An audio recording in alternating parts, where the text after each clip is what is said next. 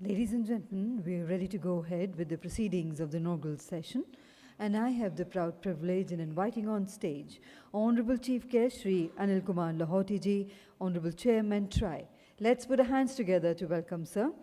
May I invite our special guest of honor, Ms. Madhu Arora, Member Technology, Department of Telecommunication, to kindly grace the stage with your august presence, ma'am. Inviting Mr. V.J. Christopher, Wireless Advisor, WPC. Inviting on stage Mr. Rahul Vats, Co-Chair, BIF Satcom Committee and Utelstat OneWeb India. Warm welcome. Inviting Dr. P.K. Jain, Director Program Management and Authorization in Space. Warm welcome, sir.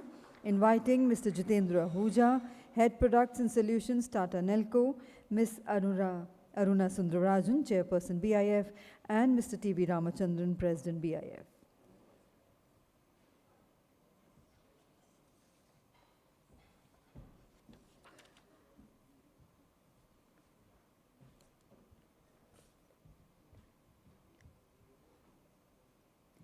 Namaskar and good morning. Honorable Chief Guest Shri Anil Kumar Lahoti ji, Honorable Chairman TRI, special guests of honor, eminent dignitaries on the days, our special invitees, senior officials, esteemed panelists, distinguished delegates, our industry leaders, policymakers and experts in the field of satellite communications, ladies and gentlemen. A very warm welcome to the inaugural session of the conference on the 9th Flagship Summit, India Satcom 2024, which is being organized by Broadband India Forum, BIF, in association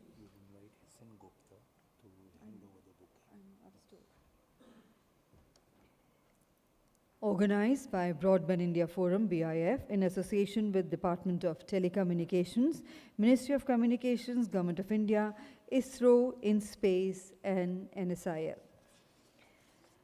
India Satcom is one of the most popular and long-standing conferences in the satellite communications domains, started since 2015. It focuses on critical aspects related to policy regulations and the rapidly evolving market and technologies within the Satcom ecosystem in our country.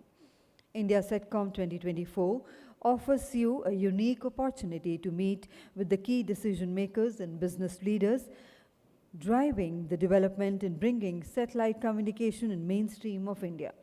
The theme of this year's summit, the 9th, is Liberalize Satcom, the beginning of a new era.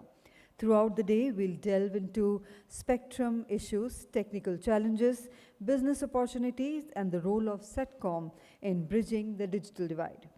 The theme of the inaugural session is Mainstreaming Satcom for Bridging the Digital Divide. And ladies and gentlemen, as we embark on this exciting journey, let's celebrate the power of satellite technology and potential to transform lives. We thank each one of you for being part of India Satcom 2024. And we are honored today to have eminent dignitaries with us. I would now request Mr. S.N. Gupta, Treasurer BIF, to kindly do the honors of welcoming our Honorable Chief Guest, Shri Anil Kumar Lahoti ji, with a floral bouquet.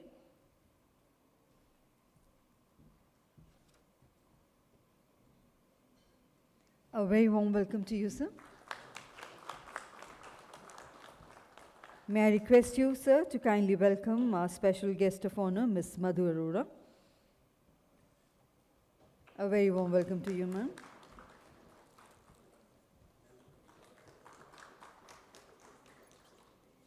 I would also request you, sir, to welcome our special guest of honor, Mr. V.J. Christopher.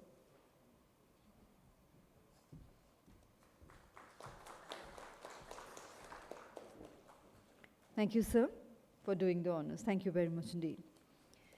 Ladies and gentlemen, we are honored to have with us today Srimati Aruna Sundararajan, Chairperson BIF, who has served as a Secretary to the Government of India in the Ministries of Steel, Information Technology and Telecom, and retired as Chairperson of the Digital Communications Commission in July 2019. During ma'am's tenure, ma'am played a pioneering role in steering various important tech policies and initiatives across the domains of telecom and hardware manufacturing. e-governance, digital payments, data protection, cybersecurity, and tech startups. So let's put our hands together to welcome ma'am for the introductory remarks and the welcome address.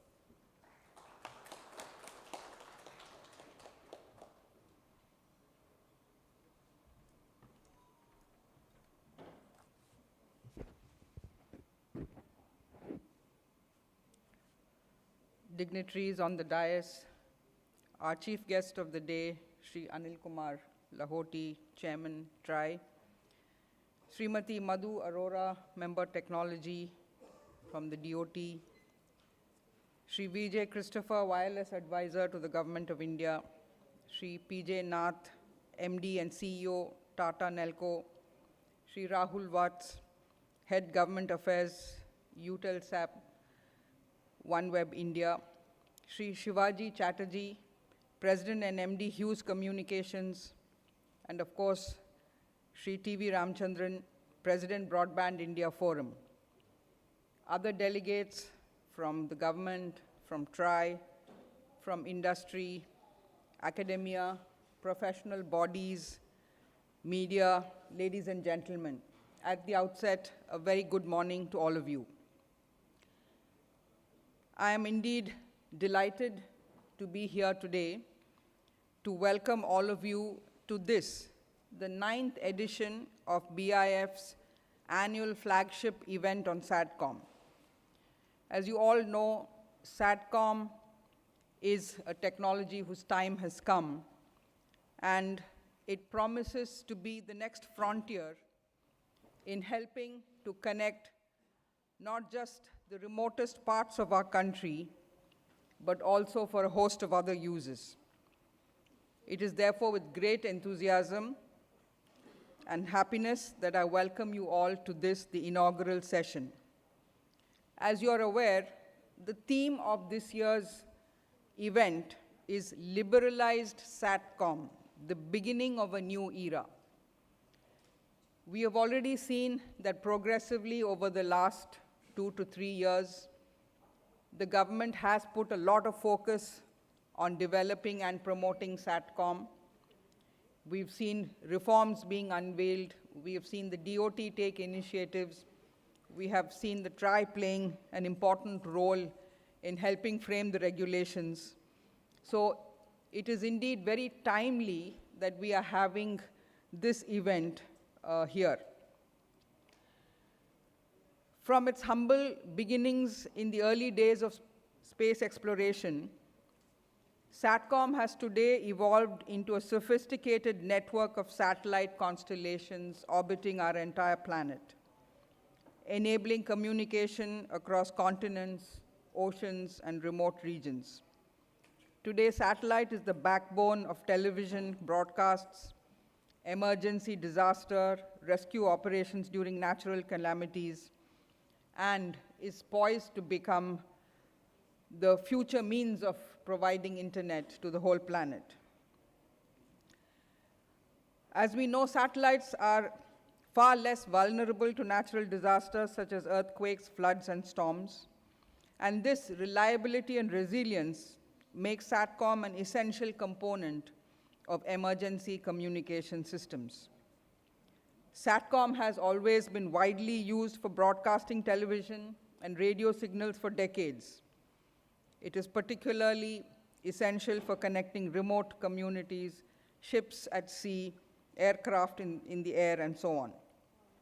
And now is increasingly emerging as a critical component of national security and defense operations, providing secure communication channels and real-time data for military and intelligence purposes.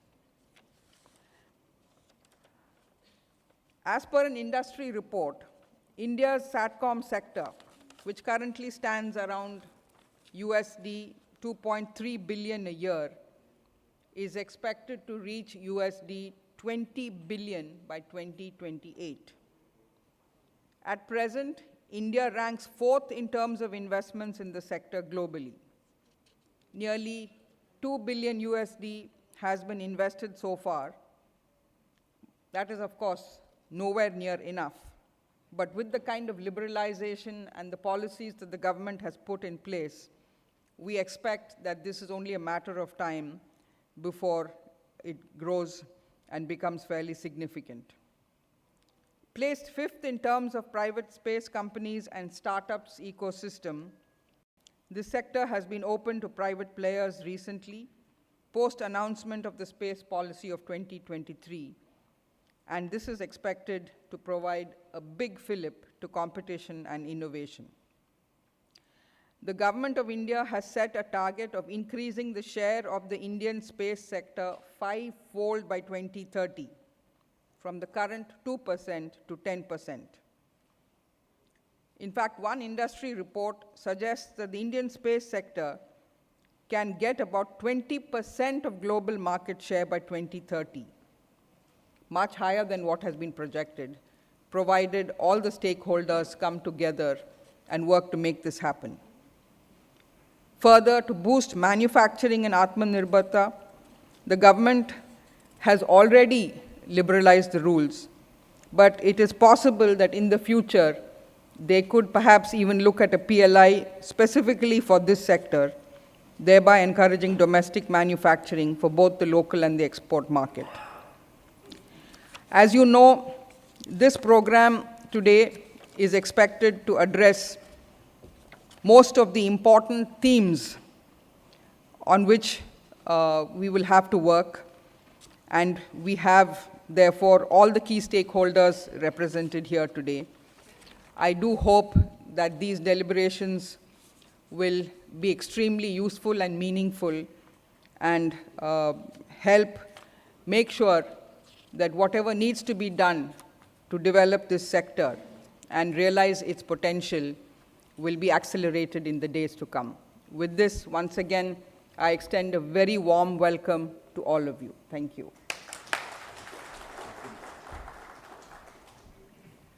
Thank you very much indeed, ma'am, for those warm words of welcome and for introducing the theme of the inaugural session as well as the 9th edition of India Satcom 2024. Ladies and gentlemen, I now have the privilege in inviting for the theme introduction Mr. Jitendra Ahuja, Head Product and Solutions, Nelco Limited, a Tata enterprise, who has over 24 years of rich experience in the Satcom industry, with rich experience and expertise across multiple areas in managing business and technical operations, product development, solution engineering, network operations, system integration, project implementation, finance, among others. So let's put our hands together to welcome Mr. Jitendra Ahuja.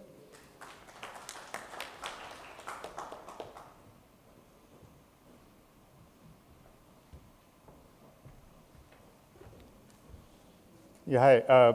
Good morning to all. I think, we have been discussing on this topic. Yesterday also we had discussion on this.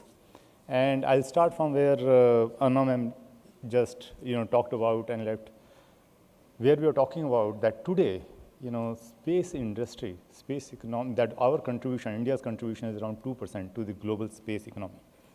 And we are talking about taking it to 8 to 10%. And as Anna is saying, that one report suggests that we can achieve even 20% also by 2030. And I think it is very much possible, because the way that we see, as a industry stakeholder, the way that we see that how the different stakeholders in industry are working together. Look at the example, like say government, various government agencies, be it Department of Space, thank you, be it Department of Space, various agencies within that, be it InSpace, ISRO, NSIL, or within DOT, various functionalities that are working to make sure that there is sufficient boost that is given to that. And very much that is required, because when you're talking about, taking this from 2% to 10%, it is not that easy. It requires continuous government support, in terms of ideation, industry incubation, product development, launch of the services, also most important, enabling the market reach. Yeah? We often say that India's own market is smaller, but we also have to remember that we have other examples also across the world. Take the example of Israel. They are the exporter of latest technologies. We can very well achieve that. Our market is much, much bigger than that country example that I'm taking. it's very much possible. And with the kind of enablement that is happening, I definitely see that we'll reach that 10% and beyond by 2030. I think, as I was saying, that over the years, we have seen that government and industry are working together for the growth of space sector. Many issues have been already addressed, like say with the introduction of new telecom bill, India Space Policy 2023.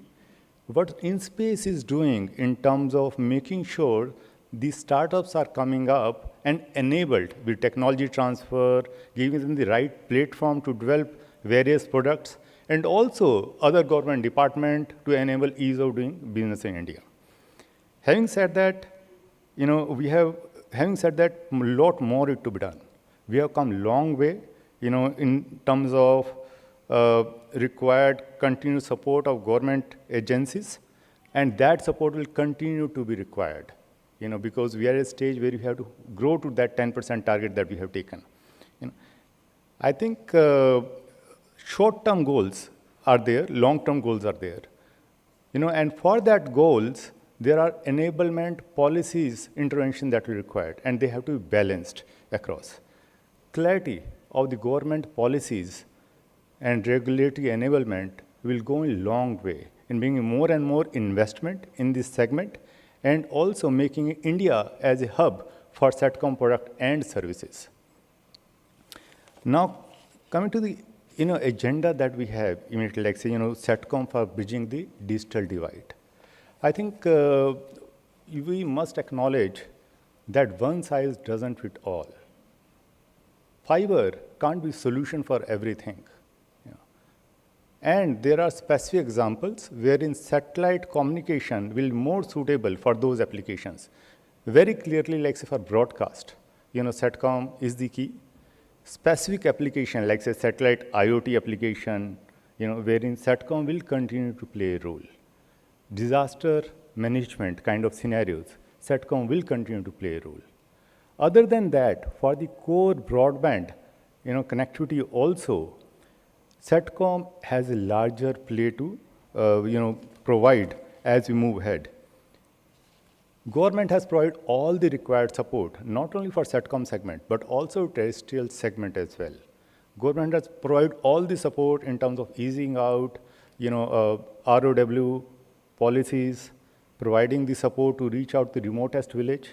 After so many years, I'll say more than a decade, still thousands of villages are unconnected. That proves the point that Satcom has to be looked at a viable media for that. And I think time is apt.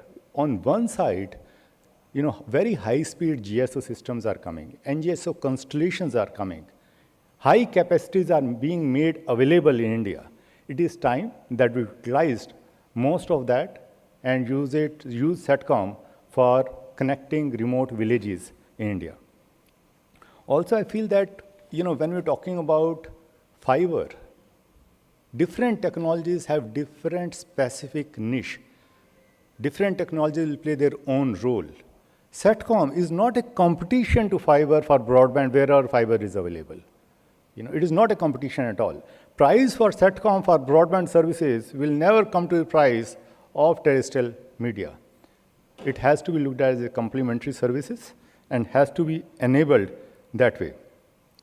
I think Satcom can play a major role in India's economic growth story and making sure that the benefit of India's economic growth story reaches to the remotest part of India. Yeah. Having said that, I think many concerns are yet to be addressed, be it detailed guidelines related to spectrum assignment or other issues that Satcom industry has. Today, we'll discuss on how Satcom will play a role for broadband communication and broadcast, and also what is with the coming of new technologies, availability of ample capacities, what are the new business cases, new business opportunities, new market segments that Satcom will open. Thank you.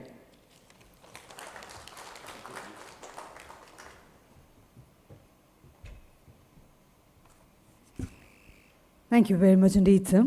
And now, ladies and gentlemen, I have the privilege in inviting Mr. Rahul Vats to kindly share the industry perspective. Mr. Vats is the Chief Regulatory Officer India and South Asia at Bharti Airtel Limited, is also the Director OneWeb India and Vice Chairman of the India Space Association, a telecom industry veteran with over 25 years of experience with leading corporation. Mr. Rahul is an expert on telecom licensing, economic regulations, spectrum management and regulatory litigations, and his domain expertise has been extensively used in global forums by OneWeb UK, Axiata, Malaysia, Indosat and Indonesia, in Dialogue in Sri Lanka. So let's put our hands together to welcome Mr. Rahul Vats for the industry perspective.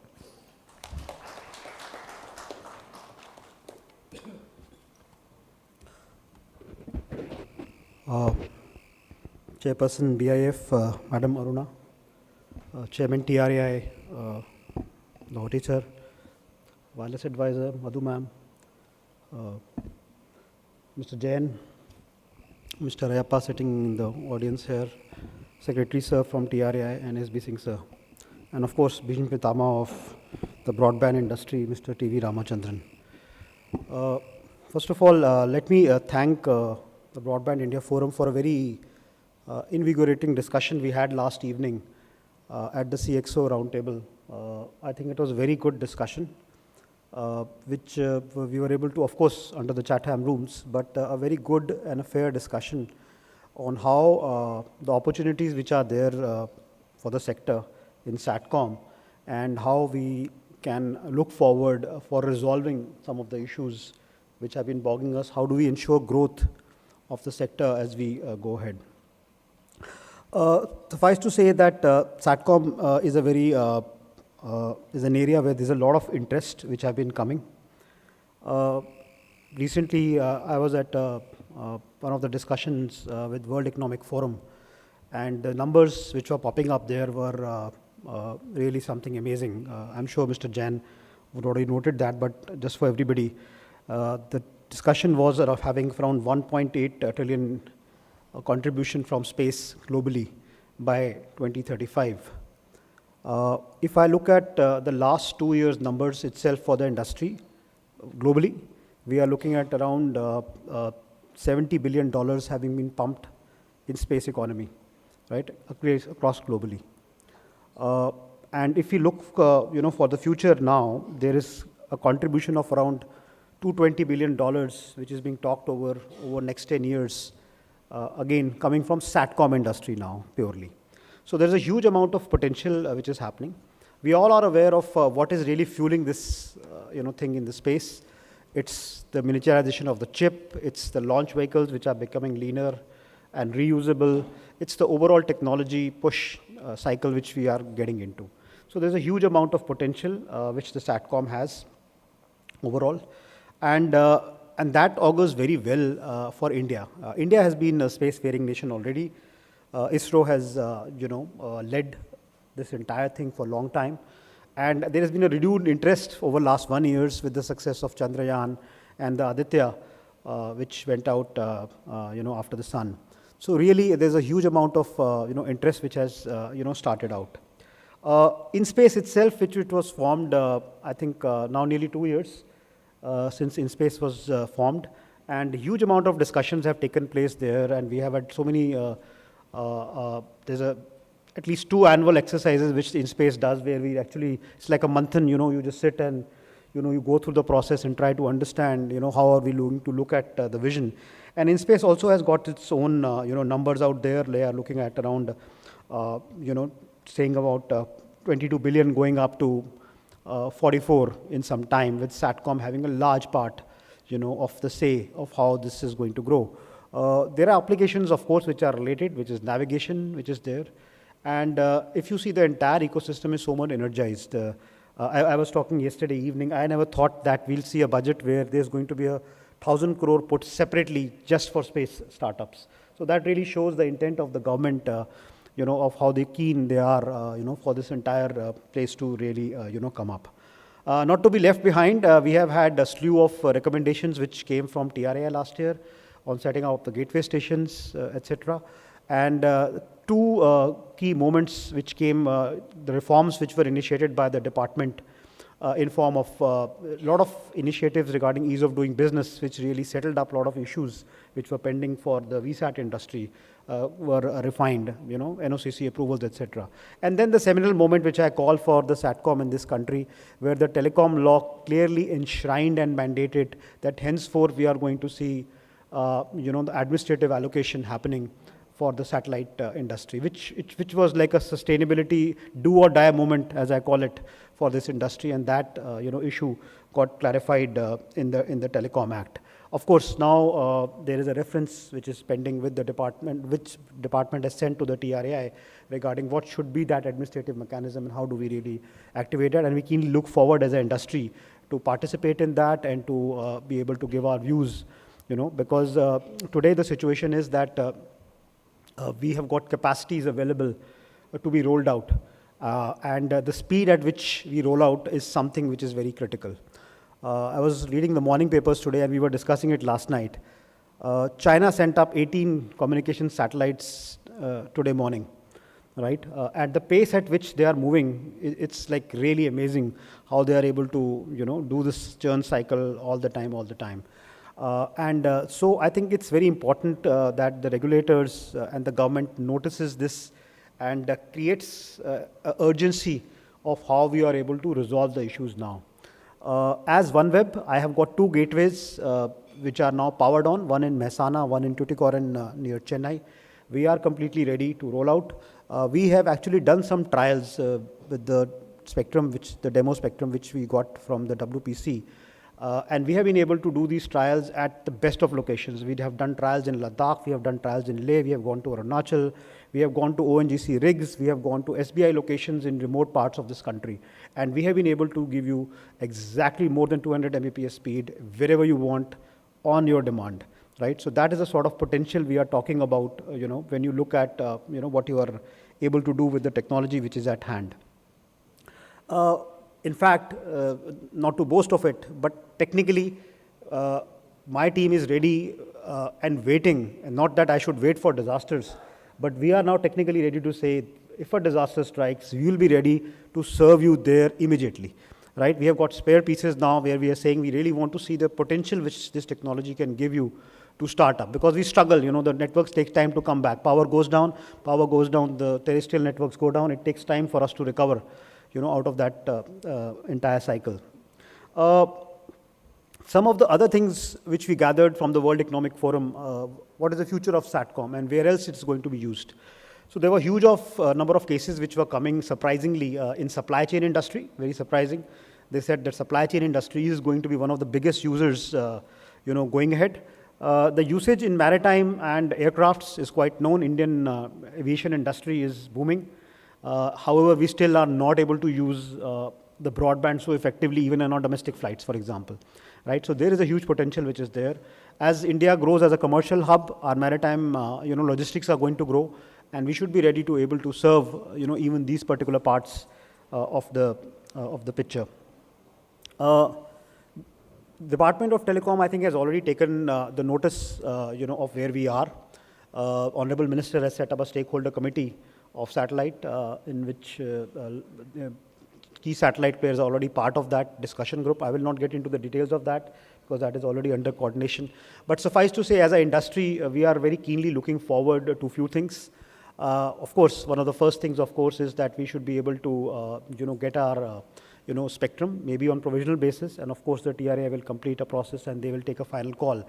Because large part of this usage is supposed to be happening with defense, because defense is one of the users. They are very hungry for usages. A lot of stakeholders have said that they already do have some capacities. Of course, they have capacities even now. But do they have that kind of broadband which, we are willing to offer is the other point.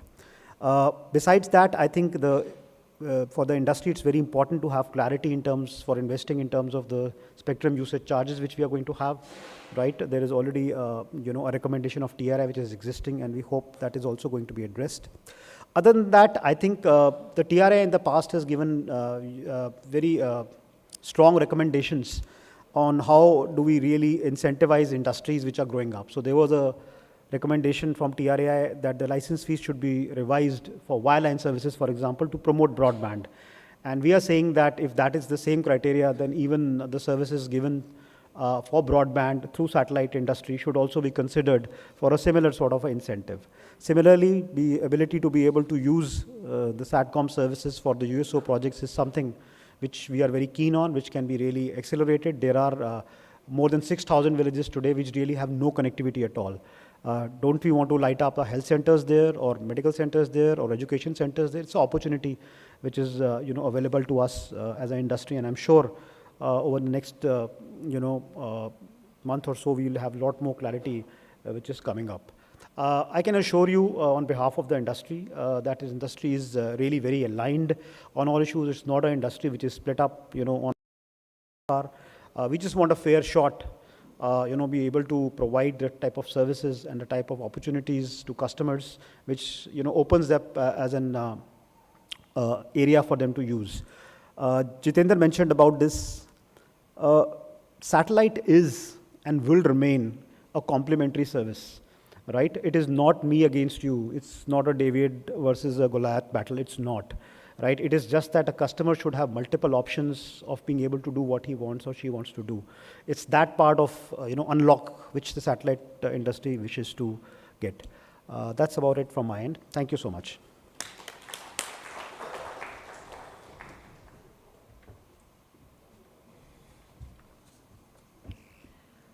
Thank you very much indeed. And ladies and gentlemen, it's an honor to have with us our special guest of honor, Dr. P.K. Jain, who is Director, Program Management and Authorization in Space, and is presently on deputation from ISRO to Indian Space Promotion and Authorization Center, headquarter Ahmedabad, and started his career with ISRO in 1989, also contributed as a Vice Chairman ITUR Study Group 4 and Chairman of National Study Group on Satellite Services during the ITU Study Cycle 2019 to 2023.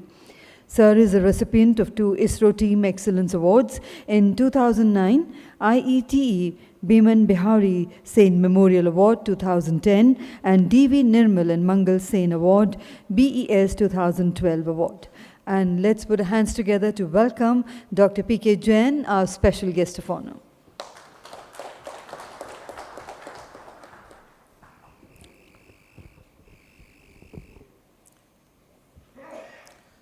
Chief guest for today's event, Mr. Anil Kumar Lahoti, dignitaries on dais, all the officers of various government departments, industry, delegates, ladies and gentlemen. A very good morning to all. First of all, let me compliment Broadband India Forum, who have been continuously striving hard to bring all these stakeholders together with a common goal of providing connectivity to ubiquitous connectivity across the country through such type of regular events. So certainly they deserve a big round of applause for such type of conducting the, and TVRG, the energy level is amazing.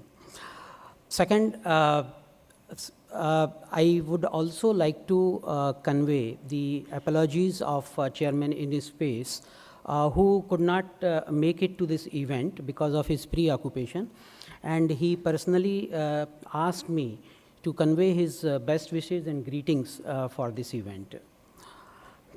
Now, one more thing personally which I always appreciate about the BIF is that they are the one of those industry forums who are actually technology agnostic in bringing again the connectivity and broadband to the country. It means that they have already recognized, like all of us, that both terrestrial as well as satellite technologies have to go hand in hand and play a vital role in providing connectivity in the country. So I will not certainly take the time to really talk about the what advantages Satcom or satellite connectivity has. All of us know, we are all veteran here. the important thing is how do we really tap the potential of the Satcom technology for providing the connectivity in the country. Now, especially the developing countries like us, we have seen that the satellite cost, the bandwidth cost, plays an important role, and which is a major hurdle for the developing countries like us to really adopt this technology for the various use cases. Now, we are all talking about the space economy, and Satcom plays a very major, one of the very important constituents. Even in space decadal vision and strategy, but what the estimate of right now 8.4 billion, almost 50% comes from the Satcom. And then what our target is 44 billion. They are also about 30% would be, we are aiming for the contribution from Satcom. But this is one aspect. The second thing is the Satcom plays an important role for the people cause, for the society cause, for the disaster management. So that also becomes equally important, and in that process, automatically on its own, the space economy also gets developed. Now, some of the initiative which government has taken, all of us know, starting from the opening the space sector for the industry, which was so far acting as a vendor for the ISRO, bringing out the Indian space policy, then the FDI policy, revised FDI policy for space. Department of Telecommunication brought the various reforms in the Satcom, in the licensing. Right now also Department of Telecommunication is working on many upgradation in the licensing procedure and the authorization procedure. The government has announced, you know, that recently in the budget 1,000 crore venture capital fund. In space has taken various initiatives. We have brought in our the norms, guideline and procedure, which provides the clarity, the predictability, and of course, the certainty in the regulatory regime. We have eased out the capacity, Satcom capacity provisioning through Indian as well as the non-Indian capacity. So the underlying thing is the government intent is very clear. Government wants to use and tap the potential of the Satcom technology. Now, what industry has to play a role now, that becomes very important other than the government. And yesterday night, of course, we had a lot of discussions in the CXO roundtable, and very interesting things also emerged. And one of the things which we discussed also, and which basically we also have been pursuing, is that in order to have the ecosystem in the country, now we need to bring up at least 2 to 3 private satellite operator, Indian satellite operator, who realize the satellite and operate and launch and provide the services in India. Now, this is very important. Of course, ISRO has put us in one among top 6 spacefaring nation, but right now we do not have any other satellite operator other than ISRO and NCIL. Now, what all the steps which we can take? And again, like yesterday we discussed, 2 hurdles which come are 2 challenges. The one major challenge is the orbit spectrum resource, and the other challenge is the cost and the funding. Now, again, InSpace has taken a lot of initiatives. We have recently brought out our announcement of opportunity, wherein the one ITU filing, which has attained certain level of priority, is now is being made available to the non-government entities, and this is for KA band. We also plan to use or bring out some more announcement of opportunities, taking some more ITU filings, and depending on the response, we also may come up with the new ITU filing by the government. Now, apart from that, is there any possibility where we can have, whether we can have some sort of collaborations between the global satellite operators and the Indian industry, maybe some sort of consortium, wherein the individual expertise of the industry, Indian industry, could be utilized to realize the satellites. Funding can come from such type of joint ventures or consortium, and then we can have probably some 2 to 3, 4 good Indian communication satellite providing a good high throughput capacity. Another thing which we have been discussing, whether India should have its own non-GSO constellation. We have been seeing the NGSO, and this is one of the again proactive approach which NSpace took, that we brought the NGSO capacity usage in India. We already authorized a couple of NGSO constellation, recognizing very well that the NGSO satellite also would play a major role other than the GSO satellite, especially in taking the broadband to the nook and corner of the country, and also bringing down the cost of the satellite bandwidth. Now, all those challenges, now how do we address?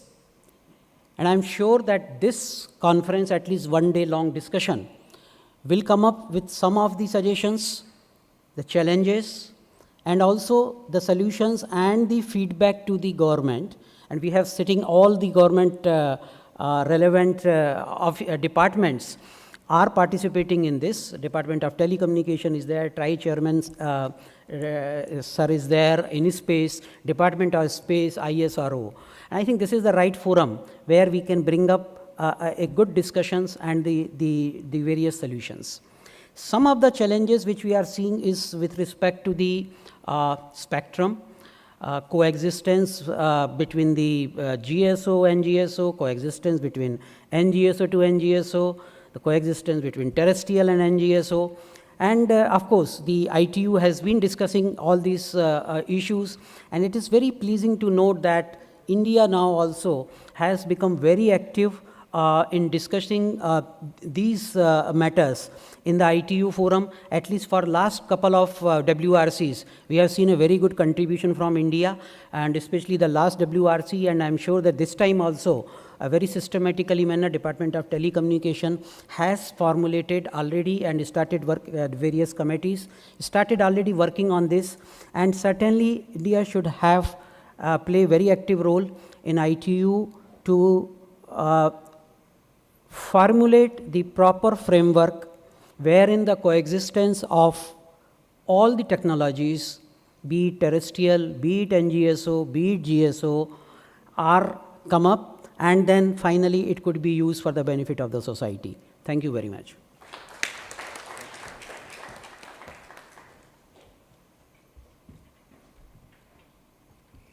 Thank you very much indeed, sir. And ladies and gentlemen, we are honored to have as our special guest of honor, Shri Vijay Christopher, Wireless Advisor WPC DOT. He joined WPC Wing in the year 1991 and has been working and has a working experience of more than 30 years in the spectrum management. The major areas of work include spectrum planning, licensing, spectrum auction, radio monitoring, and satellite monitoring. Sir has worked in different units of WPC and WMO. In November 2022, he was promoted as the wireless advisor. And I have the privilege in inviting you, sir, to kindly address the August House present here. Ladies and gentlemen, let's put our hands together to welcome sir. Thank you. Very good morning.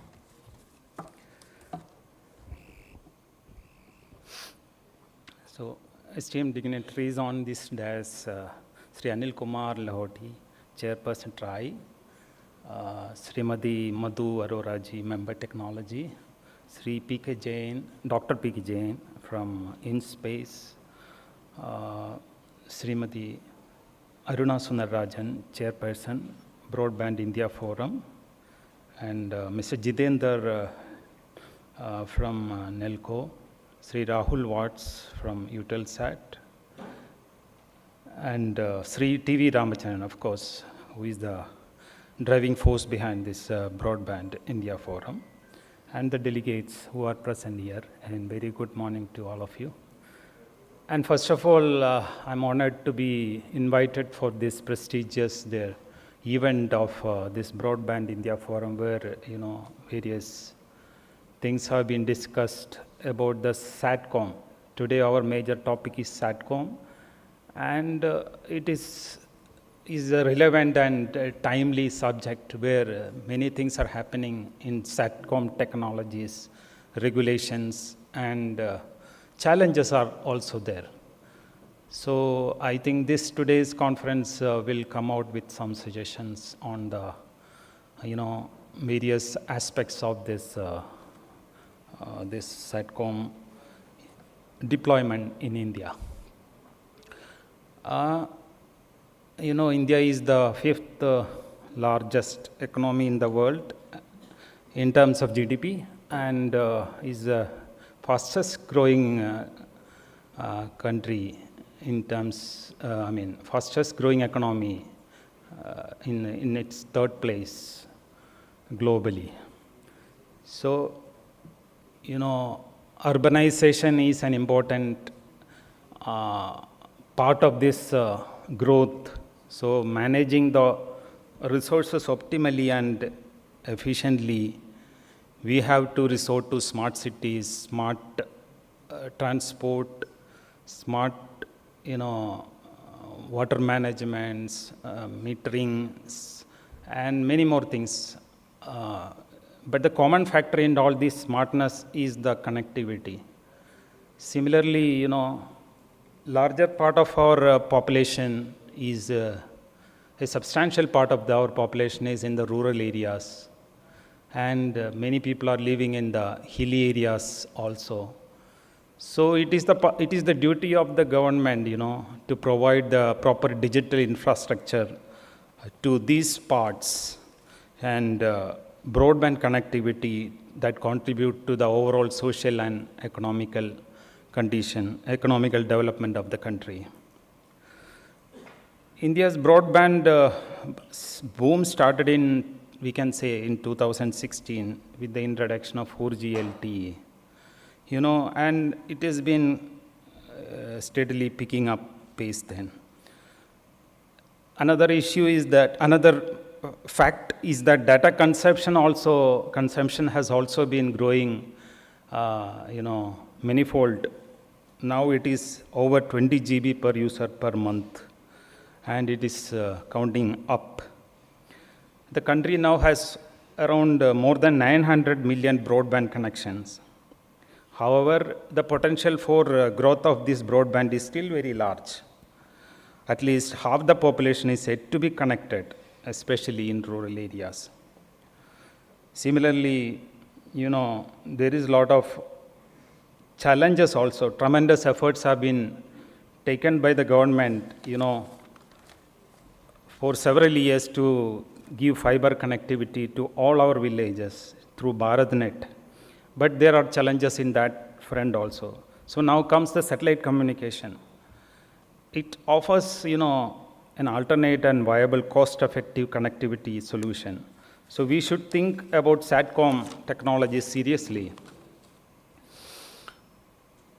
Satcom technological terms, Satcom can provide universal, ubiquitous service, internet across ocean, in land, or in air, in sky also, which is not possible with the terrestrial technologies, as you all know.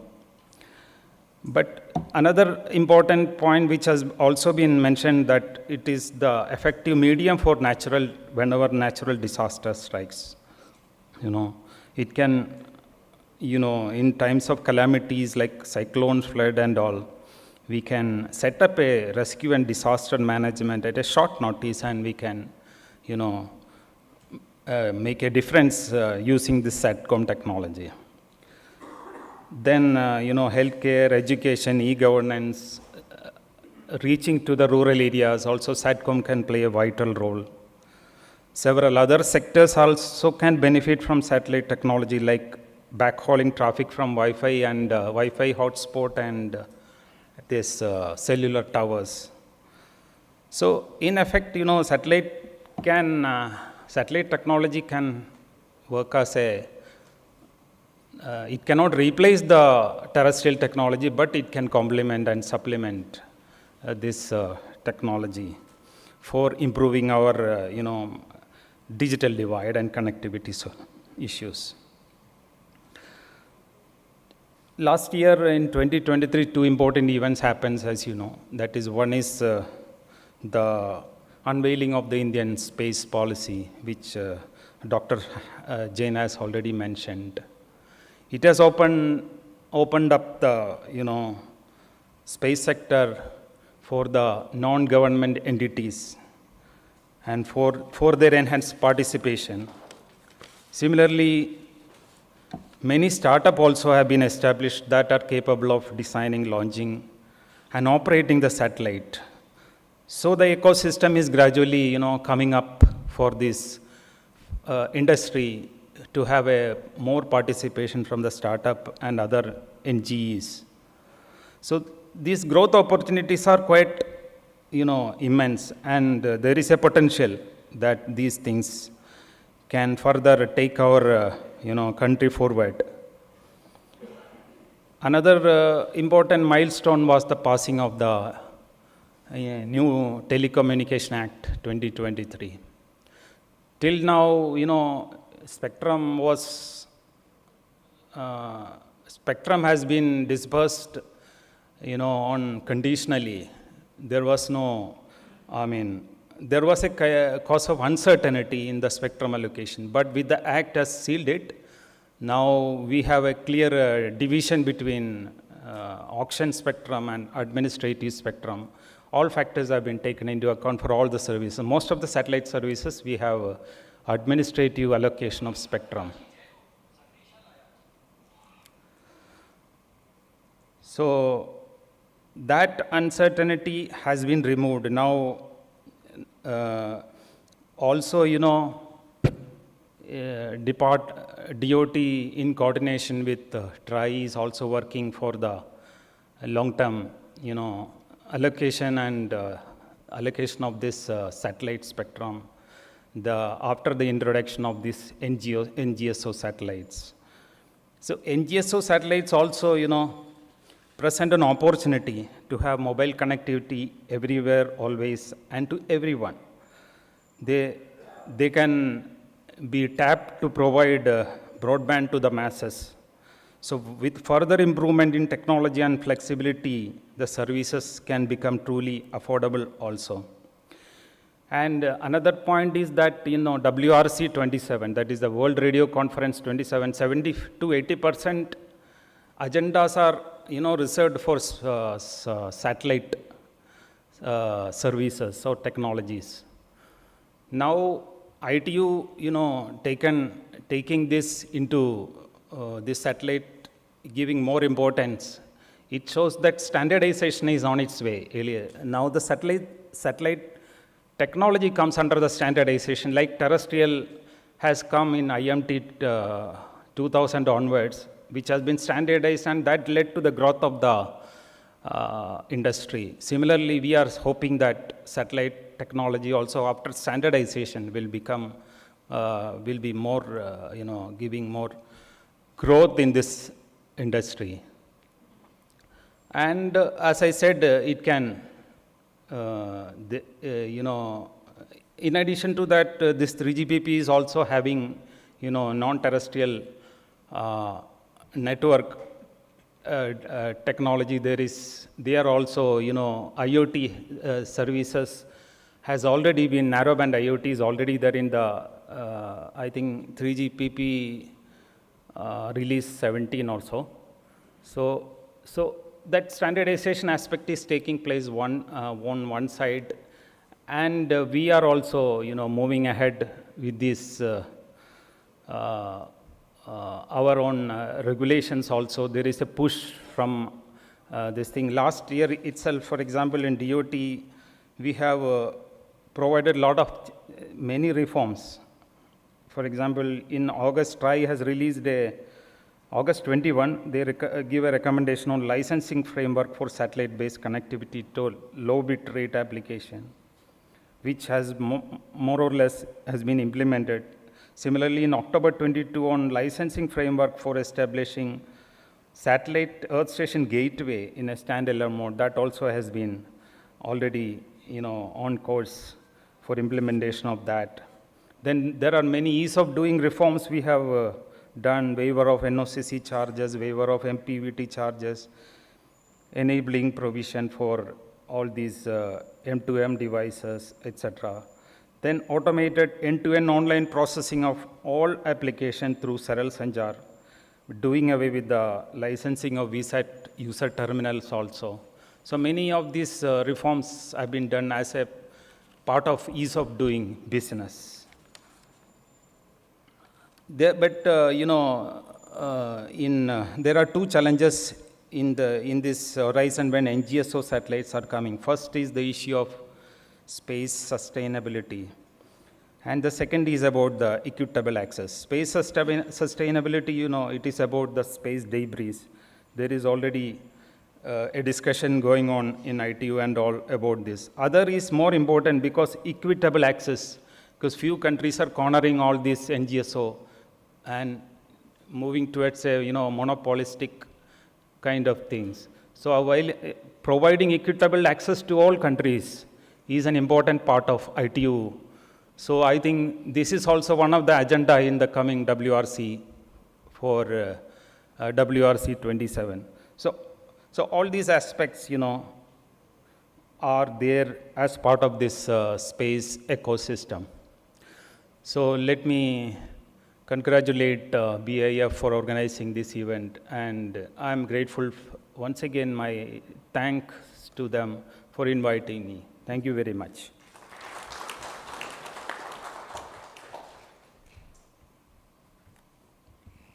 Thank you very much indeed, sir, for sharing your esteemed views with the August House present here today. And ladies and gentlemen, our guest of honor, Srimati Madhu Arora, Member Technology, Department of Telecommunications, commenced her career with the Indian Telecom Services, dedicating approximately 3 decades to various roles within the Government of India and its subsidiaries, including BSNL and MTNL. She further ascended in her career, assuming the role of Member Technology at DCC, Digital Communications Commission, Ministry of Telecom, effective 1st of April 2024.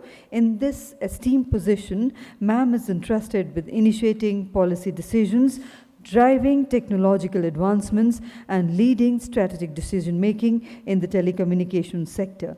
And we are indeed privileged that ma'am could spare her valuable time today to be here with us. And let's put our hands together to welcome ma'am.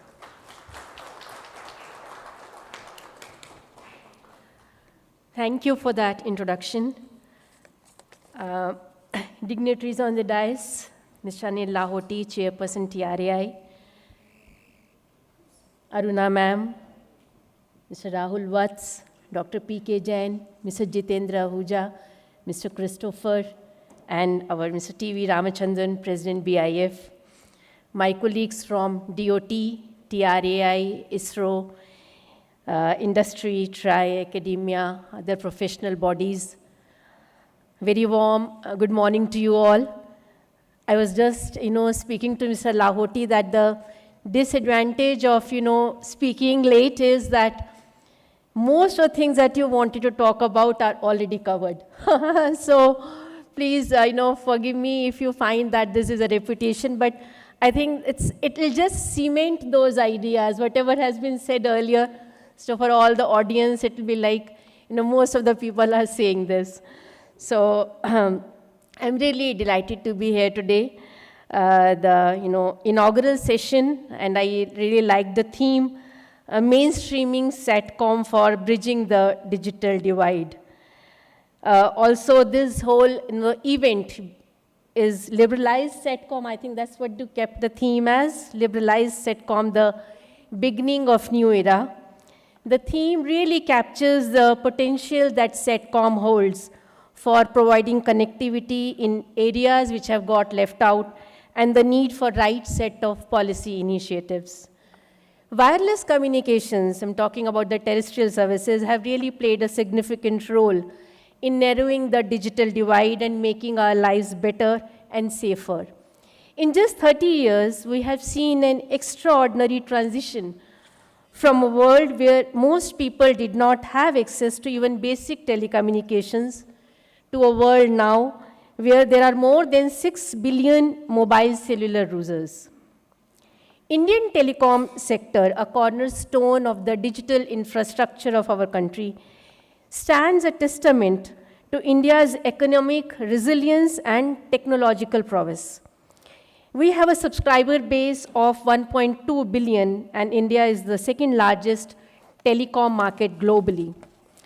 However, as it is said, the devil is in the detail. As one goes deeper into the statistics, it is disheartening to see that while urban teledensity in our country is 134%, rural teledensity is mere 59%. So despite massive expansion in mobile services, a lot of population in far-flung, rural, hilly, tribal areas are still unconnected.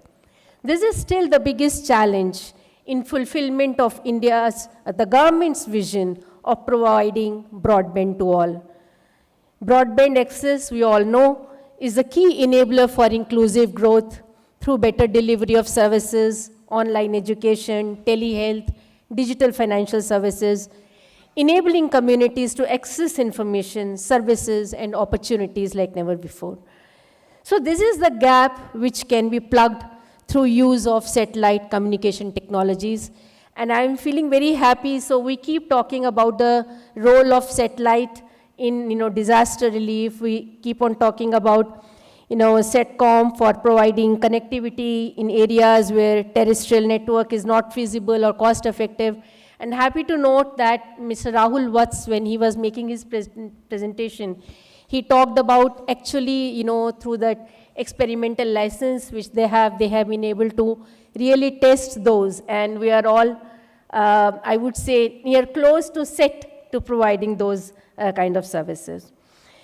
So the decision to unlock India's space potential as encapsulated in the Indian space policy marks a paradigm shift, and Dr. P.K. Jain talked about it with the setting up of InSpace, NSCL. This shows India's commitment to fostering a vibrant ecosystem. And the country's, ISRO's prowess in designing, developing satellite-based communication systems is really commendable, and we really kind of salute ISRO for that. The use of satellite technology has traditionally been limited to fixed uses for backhaul or for direct-to-home applications, satellite television. Size, cost, and complexity of building mobile devices for directly connecting to the satellites have been major challenges. In the recent years, however, the industry has been dramatically evolving. The advancements in ground and space segments, including high-throughput satellites, low Earth orbit, medium Earth orbit, LEO and MEO technologies, they herald a new era of connectivity and possibility. A major drawback of high propagation delay or the latency for round-trip transmission in GSO satellites, which was detrimental to digital connectivity applications, is addressed in the LEO and MEO constellations. Fast evolving Satcom technologies are available that can support beyond traditional voice and data connectivity to encompass niche applications such as teleeducation, e-health, remote sensing. In fact, for defense sector, that can immensely benefit from advancements in Satcom for, real-time connectivity for remote military operations, naval vessels, which translates into improved situational awareness, faster decision-making, and seamless coordination across different defense units. So millions of dollars of investment, as was being talked about, are being made in this new generation of satellites. We clearly understand that the timely availability of right spectrum is essential to make these investments return the best results. Considering the importance of this sector, as you're all aware, Mr. Jyotiraditya Scindia, our Honorable MOC, has formed a stakeholder advisory group especially for Satcom, and one meeting of the SET group has already been held. Many of you who were there in those meetings, you are aware that there are certain contentious issues, that there are certain views which are not aligned even within the industry, and therefore, a lot more discussions and alignments need to happen. It has also been talked about that we have, DOT has already sent a reference to TRAI seeking its recommendations on terms and conditions, also the spectrum pricing for both fixed satellite services on NGSOs as well as mobile satellite services, both for GSOs and NGSOs. TRAI, I'm sure, is already working to bring out those consultation papers. Christopher mentioned about the role of ITU, and I just want to briefly touch upon this. The ITU radio regulations, which govern the use of radio frequency spectrum and also the satellite orbits. In the previous WRC, which was WRC 23, spectrum for mobile services was most, major part of the agenda. However, seeing the importance in the next WRC, which is going to be WRC 27,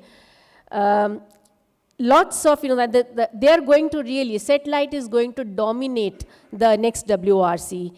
And several new agenda are expected for WRC 27, such as connecting the satellites directly with the mobile phones, regulatory measures to limit the unauthorized operations of NGSO stations.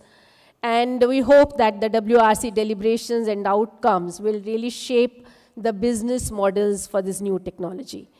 I'm really happy to note that the two-day event which BIF has planned is going to cover wide-ranging topics, including the policy initiatives to attract more investment, increasing role of Satcom in inclusive and affordable broadband penetration, the spectrum issues, contentious issues these are, and the new business opportunities. And with the presence of stakeholders from all government departments, ISRO, I see Dr. Raipa sitting here, and TRI officers here, I'm sure that the deliberations here will be immensely useful.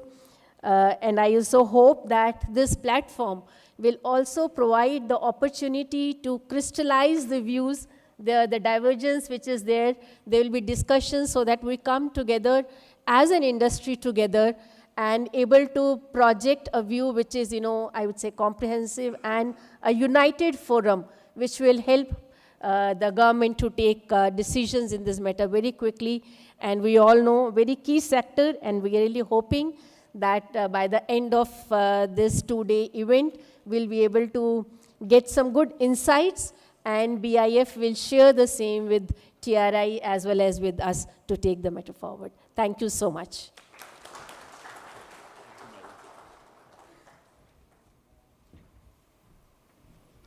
Thank you very much indeed, ma'am, for the insightful address. Ladies and gentlemen, our Honorable Chief Guest, Shri Anil Kumar Lahoti ji, Honorable Chairman, Telecom Regulatory Authority of India, is an officer of the Indian Railway Service of Engineers from the 1984 batch. Had superannuated as Chairman and CEO Railway Board on 31st of August 2023 after a career spanning about 37 years in Indian Railways. Sir is a graduate in Civil Engineering from Madhav Institute of Technology and Science, Gwalior, with gold medal, and his master's degree in Engineer Structures from IIT Roorkee in December 2023. Gati Shakti Vishwavidyalaya, Vadodara, a central university, appointed him as a distinguished visiting professor. Has undertaken executive training programs at Carnegie Mellon University, Pittsburgh, USA, SDA Bocconi Business School, Milan, Italy, and Indian School of Business, Hyderabad. And ladies and gentlemen, I have the proud privilege in inviting Honorable Chief Guest for his kind address. Let's put our hands together to welcome sir.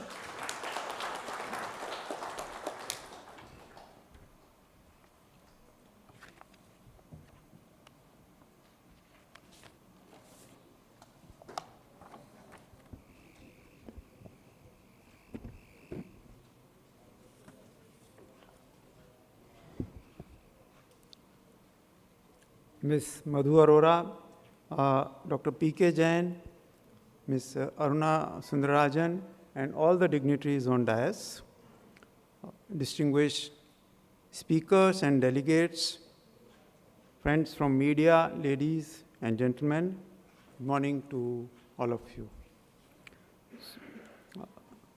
I share Madhuji's thoughts. If you are speaking at the fag end of the list, whatever you might have thought about speaking, you find that all of that has already been spoken.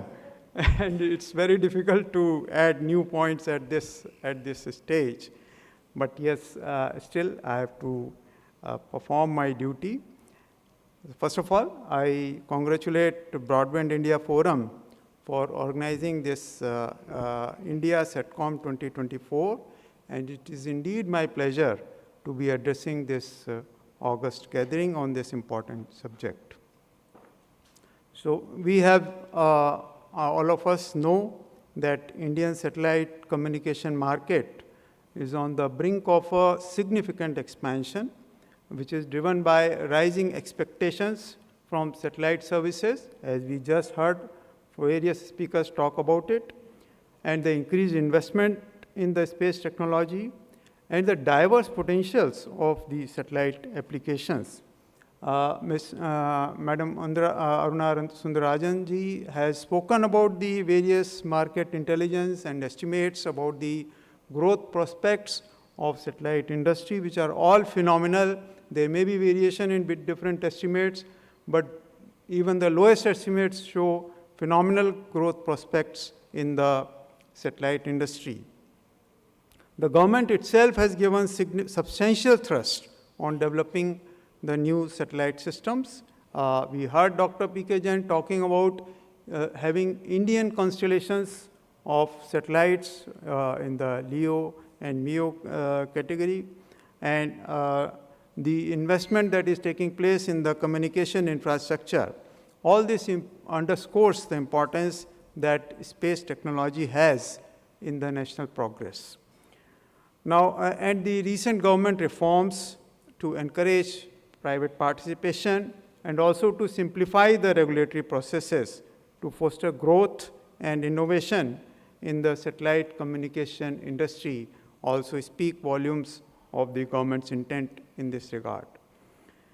Now, as all of us are aware, broadband services in the unserved and underserved areas are essential for the increasing need of access to the citizen services and education, health services, and the market for even the agricultural produce now, and the access to internet for so many, many other opportunities, which we know that the stark difference between the urban teledensity and the rural teledensity shows that is the need of the hour. To bridge the gap in connectivity and broadband access in the rural and remote areas, we know that it requires much more efforts to develop terrestrial infrastructure, and its sharing among the telecom operators is also a challenge. So in today's era, satellite communication is certainly bound to play a vital role in helping to accelerate the broadband penetration and to provide ubiquitous access to the remotest parts of the country. Now, the satellite systems, along with terrestrial network, can also play a vital role to manage connectivity to vehicles, vessels, aircrafts, and many IoT devices in remote and far-flung areas.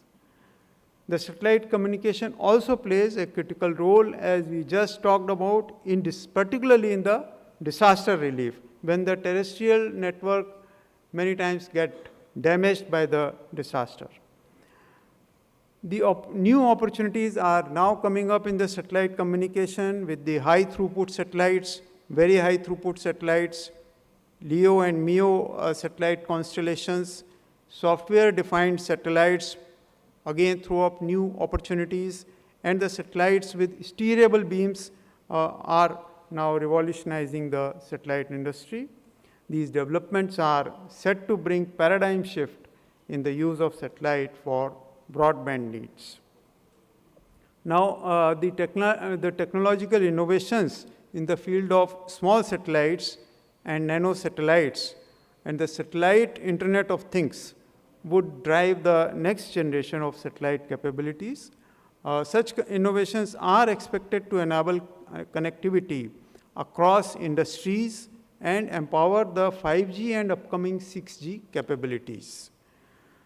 So innovations on the satellite ground stations, the orbital services, digitized payloads, even propulsion systems, and also the artificial intelligence are going to enable satellites to perform more complex functions seamlessly.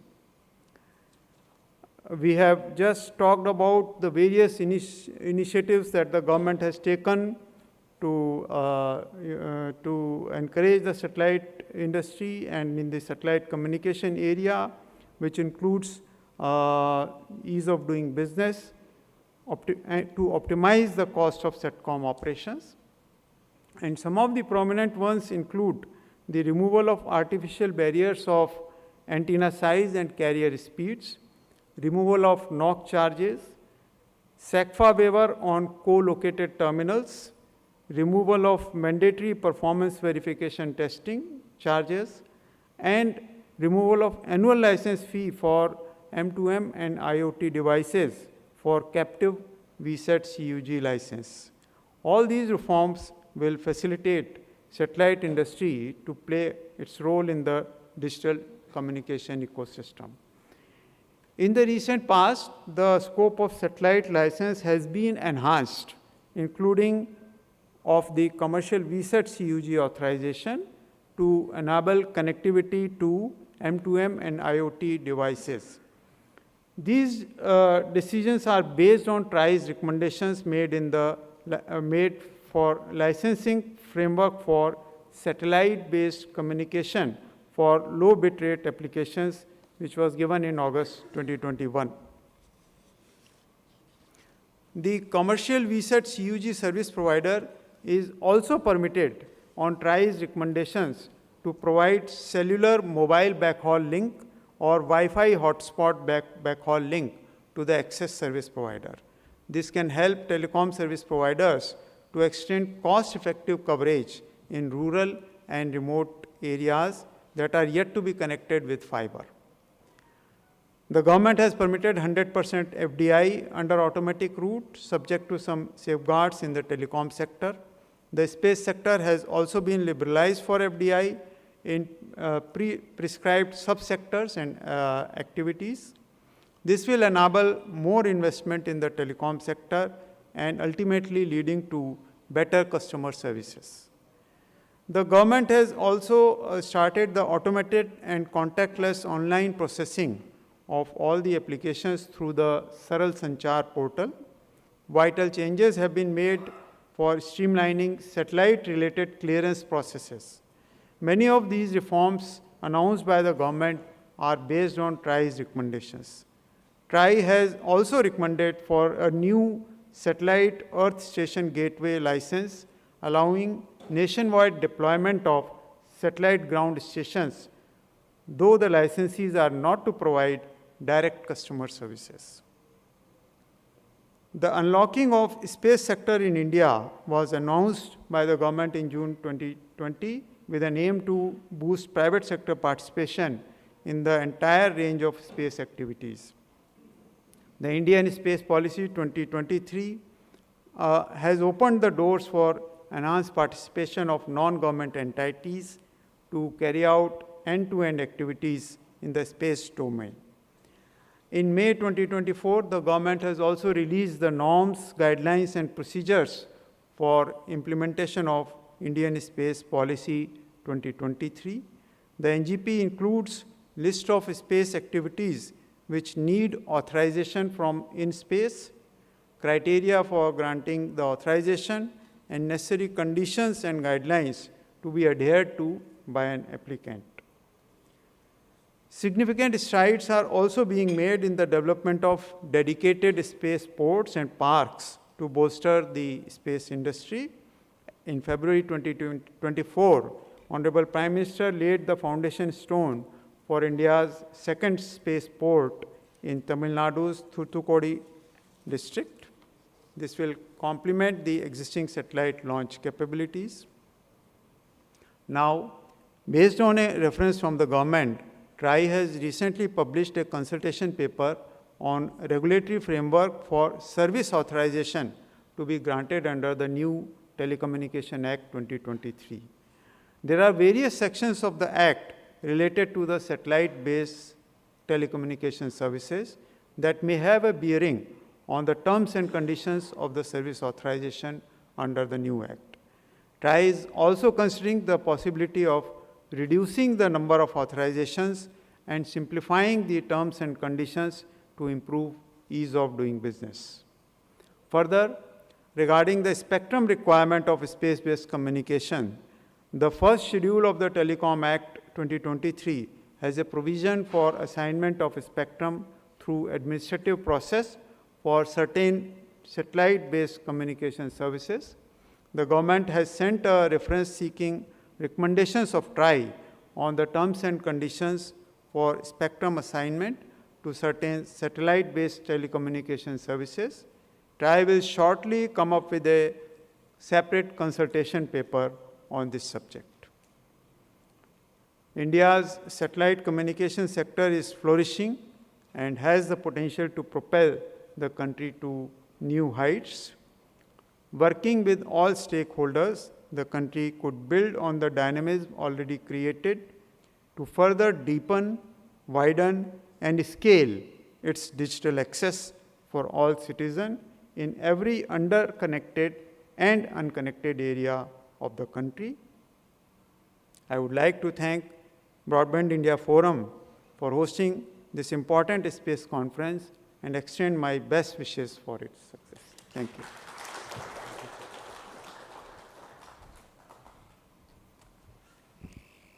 Thank you very much indeed, sir, for that motivating and inspirational address. Ladies and gentlemen, I now have the privilege in inviting Mr. T.V. Ramachandran, who's President Broadband India Forum and an esteemed industry veteran, has been part of the mobile telephony sector in India since its very inception. And let's put our hands together to welcome sir for the vote of thanks. Thank you, Swapna. Good morning, ladies and gentlemen. It's my pleasant duty now to propose a vote of thanks for this, the inaugural session of India Satcom 2024, the 9th edition of India Satcom. At the outset, I would like to thank our chief guest, Shri Lahoti Saab, for having spared the time and spent so much time with us today and pointed out so many things about the Satcom sector that they are working on in TRAI, and he closed it with talking about the flourishing sector. I cannot endorse that more from the industry.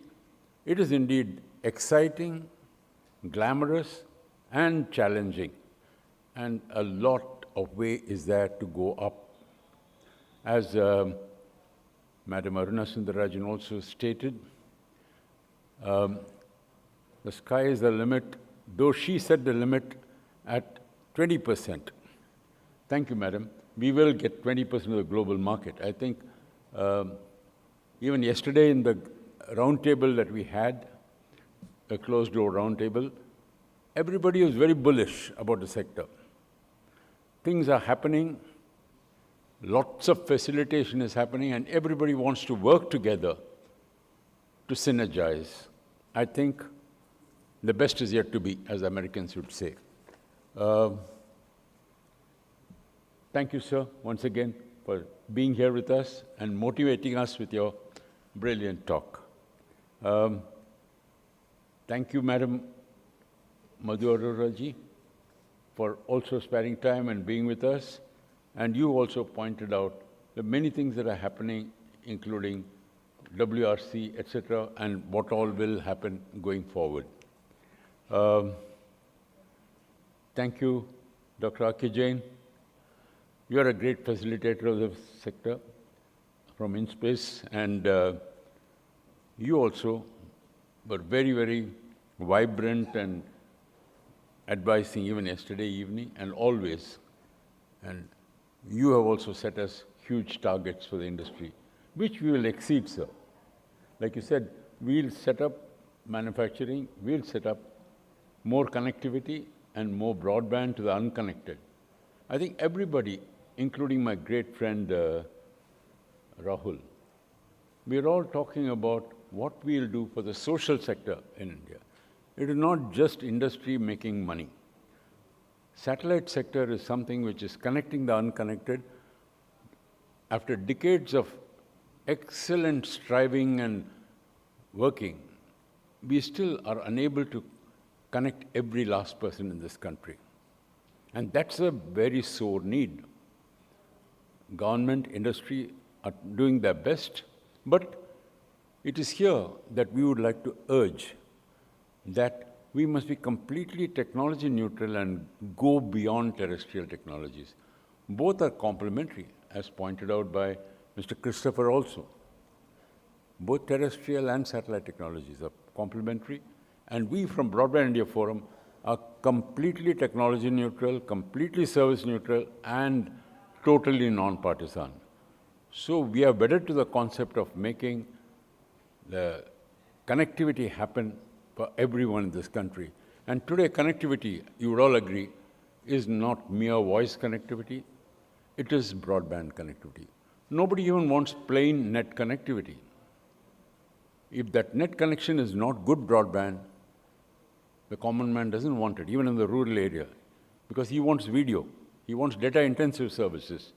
And we should tap the satellite sector, where airwaves are going west all over India. We should set up and make it happen. I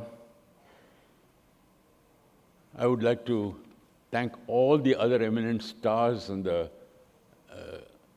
dais and in the audience. Dr. Jain, of course, is here traveled all the way from Ahmedabad. Mr. Rayappa is also here from ISRO. He is also just stepped out for a little while. He has also traveled all the way from Bangalore.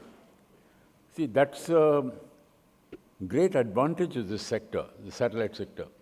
This is a sector which has got, probably the only sector which has got as many as 6 government agencies, departments, trying to help and facilitate it, mentoring it, guiding it. So if we can't make it happen, nobody else can make it happen. That's my plain, simple view. Thanks, Mr. Christopher. Thank you, Jitendra. Thank you, Rahul. Thank you, all of you. I see a veritable sea of expert faces and friends.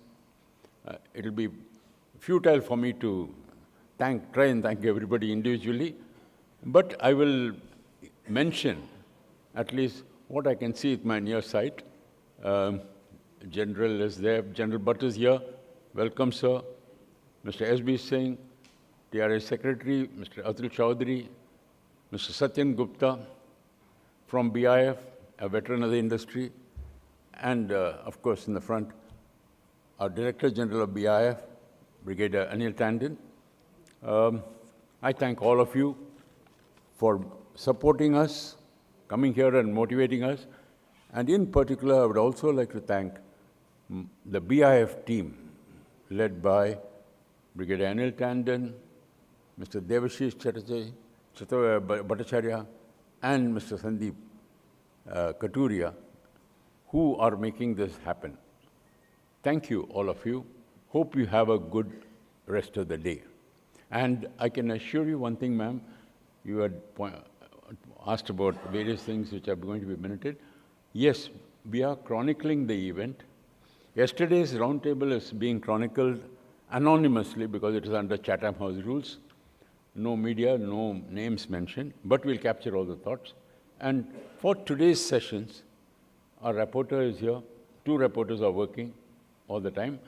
And we will capture all the thoughts and we'll share the proceedings with all of you. Thank you. Wish you a good day.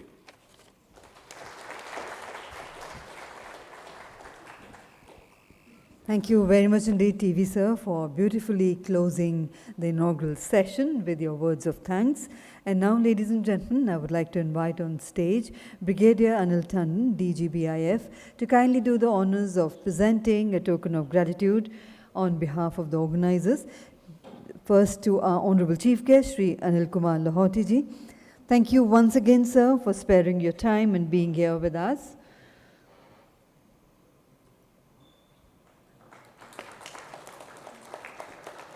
To our guest of honor, Ms. Madhu Arora. Thank you, ma'am, for your wonderful address.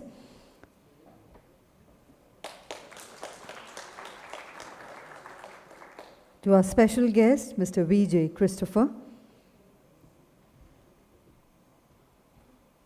Thank you once again, sir.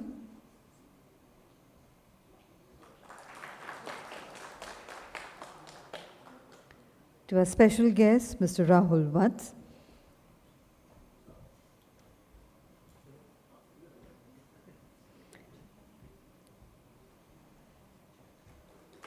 Thank you.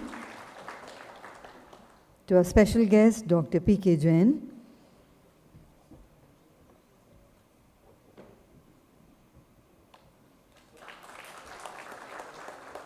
Thank you, sir. And to Mr. Jitendra Ahuja. Thank you very much indeed. Thank you, Brigadier Tandon, for doing the honors. And may I request all our dignitaries on the dais for a group photograph. I would request Brigadier Tandon and Mr. S.N. Gupta to kindly join the dignitaries for the group photograph. And ladies and gentlemen, let's once again put our hands together to thank all our eminent dignitaries for the wonderful addresses we had from them, and to each one of them for sparing your time and being here with us. Ladies and gentlemen, we now invite all of you to kindly join us for a cup of tea and coffee served outside at the pre-function area. The next session, the first technical session, will commence from 12 o'clock onwards. We would request everybody to kindly be seated. Thank you very much indeed. Please enjoy your cup of tea and coffee and join us back in time for the next session.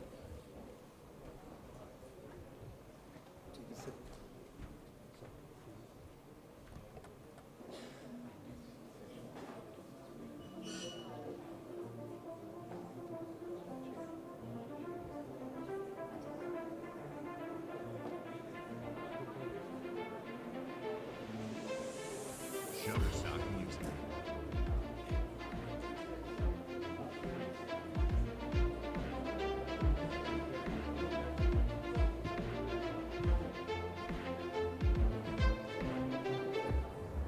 Shutterstock Music.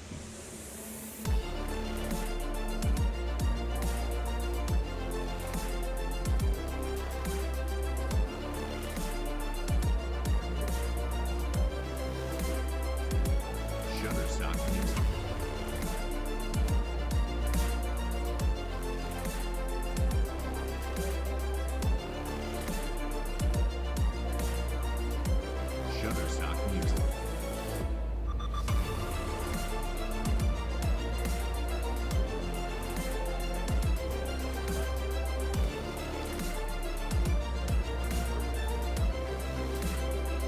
Shutterstock Music.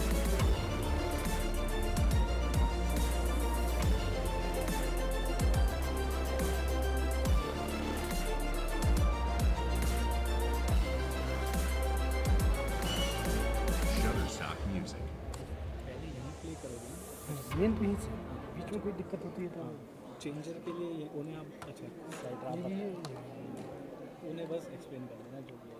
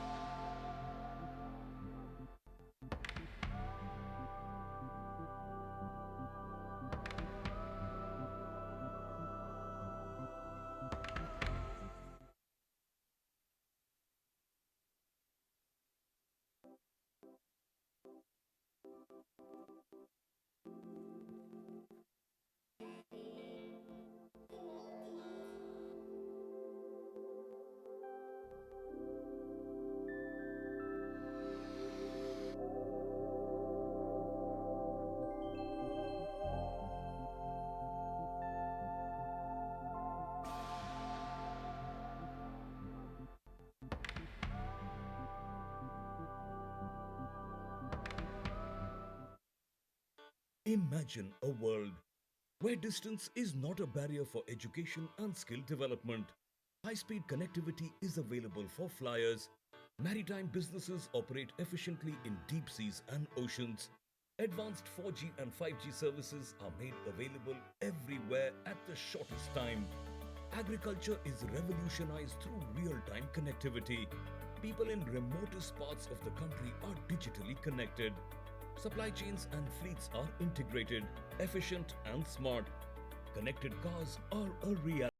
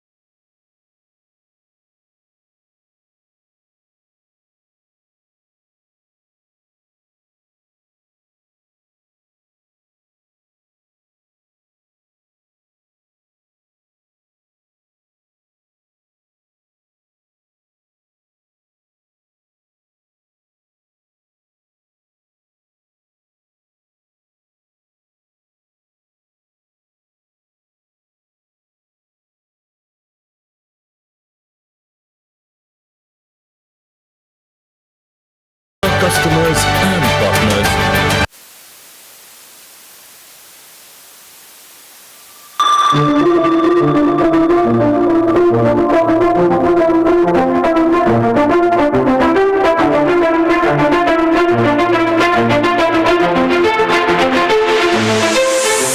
Shutterstock Music.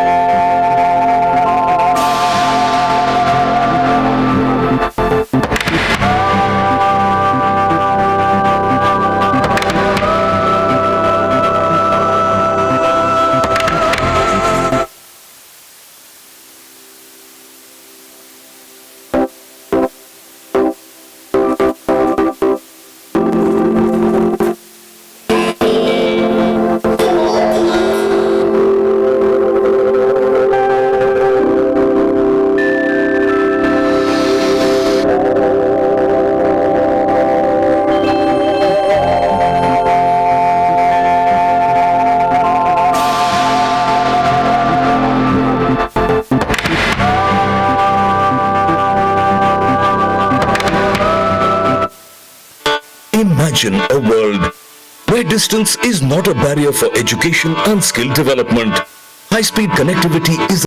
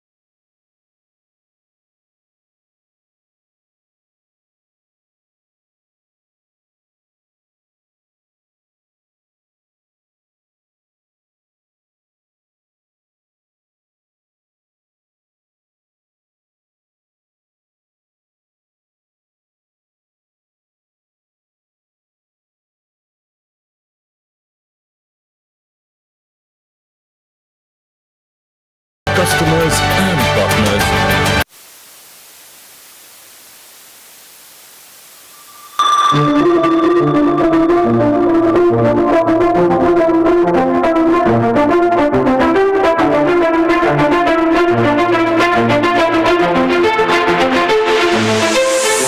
Shutterstock Music.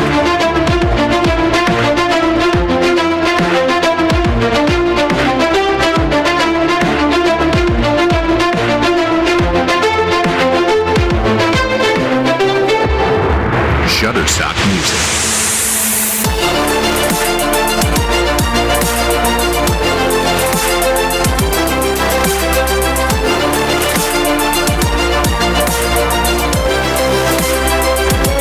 Shutterstock Music.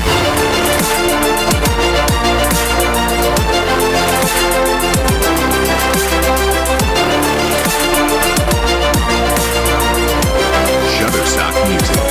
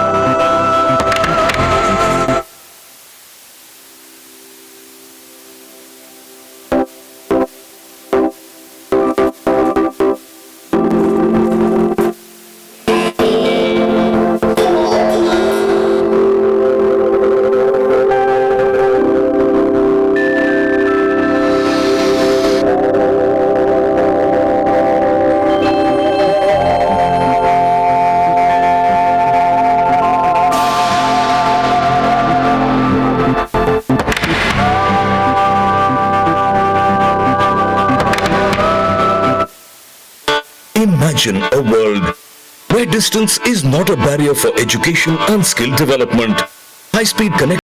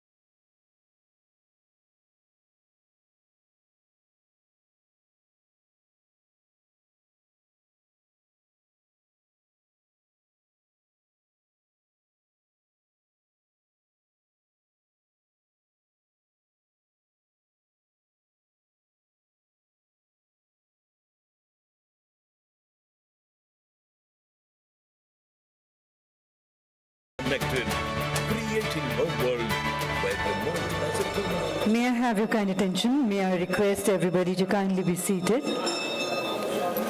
Ladies and gentlemen, it is now time for us to go ahead with the proceedings of the next session.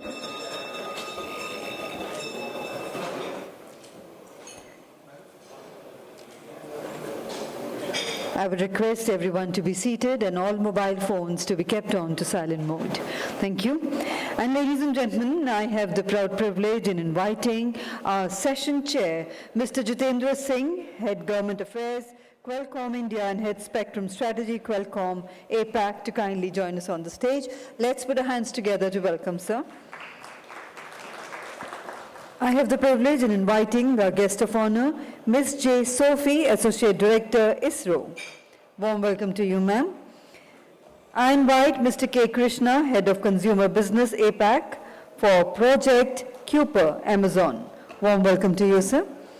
I invite Mr. Nandan Patel, Senior Director, Regulatory Affairs, VISET. Very warm welcome to you, sir. And I invite Mr. Harsimranjit Gill, Country Manager, Intelsat, India. A very warm welcome to you, sir. So, ladies and gentlemen, a very warm welcome to our technical session 1 on the theme Spectrum and Technical Issues in Satcom. Before we go ahead with the proceedings, I would request everyone to kindly have their mobile phones kept on to silent mode, lest they disturb the presentations of our eminent speakers. And may I also request for the exit doors to be closed so that we can have a smooth flow of events here. And now, to begin the proceedings of the session, I would like to invite Mr. Debashish Bhattacharya, Senior DDG BIF. He is involved in advocacy and consulting for the past 3 decades, with expertise in the fields of technology, public policy, regulation, markets, and business development in the digital communications, satellite communications, and broadcasting domains. Has earlier worked with several reputed tech organizations and business houses in India. So let's welcome Mr. Debashish Bhattacharya for the welcome address. Thank you very much. Good morning, good afternoon rather, ladies and gentlemen. It's my proud privilege to welcome a very distinguished panel up here on the dais who will discuss issues related to spectrum and technical matters in the Satcom space. It's a very, very important subject, and it's a very topical subject because this is now the talk of the town these days. And as you may have heard in the previous inaugural session, that spectrum issues are currently being referred to the Telecom Regulatory Authority of India to work out certain guidelines for the allocation and assignment of satellite spectrum.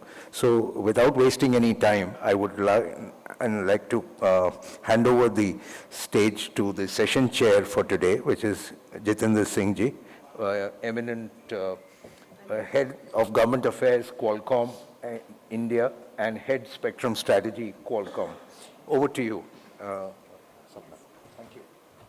Thank you very much indeed, sir, for beginning the session with those warm words of welcome. But ladies and gentlemen, before I hand over to our distinguished session chair, Mr. Jitendra Singh, I have the privilege of saying a few words of introduction. Sir is heading the government affairs team of Qualcomm in India, has more than 35 years of experience in the field of communications management, and before joining Qualcomm, he served in the government, has been actively involved and a key contributor in ITUR activities, and has played a major role in world radio conferences for India since the year 2007. He chairs the working group in ITUR on IMT technologies and is the co-chairman of the National Working Party dealing with IMT usage aspects, and also heads the Global Mobile Supplier Association, GSA, in India. And now I would like to welcome you, sir, for the introductory remarks of the session.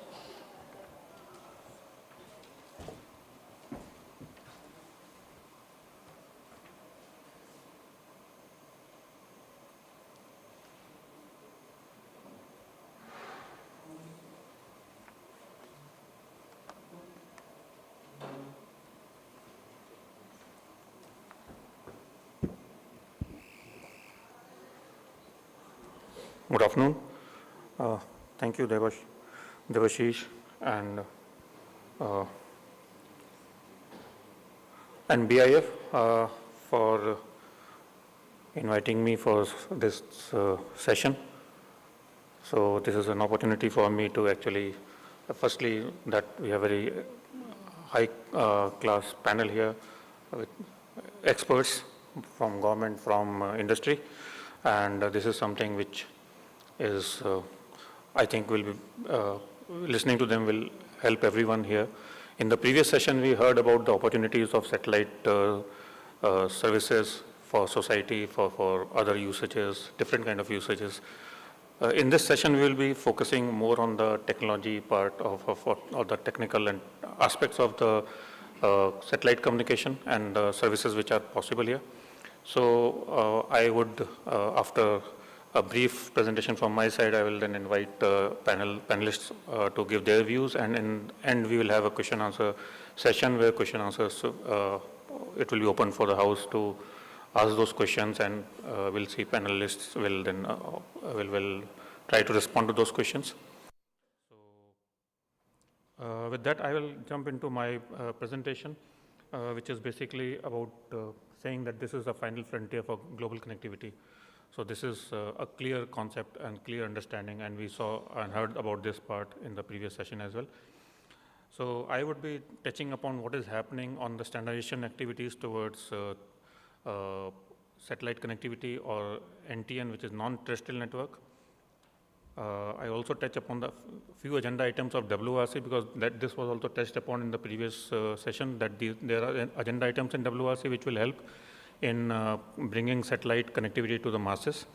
And then I will touch upon what Qualcomm is also doing in terms of, you would have Qualcomm typically as a terrestrial connectivity company, but yes, we are much more than that, and we will touch upon that part. So typically we have seen that technology has evolved every 10 years, and we started in 1980s when we so-called 1G or AMPS and other technologies, and we moved to next level of technologies in digital technologies in terms of 2G, where we had GSM and other things, and then finally 3G, 4G, 5G. Now we are in 5G domain, where we have different NR as a 5G, another new radio waveform which was created. Now we have a different technology altogether, which is also backward compatible with LTE and others. But at the same point of time, in this technology, we are also trying to connect satellite and bring satellite and other non-terrestrial networks into this domain. And as we go into 6G, this will become integral part of, entire thing will become a single integral part in terms of standardization activities. So as a Qualcomm, we have a long history of working on satellite communication. We had our innovations, we started long time back in 1988 with OmniTrax, where pre-GPS era, we had connectivity of tracking fleets. We worked with Global Star in 90s. Then we also worked with OneWeb in developing the technologies with OneWeb in 2015. Now we are working and driving this work of NTN in 3GPP. So what is it that we are driving? We have two flavors of NTN, non-terrestrial networks. One is 5G NR, and another one is 5G IoT. So one discussion which was happening in the previous session and in the closing session, Mr. TV Ramachandran made a good statement about the efforts which have been put by terrestrial communication systems or companies who are dealing with terrestrial communication in India to give a total coverage in whatever possible way it was. There are remote areas which are not covered, and there's some rural areas maybe which are not covered. But this is your broadband connectivity, this is your voice connectivity. What I want to say here is that this was for terrestrial purposes, that coverage was good.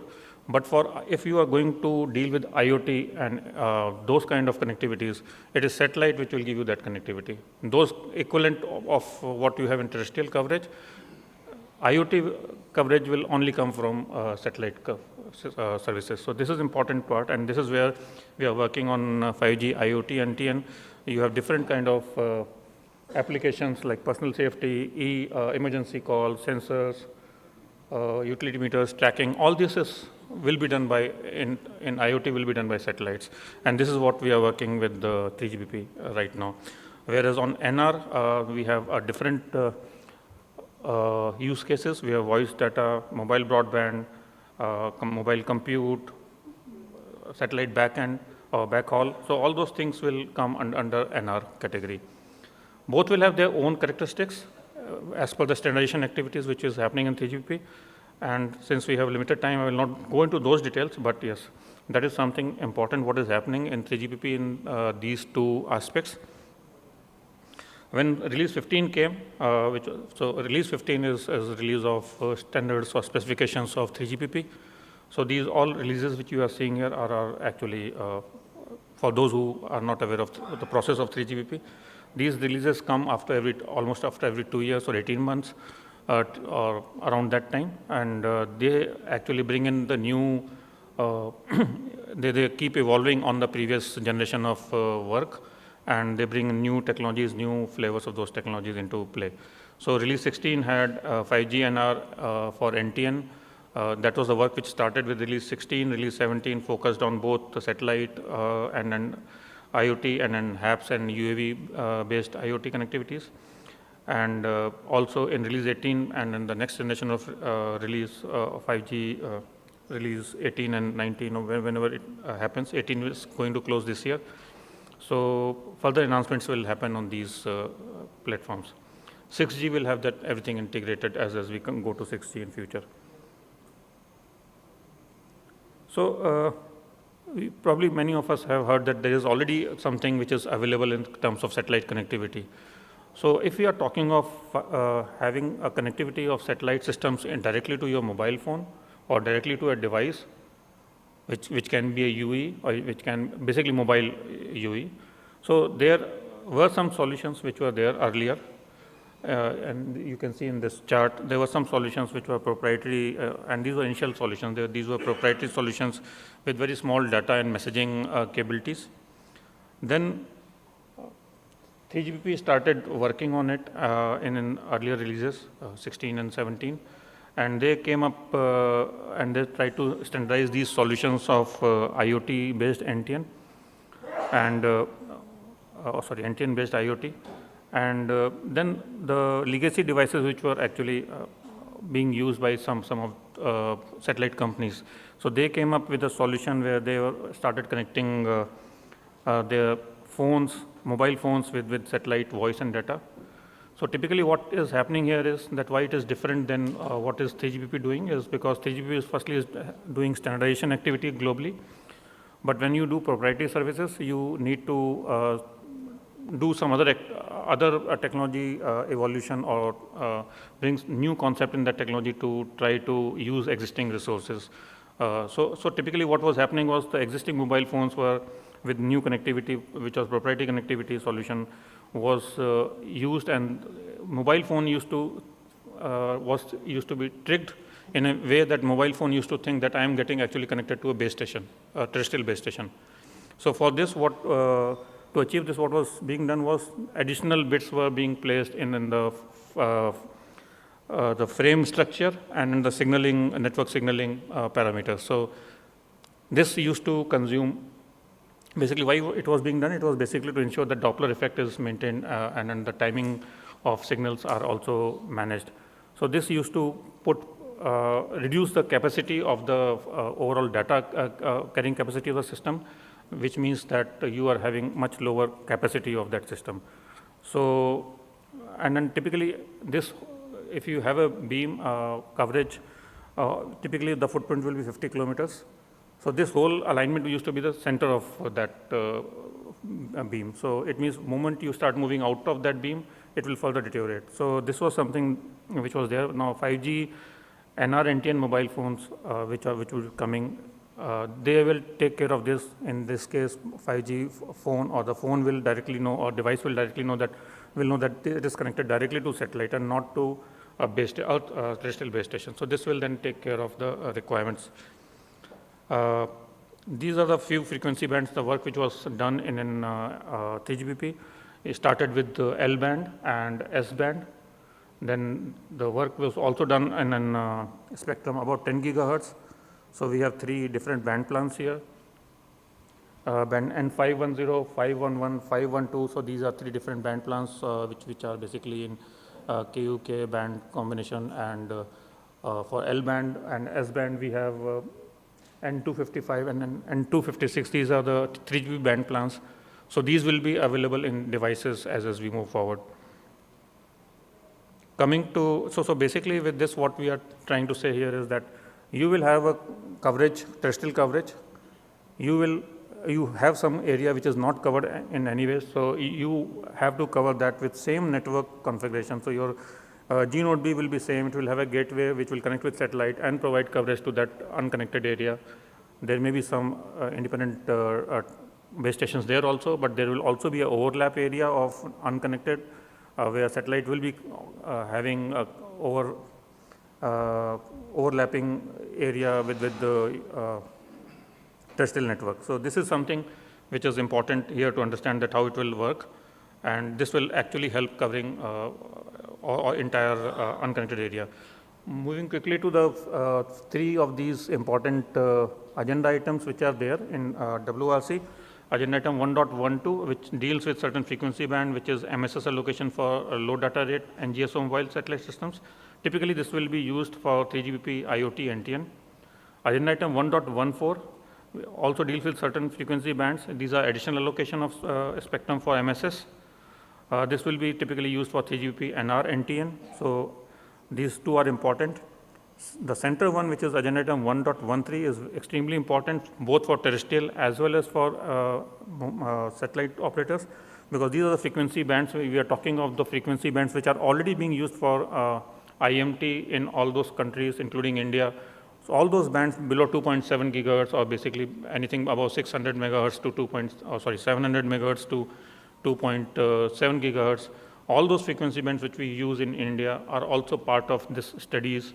And if we do not study these in WRC, then probably we will be at a loss.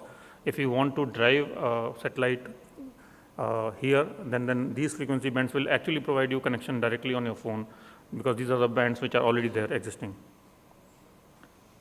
So some work is going on, and next, because I know time is running, I am short of that time. So in next meeting, which is happening in October of Working Party 4C and Working Party 5D in ITUR, there will be a joint session where this entire thing will be discussed, where both will come together to discuss, I think, and my suggestion would be, and recommendation would be that both ISRO and satellite community and terrestrial community should participate in this special joint meeting. Coming to Qualcomm part of it, we have two chips, 212S and 9205S modems, which are all IoT NTN, which are already existing. And so basically, these chips are there, and IoT devices are actually using this. So maybe this is what I wanted to share about what Qualcomm is already doing in this field. And we are also working on next generation of or evolution of these technologies. Yeah, so with this, thank you from my side, but then now with this, I will take this opportunity to invite Sophie Madam for her presentation from ISRO side, but before that, yeah.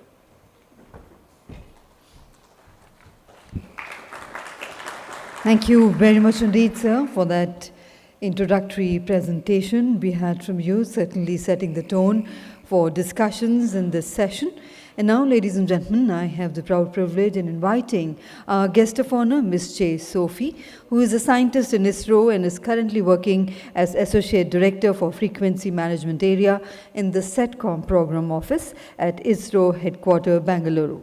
She is responsible for the frequency management activities, which involves ITU fillings and frequency coordination for all the ISRO missions, communication satellites, remote sensing satellites, space science, and interplanetary missions, and is also involved in satellite planning activities.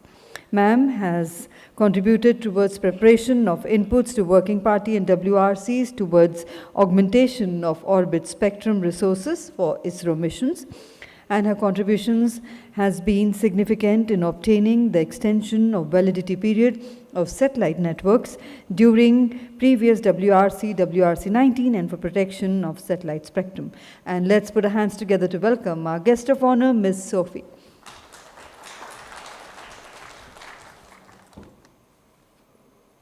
So, very good morning to all. And first of all, I would just like to thank the host for giving me this opportunity to share my thoughts in this gathering.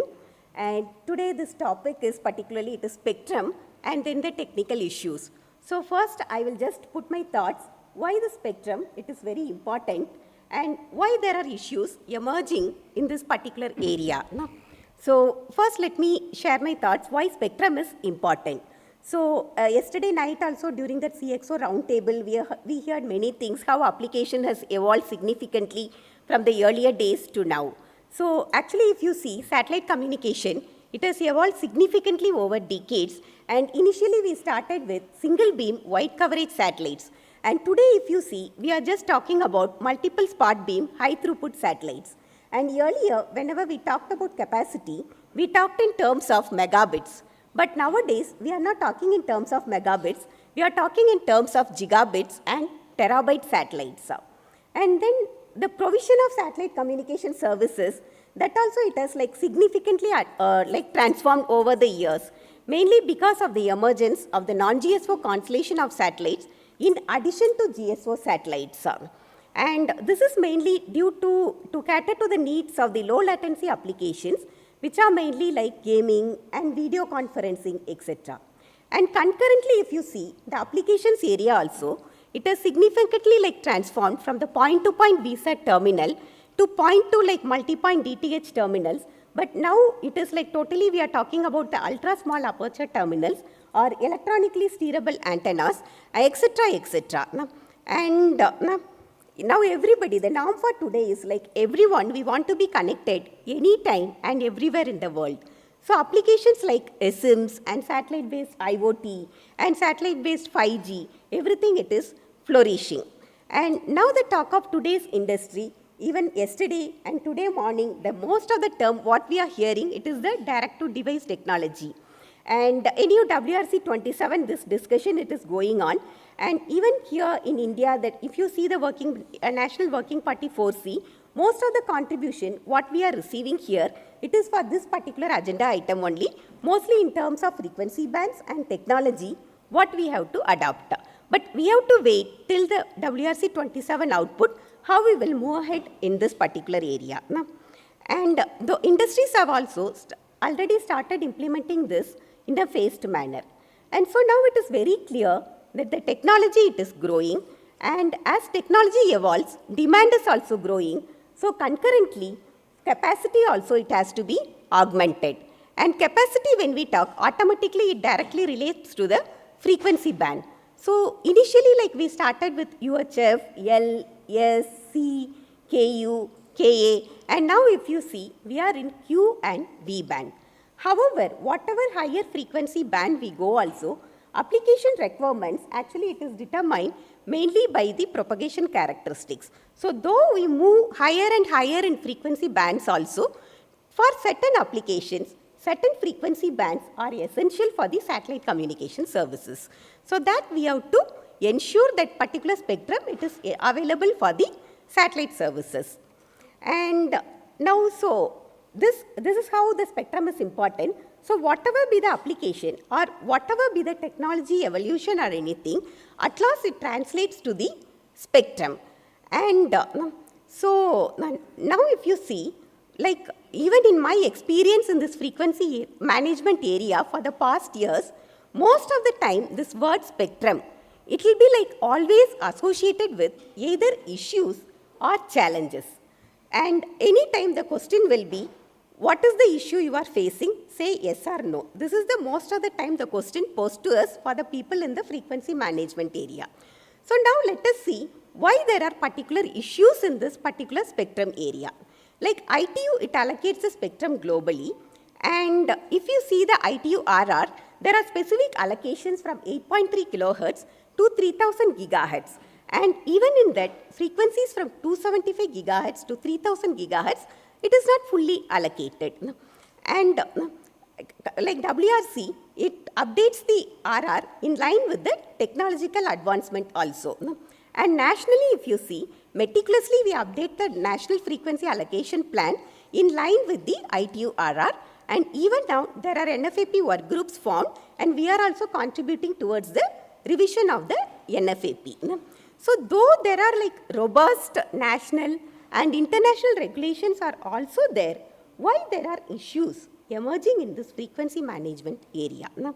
So this is because if you see the allocations wise, there are totally around 40 services which are sharing the spectrum, and there is no exclusive allocation for satellite services.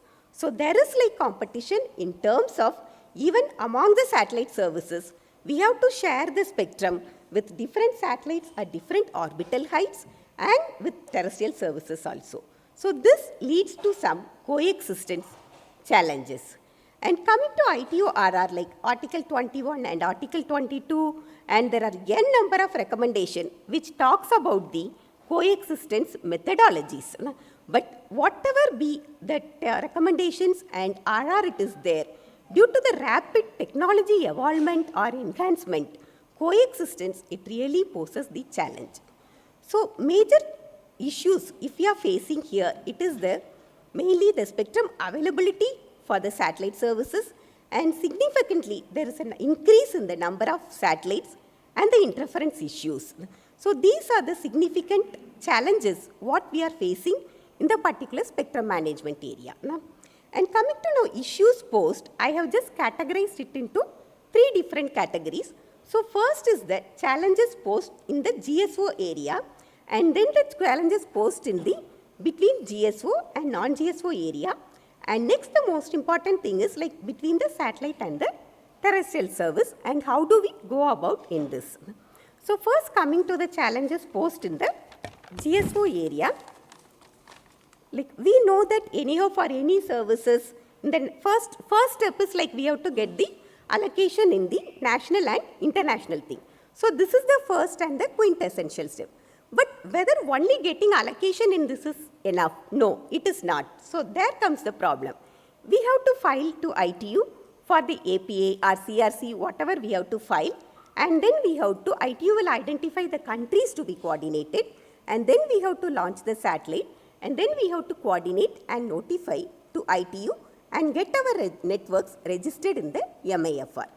So here, ITU will identify the countries mainly based on the orbital spacing and the delta T by T analysis or the C by A analysis. Now if you see the public information, it shows that mainly there are around 7,000 satellites in space, and in that also 500 satellites it is in the GSO orbit. So due to this, we are not able to manage the exact orbital spacing which we used to manage earlier. And this coordination, mainly it depends on the 3 factors. So one is the orbital spacing, which I have already told. And the second thing, it is the coverage isolation. And the third thing will be the antenna off-axis terminal. So now coming to the second point of coverage isolation, technology is really a boom. We have now steerable beam satellites, and we have the flexible coverage satellites also. But due to this boom, what happens, operators like always, they want to retain the full flexibility. So everybody don't want to divulge exactly their coverage isolation. So automatically coordination thing becomes challenging. And next, all over this SIMs or whatever IoT applications, everything, it demands very smaller antenna terminals. So automatically off-axis isolation, which we took earlier, it is slowly diminishing now. So automatically this particular thing, it like we started our filing activity from 1970s, and due continuous efforts, like we have coordinated for almost around 8 orbital slots. But nowadays to expand our resources in the GSO orbital slot, due to all these constraints, it is really becoming challenging. So we have to explore innovative ways how we can augment our orbital resources in the GSO area. And the second thing, it is the non-GSO, challenges posed by the non-GSO thing. We talked about like even now whatever conferences like everywhere, this non-GSO constellation is being talked about mostly. And it is definitely like it amplifies the coexistence challenges, because this is mainly, one is the increase in the number of satellites, and other is the, in GSO satellites always we talk about the coverage isolation, but here it is not there, because automatically it is global in nature. And the next thing is the dynamic nature of the satellite. So due to the dynamic nature of the satellites, interference scenarios are becoming complex, and the computations also, it's really becoming complex. Even in ITU, the softwares, it has to be continuously updated to cater to this particular requirement. And there are like so many criteria which goes into that, which are like really complex and which requires more debate. And coming to non-GSO, like anyhow, we know that GSO satellites have priority in most of the frequency bands. And in some frequency bands where GSO and NGSO has to coordinate in equal terms, like operators, we don't have any specific measures, but we go on the agreed measures here. And many non-GSO operators, like they employ strategy like GSO arc avoidance and avoiding transmission reception over the specific zones and beam steering, etc., etc. But when coming to non-GSO coordination, as of now, there is no specific methodology for interference analysis. Though the measures are getting discussed, mostly it depends on the degradation in the throughput and the increase in the unavailability thing. And so the main and the complexity arising from these numerous variables are really becoming evident. And if you see the Working Party 4A, last time during last Working Party 4A, most of the input documents are related to this non-GSO discussions, and most of the time of Working Party 4A, it is spent on this particular non-GSO interference analysis only. And IT Working Party 4A also, I will just put only the important points. Anyhow, after that, Krishna and Nandan Patel will take it to next level. So only the main points I will just highlight. Here the important things what are like in discussion is the worst case geometry and the beam to beam modeling and satellite beam selection and mask for different type of user terminal, and from the satellite side what particular technology has to be adopted. All these things it is like discussed in a very big way, and these discussions actually it is very interesting, but we find that due to the mainly due to the dynamic nature, like this discussion, though it is very evident, it's really complex, and we have to like have a critical look into all these parameters to ensure the coexistence between the GSO and non-GSO. And past two WRCs, they have thrown like more light into two main aspects. Like in WRC 19, they introduced this milestone-based approach. And in WRC 23, they introduced this orbital tolerance and post-milestone reporting of the non-GSO constellation. So in the similar way, I think this WRC 27 will throw more light into the interference analysis before the number of satellites still escalates. So I think this WRC 23, as wireless advisor mentioned, most of the things like it is related to the satellite agenda items. So even if you see that this particular agenda item 1.4, that it discusses like Ka band. Most of the applications now it is towards the high throughput satellites. So this it will add some 500 megahertz into our Ka band kitty. And MSS allocations also it is discussed under the 1.12 and 1.14. So these things it will be useful for our future like broadband applications and even for low data rate kind of applications. And when we discuss more about these kind of non-GSO constellations, automatically it gives rise to requirement of more number of inter-satellite links because there is a significant increase in the number of satellites.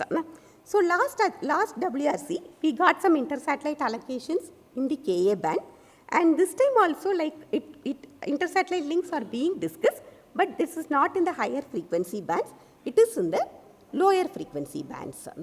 And the last thing, it is the sharing between the satellite and terrestrial services. And coming to India's landscape, any of both satellite and terrestrial services, they play significant role in various sectors. And we have like coexisted for so many years. That is true. But nowadays, due to technological advancement and due to the deployment of ubiquitous terminal, the kind of coexistence, it's really becoming challenging. And most of the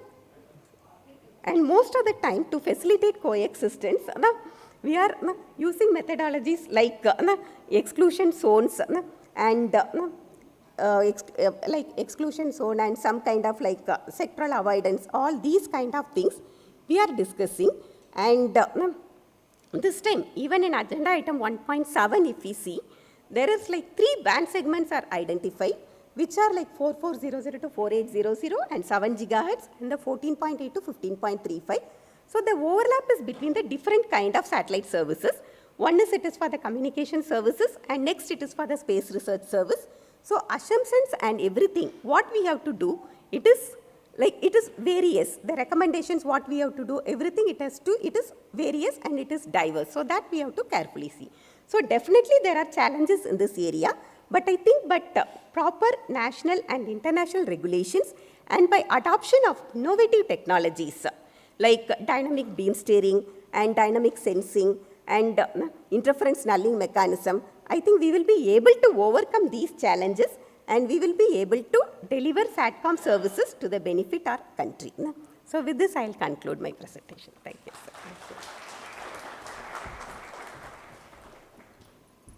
Thank you very much indeed, ma'am.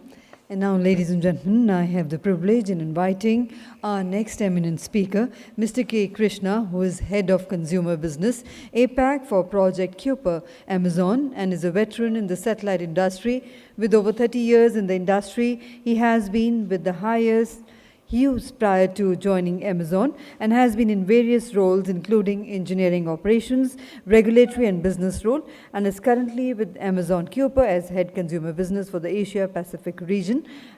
And let's put our hands together to welcome Sir for his presentation. So I would like to remind you, you have 10 minutes for your presentation.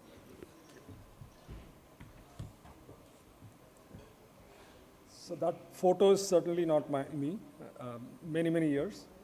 I think whoever planned this seating, there's a conspiracy behind it. There is 2 GSO operators on either side, and there's an NGSO operator, there is a regulator, there is a terrestrial player in between. So you understand my predicament, where I'm coming from. So on a more serious note, I was trying to prepare this presentation, and I thought about what are the issues that we're trying to solve. Honestly, there are no issues that the government has left for us to solve. So I think, Aruna ma'am is sitting here. In 2018, that was the most definitive policy that came in as the digital communication policy, which addressed most of the satellite issues. I think many people from ISRO, DOT and WPC in space have worked tirelessly, of course TRAI have tirelessly worked to set the policy stage. I think the policy is not the issue. There aren't any issues of policy. There are not much that I can really talk about here. It is time for execution. I think take that policy and execute it. I think that is the area we seem to have problems. We walk 10 steps forward, we walk 5 steps backward. I think that is what is really happening, and I'll highlight some of those issues as I go forward. So before that, I'd like to talk about, so this is simply our mission. So we are today aiming to connect the unconnected, and this is, sounds like a very broad statement. Many people are making this statement, but I'll tell you as to how we are executing on this mission, because as I said, execution is the key to this. So so there are some good statistics from the ITU on the digital divide. So today there are about 3.7 billion people, which represents about 49% of the global population who don't have connectivity. 63% of the rural households today are unconnected. Right? 1.5 billion people are outside high-speed broadband, mobile or whatsoever. 607 million people are outside the connectivity of even a 2G service. 5 billion people are beyond 10 kilometers of fiber connectivity. And 3.6 billion people are beyond 25 kilometers of fiber connectivity. ITU puts a figure of $428 billion to connect all the unconnected. So I think what I'm driving at is, while we're all competitive in the industry, no single company is going to be able to bring this $428 billion of investment to address connectivity needs of the unconnected. So there is enough space, enough business for everybody, whether it's terrestrial, whether it is satellite, whether within satellite it is GSO, NGSO. I think everybody put together have to come together to address this opportunity. That's when we are going to connect the world. So who are going to be our customers? I think today, the consumers, while Satcom has progressed leaps and bounds across the globe, only in selected countries, satellite has really addressed the consumer connectivity needs. So it's predominantly B2B. There are government-funded programs which help consumers bring it, but on a self-sustained or self-funded basis, satellite has never connected the consumers. And that is the principal objective that we are trying to achieve. So predominantly, if you see, our connectivity is going to be to the residential households. That is what we're trying to do. But along with that, we will connect schools, we'll connect small businesses, we'll provide backhauls to other mobile operators, and so on and so forth. So our system architecture is very simple. So we have a 3,200 satellites and upwards. That's what we are launching this year. And we have terminals on one side, which is going to be with the users. On the other side, we'll have gateways and interconnect points on the terrestrial side. So these are our customer terminals. So these, somebody talked about electronic scan array antennas. So these are the best forms of electronic scan array antennas. So today on the lowest terminal onto your left is just 7-inch by 7-inch. So your mobile phone is probably 7-inch in length, but smaller in width. So if you put your mobile phone, if it was to look like a square, that's how the antenna is going to look like. So it's as small as that. So that can deliver 100 megabits of speeds. The next is 11-inch by 11-inch, little like an iPad or a smaller laptop, and that is going to deliver 400 megabits. Then we have an advanced terminal primarily aimed at backhaul services, which can deliver 1 gigabits of connectivity. So in addition to that, we are deploying gateways across the globe. So this project, we have already put in more than $10 billion of investment in this project. So without this ground infrastructure, because ground infrastructure is needed for both for capacity reasons and for lawful compliance reasons. So many administrations want us to put gateways where the traffic can be intercepted, and we are doing that. So on 6th of October, we launched our first 2 satellites, which was a technical demonstration of all the capabilities that we've aimed for. So I'm happy to report that every objective of this mission, we have met. So we have tested end-to-end, and these are software-defined satellites. So we've been able to upload software into these satellites successfully. We have end-to-end tested from the gateways, the terminals. In fact, somebody talked about space sustainabilities. Now we are in that phase of this mission where we are testing the actual decay and the demise of those satellites. I'll talk about the sustainability element in a while. In terms of deployment, so also one thing is, as I said, this mission the theme of this mission or the mission itself is bringing affordable connectivity. And that cannot be done unless you control each and every cost element. So we are manufacturing all the satellites in-house. We are manufacturing the terminals in-house. We want to tightly control the costs. Of course, on the launch side, that is not the case. So, launch is not, something that we do in-house. So, but we are procuring the launches from outside. But one thing which we are very, very carefully doing is we are trying to optimize all launches out of single launch sites, because there is today a lot of investment that goes into capital investment that goes into a payload processing facility and various other tests that you have to carry before the launch. So we are looking, so we've very carefully planned it in such a way that the launch doesn't cost us much, from that perspective. So we've already secured more than 80 launches, which is for our first phase of the constellation. In terms of space safety and sustainability, it's very important for us to keep the entire environment sustainable, not just on the ground, but on the space as well. So we operate across 3 shells at various altitudes, and we have a separation of about 20 kilometers between these shells, and in-track satellite ahead and behind will be 50 kilometers, and somebody talked about orbital tolerance. So the orbital tolerance will be the deviation will not be more than 9 kilometers.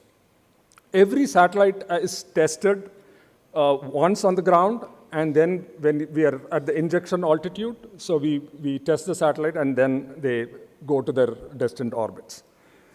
So now coming to this, so I think what, the key issues are I heard a talk about there is no policy on NGSO, in terms of spectrum. So I think NGSOs are no different. NGSOs are part of the fixed satellite services. There are radio regulations that govern NGSOs.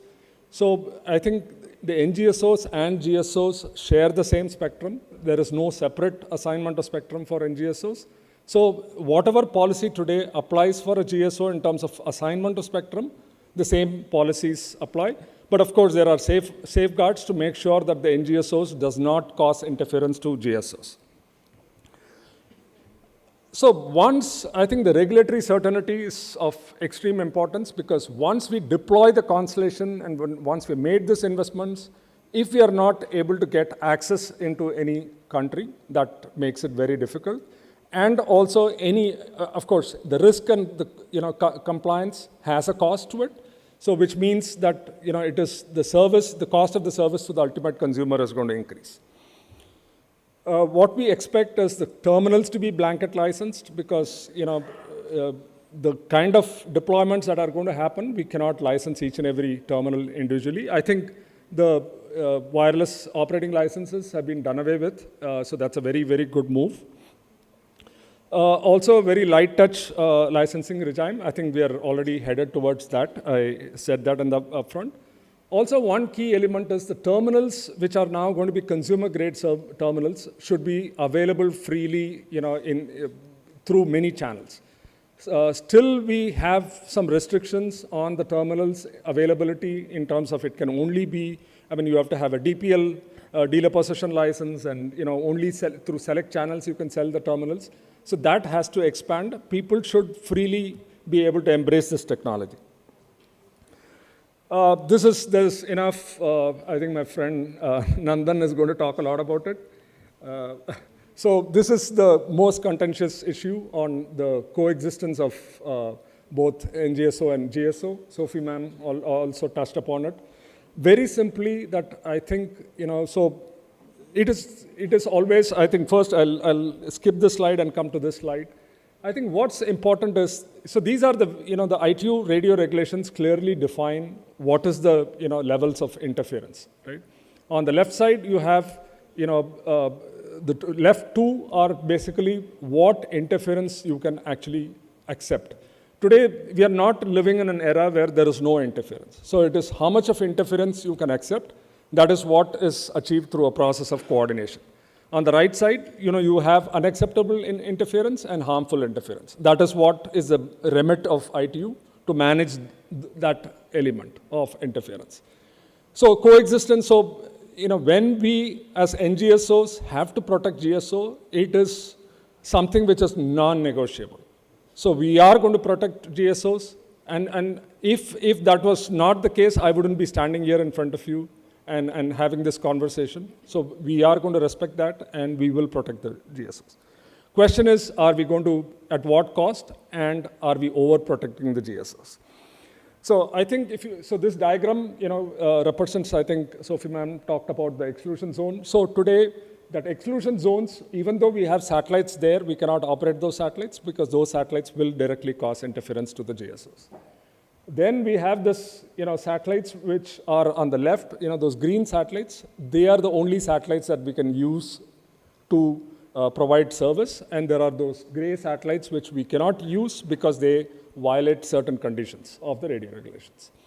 So what we are, in essence, saying is 30% of our constellation today, we cannot use to serve customers. So 30%, of that value can, either bring us, if we are allowed to, use that 30%, essentially we can bring down the cost of the service, we can deploy less satellites and be more sustainable, so there are, very many ways that you can look at that 30%. So that's, in essence, we are asking for. There are several studies that are going on today. So as a country, if we don't participate in those studies, we even don't get a chance to speak about our concerns in those studies. So what, my request to, all the regulatory, the government people here is, please just take a look at these studies and voice your concerns. If you have a genuine concern, please voice it, and that will get addressed in the studies. That's it. Thank you.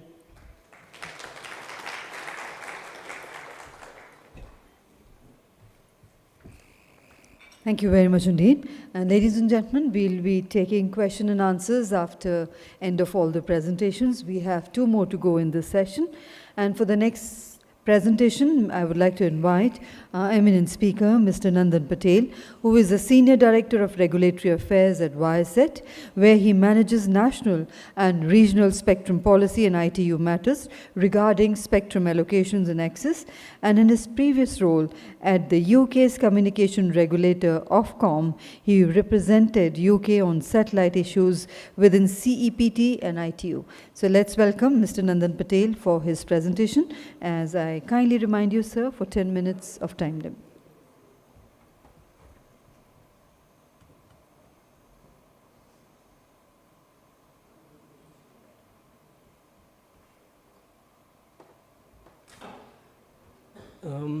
Thank you. Good afternoon to everybody.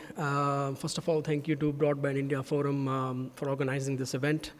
Krishna categorized us as a GSO operator, so I'd like to start there. Basically, we are technologically agnostic. We think that satellite ecosystem is moving towards a multi-orbit environment, and we ourselves have partnered with MEO and LEO operators in the past to show multi-orbit capabilities. And that's the crux of my presentation today, how to enable both GSO networks and non-GSO systems in the same marketplace and to eventually benefit consumers of India. So I'd like to just share a couple of things that were recently said in public by government officials of India. The two main pillars for enabling satellite services is basically access to spectrum, and secondly, that when that spectrum is available, that there is no interference to that spectrum and it can be used without being blocked. So we very much welcome the chairman of ISRO saying that there are new slots to be found and new frequencies to be assigned to satellite industry. That would really help us. We very much welcome that thought. And also, towards your right, India took a very strong position at the recently concluded World Radio Communication Conference to oppose proposals to increase interference to GSO networks from non-GSO systems. India was one of the 60 countries who rejected that proposal. And I think these are things that show that India is really moving towards the right path in terms of enabling both services and ensuring that none of them are getting interfered with. With regards to spectrum, we know that today there are ultra-high throughput satellites being designed and deployed. I can speak of Viasat 3 is capable of producing 1 terabit per second as total throughput and upwards of 150 megabits per second to every user. So one of the critical aspects of that is access to spectrum and 20 gigahertz. WRC 19 allocated the 26 gigahertz band to IMT 5G, and the same conference also allocated the 28 gigahertz to satellite for use of Earth station in motion, which was mentioned in the morning that satellite services are really primed to provide that service for broadband access on airlines and ships and land vehicles. So this was the elegant solution that was decided by ITU, and we would propose that this is flown down into national regulations, because these two services are not competing with each other. They're complementary. Again, was mentioned this morning. So this is I think good for both services. Now, I'd like to talk about some technical issues that are going on today. Many of them have been mentioned, but I'll try to use some plots rather than words. So first of all, there are a few issues that ITU is handling today in terms of non-GSO and GSO coexistence. I've not listed all of them here, but these are the main focus of the work in ITU. The bottom line is basically the ITU is prohibiting interference from non-GSO to GSO networks. And that is done through these global limits, which are called EPFT limits. But today, we can see that the way we are calculating interference from non-GSOs is not modeled accurately. And that's where a lot of focus is happening, how to model interference from non-GSO systems accurately. Because if we don't do that, then we might be expecting certain level of interference, but in reality could be higher and could be impacting existing services. The second point that ITU is also looking at is how to ensure that non-GSO systems collectively are under these global EPFT limits, which is basically the final limit that has to be met to protect GSO networks. There's a lot of work on how that interference budget can be shared equitably amongst all non-GSO systems. I'll talk about that in a moment. And the third, and this is becoming quite critical now, is how non-GSO systems can actually share spectrum amongst themselves. Because if that is also not addressed, then that could start becoming limiting factor for enabling non-GSO systems. And we'll show some effects of mega constellations there. So this is a slide. Basically, currently the ITU is calculating non-GSO interference, but it is only doing, for one system, it's only doing at one location on Earth. And for this system that we've analyzed, the top plot is showing the interference, expected interference in the blue against the limit in the red. So if you're towards the left, you're compliant, you're not causing interference to GSO networks. But that interference is in the middle of the ocean. It's not calculating in every country. And if we want to make sure that that system protects the GSO networks of our sovereign GSO networks of, say, India, then we need to do the analysis which is in the bottom plot. Commercially available software can do those analysis, and we can see that in this case, the same system, without changing anything, is actually exceeding the limits. So that is basically non-compliant to radio regulations, for one, but also it's impacting sovereign GSO systems of India, providing critical services. We can look at the disaster management and defense, and I mean, these services absolutely cannot be interfered with. So this is the risk that we're seeing today. And it's just a bit of due diligence that is required at the national licensing stage, where an administration can analyze these expected interference and make sure that there is no problem in future. Because in this case, it truly is prevention is better than cure. Because once we are into this situation where interference would occur, then there is no going back. It's not a technical issue anymore. It becomes an international issue. And it's very difficult to resolve. With regards to aggregate limit, now again, let's concentrate on the plot here. The blue plot is showing the limit for one system, and the red plot is showing the limit for all the systems together. And the relation between those two plots is 3.5 systems. So basically, in rough manner speaking, 3.5 non-GSO systems would take the blue plot to the red plot. Now today, there are more than that many systems in Ka band, but that's not an issue. There's still enough aggregate interference budget for GSOs. The real problem is that a couple of operators have filed, let's say, 3 systems amongst themselves, and those 3 systems out of the 3.5 are taking 86% of this allowance. That should be shared amongst all non-GSOs. So this is a bit of eye-opening situation here, because if there is a potentially India's LEO system in future, then this aggregate interference towards GSO has to be managed, has to be shared equitably amongst nations, and not just a couple of operators. So this is being studied right now in ITU, and we believe that administrations can take steps at a national level as well. This is the third issue that I wanted to mention. There's a lot of red color here, and it does signify something very important. This is actual analysis. So the red spots that you're looking at, let's say in the top right corner, and basically in all plots, are the number of visible satellites of this system from a location on the Earth. Every red blob, in the middle of that blob is a satellite of that system. And if a second non-GSO system wants to connect to its satellite without interfering this system, then it has to connect to a satellite which is in the white space. Now you can see that with thousands of satellites being deployed by one system, and that system going into deploying smaller and smaller terminals, we are moving towards the bottom left corner situation, where this system has the capability of blocking any other system to operate. There is no space for a second system to connect to its own satellite without interfering to the system. So this is, again, an international issue which is being studied in ITU, but it will have some relevance in nationally within India, because, again, potentially, if an India LEO system comes in future, then this could be a block to the entry. And this is an issue that even China is facing right now because they are also launching their own national system as well. So just to conclude, I wanted to just point towards a couple of key takeaways here. Again, this is to enable both GSO networks and non-GSO systems in the marketplace and basically ensuring that the ultimate benefit is provided to the consumers of India in terms of reduced cost and options of connectivity. We think that because of the analysis that we showed in the last plot, we think that some kind of look angle consumption restriction has to be implemented. Otherwise, we would see that one large operator or system might just gobble up all the space, and there is not enough space for a second system to connect. So that kind of restriction could be implemented nationally, and obviously work has to be done internationally as well.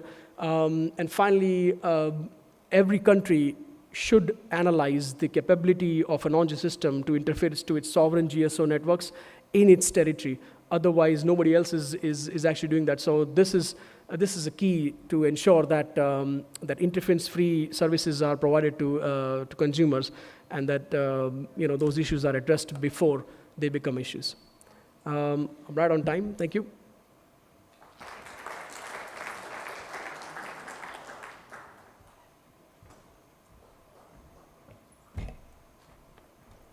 Thank you very much indeed. And ladies and gentlemen, with that we now come to the final presentation of this session. And I would like to invite our eminent speaker, Mr. Harsimranjit Gill, who is the country manager, heads Intelsat's India team, and responsible for delivering company strategic objectives for the market. In addition to managing existing business, he leads efforts to create revenue growth opportunities across verticals and ensuring regulatory compliance, and has over 20 years of experience in sales professional, working with technology leaders in pay TV and communication space. So let's welcome Mr. Harsimranjit Gill for his presentation.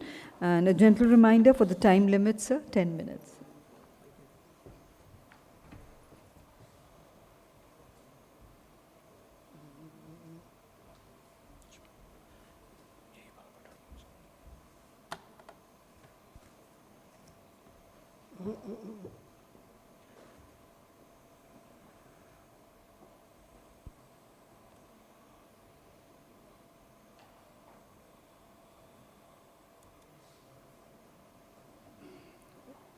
वो आपने पुराने वाला लगा दिया first one पहला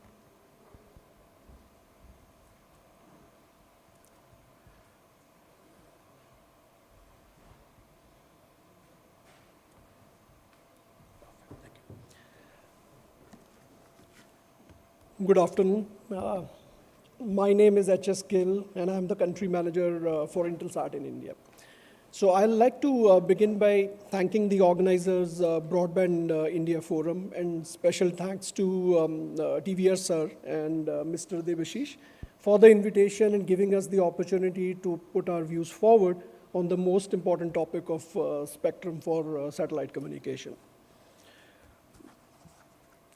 So let me spend 2 minutes explaining what we do at Intelsat. So Intelsat is over 60 years old. We have 52 geostationary satellites in operation currently globally. So over 62 teleports and points of presence across different continents, and over 10 million satellite terminals are being supported currently through our geostationary satellites. So we provide a wide array of services, starting from in-flight connectivity to over 3,000 aircrafts, leading provider of satellite connectivity in the maritime industry, as well as for the cell backhaul services of MNOs. And most importantly, we deliver C-band broadcast content to over 2 billion people globally.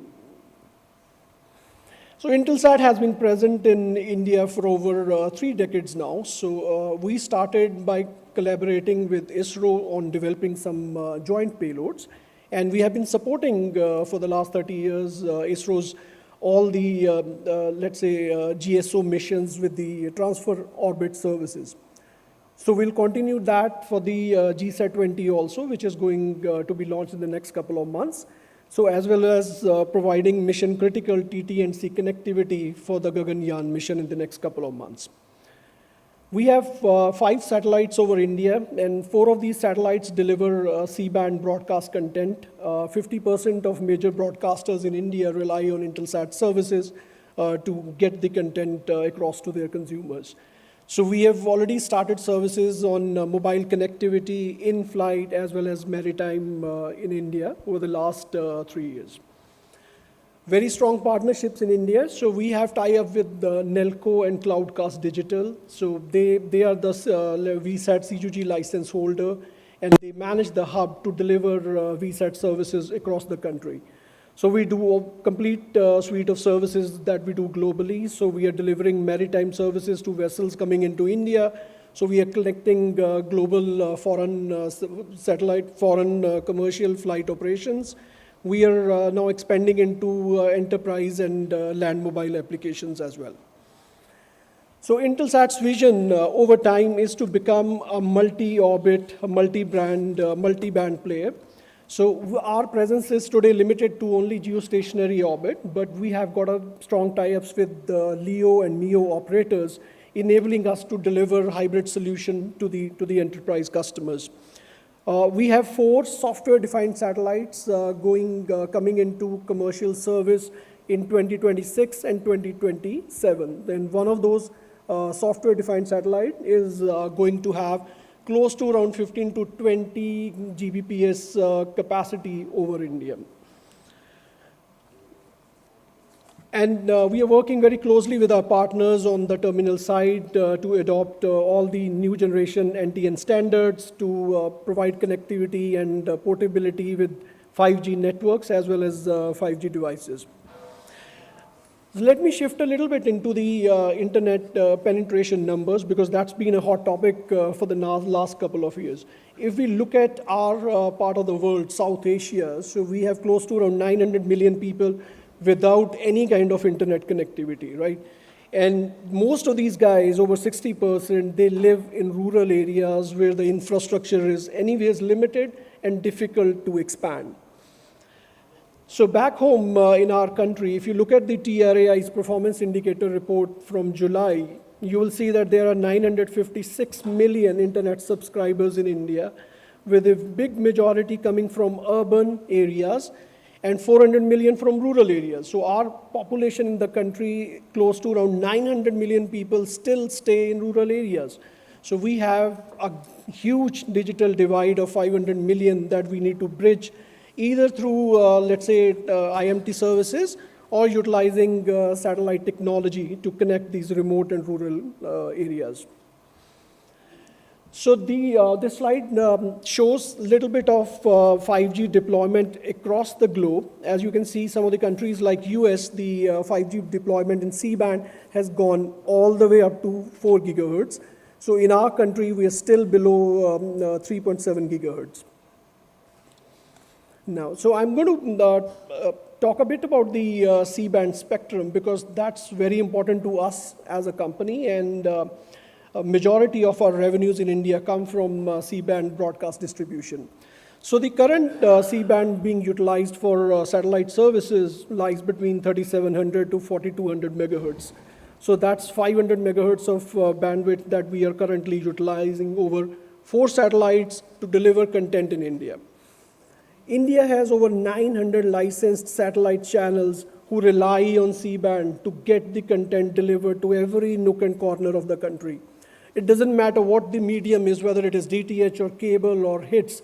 So all put together, including free dish, we are talking about 200 million households that rely on satellite delivery of content to get access to news, to information, to general entertainment.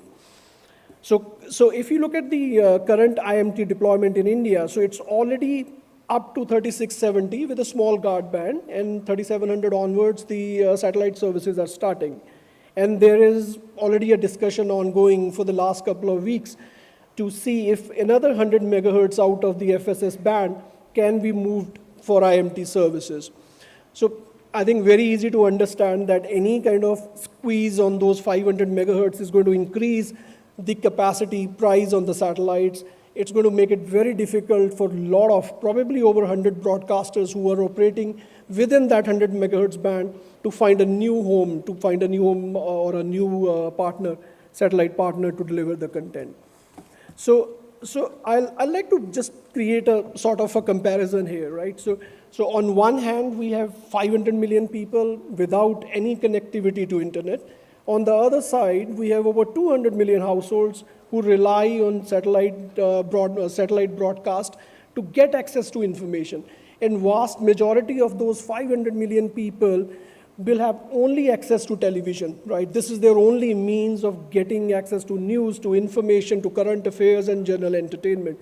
So that makes the job of the regulators and the government very difficult. They have to see and find a balance between the needs of IMT, which is well understood, needs spectrum, needs expansion across rural areas, but at the same time, you have to be considerate about the existing operations within that 500 megahertz band. So this is how we look at the way forward, right? So everybody has a role to play, right? Regulators have the most difficult task. They need to define technical guidelines. They need to balance the spectrum needs of IMT with the traditional users.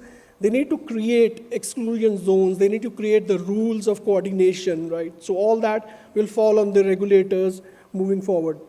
From the operator's point of view, operators have to take into account not only the uplink base stations, but even the downlink base stations.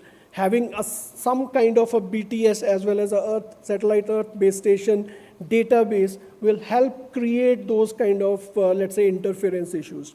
And finally, on the satellite service side, of course, we deploy filters to take care of the adjacent band operations, any interference, as well as register the Earth station with regulators in order to create a way to coordinate.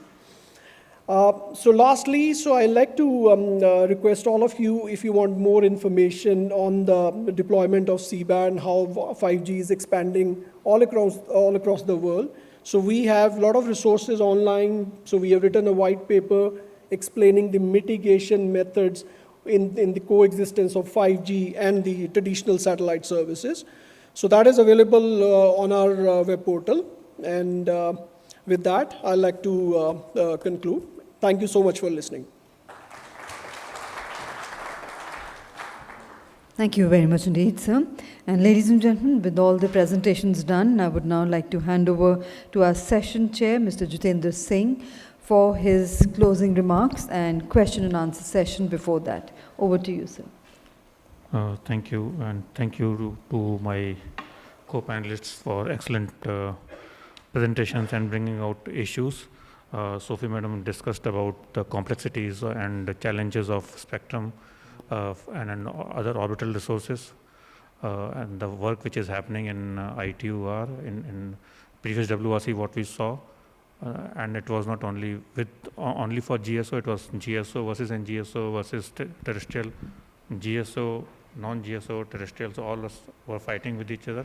So those are complex issues here, and then those needs to be resolved, and that was what Sophie Madam brought out, and Mr. Krishna actually spoke about bridging the digital divide using satellite services. Long time back, we started speaking about sub-gigahertz spectrum as 700 megahertz band as a digital dividend band, and now we are seeing satellite as a bridging as a resource, as a vehicle to bridge that digital divide. So this is what Krishna spoke about, and he also spoke about the issues between GSO and NGSO on specifically with respect to exclusion zones and an EPFD limits and all that stuff, which is very complex actually. And people who are interested, I would recommend them to read Article 21 and Article 22 of radio regulations to understand about this. And I wish and I hope people understand that issue. It is a really complex issue, and those issues need to be resolved before we actually start rolling out, committing into those resources. Please keep in mind, when a satellite service is rolled out, it takes time. It takes millions of dollars to invest in that system, to put it up on the space in right orbit at right time and then provide those services. So if we don't have those resources available which allow these services to actually roll out, things will not move forward, and that's what Mr. Krishna actually highlighted. Mr. Nandan actually spoke about 3 R's: right spectrum, right amount of spectrum, and right condition for use of these spectrum and those regulations. So, and he also spoke about Article 22 for NGSO and what India's position was during WRC 23 on this particular article, why India was saying that whatever conditions are set for the GSO and an NGSO in terms of exclusion zone and all that stuff, that was something which we saw, and this was some extensive discussions which happened during WRC itself, and then there were almost every GSO or NGSO operator was equally unhappy during WRC because people could not get the right, whichever side of the camp you are, you are not happy because you did not get the right thing which you wanted. So that is something which needs to be resolved before we actually get into getting in all these things rolling out. Mr. Gill spoke about C-band spectrum, DTH. We had a long discussion on these spectrum bands over the last 3-4 years after WRC WRC 19. We had a long discussion on this, what band, how to use C-band for IMT, and then some portion of the C-band is not even identified for IMT, especially for region 3 and in India, but we are using that band now for 5G services. And there were issues which were discussed, and that's what he highlighted. And so these were some issues which were highlighted, and those were discussed here. So now I will open the floor for taking 3 questions from the floor, and only 3 questions. So I will start from the back because you stood up and then raised your hand first. So question number 1, question yes, number 2 hello. from you, and then, okay. So we'll come to, okay. First let's have 2 Hello sir, Namaskar. I am Dr. Jagdish Shivhare, professor and ex-scientist ISRO. Sir, I have a general question. How the 9th India Satcom 2024 summit is different than previous 8 India Satcom summits in terms of startups, technical solution providers, allied sector representation, leading national and global Satcom players, and technical, legal and regulatory expertization? Thank you, sir, for your question. Very good question, but unfortunately this is a technical panel. Probably will not be able to answer this question here in this technical panel. Maybe you can take this question directly with the organizers separately. Thanks for that. So second question from you, sir. Good afternoon, respected panel. I have got a brief question. I am Ashok Jha from TEC DOT. As we all know that the whole thing for the NGSO was to have a low latency communication as compared to GSO, which was already existing. And there is a lot of hope from this NGSO communication that it would be able to bridge the divide and unserved and like. But one of the key parameters was that we'll have a very reliable internet available when we need it most in most of the time. But what we have learned today, or we have got to see today, that with a lot of restrictions, like a few operators dominating the space, like new lookup angles to be decided and finalized, like EPFD limits to be coming and all these. So there is some apprehension, and finally that low bandwidth, that 200 Mbps and like that. So with these restrictions, do you feel that really the fast low latency internet would be successful in the world and in India? Thank you. So that's a good question, thank you. So I think one thing which all of us are seeing is the low latency. But I think the big point that everybody is missing out is it is not just the NGSOs are just bringing only low latency connectivity. So the way the NGSO networks are architected, suppose I put 1 terabits of capacity over a country, the same satellites are revolving around the Earth. So that same 1 terabits of capacity is available across every country that the the satellites are passing over, right? So in a GSO context, I'm not saying that I'm not trying to be against. I've served in the GSO industry for the last 30 years, so I'm not saying anything against it. But in the GSO context, it is the satellite theoretically can serve only 1/3 of the Earth. So that is where you can really put your capacity. So many countries where it is not viable to put a GSO satellite, where you can serve that country by a high density of capacity, whereas NGSO, because of the the revolution of the satellites, you can cost effectively provide. So that's one. Second is, I think largely the capacity depends on the amount of gateways that you deploy, how much of spectrum you deploy. So the more homogeneous that you are across all these countries, you can derive the same benefits throughout.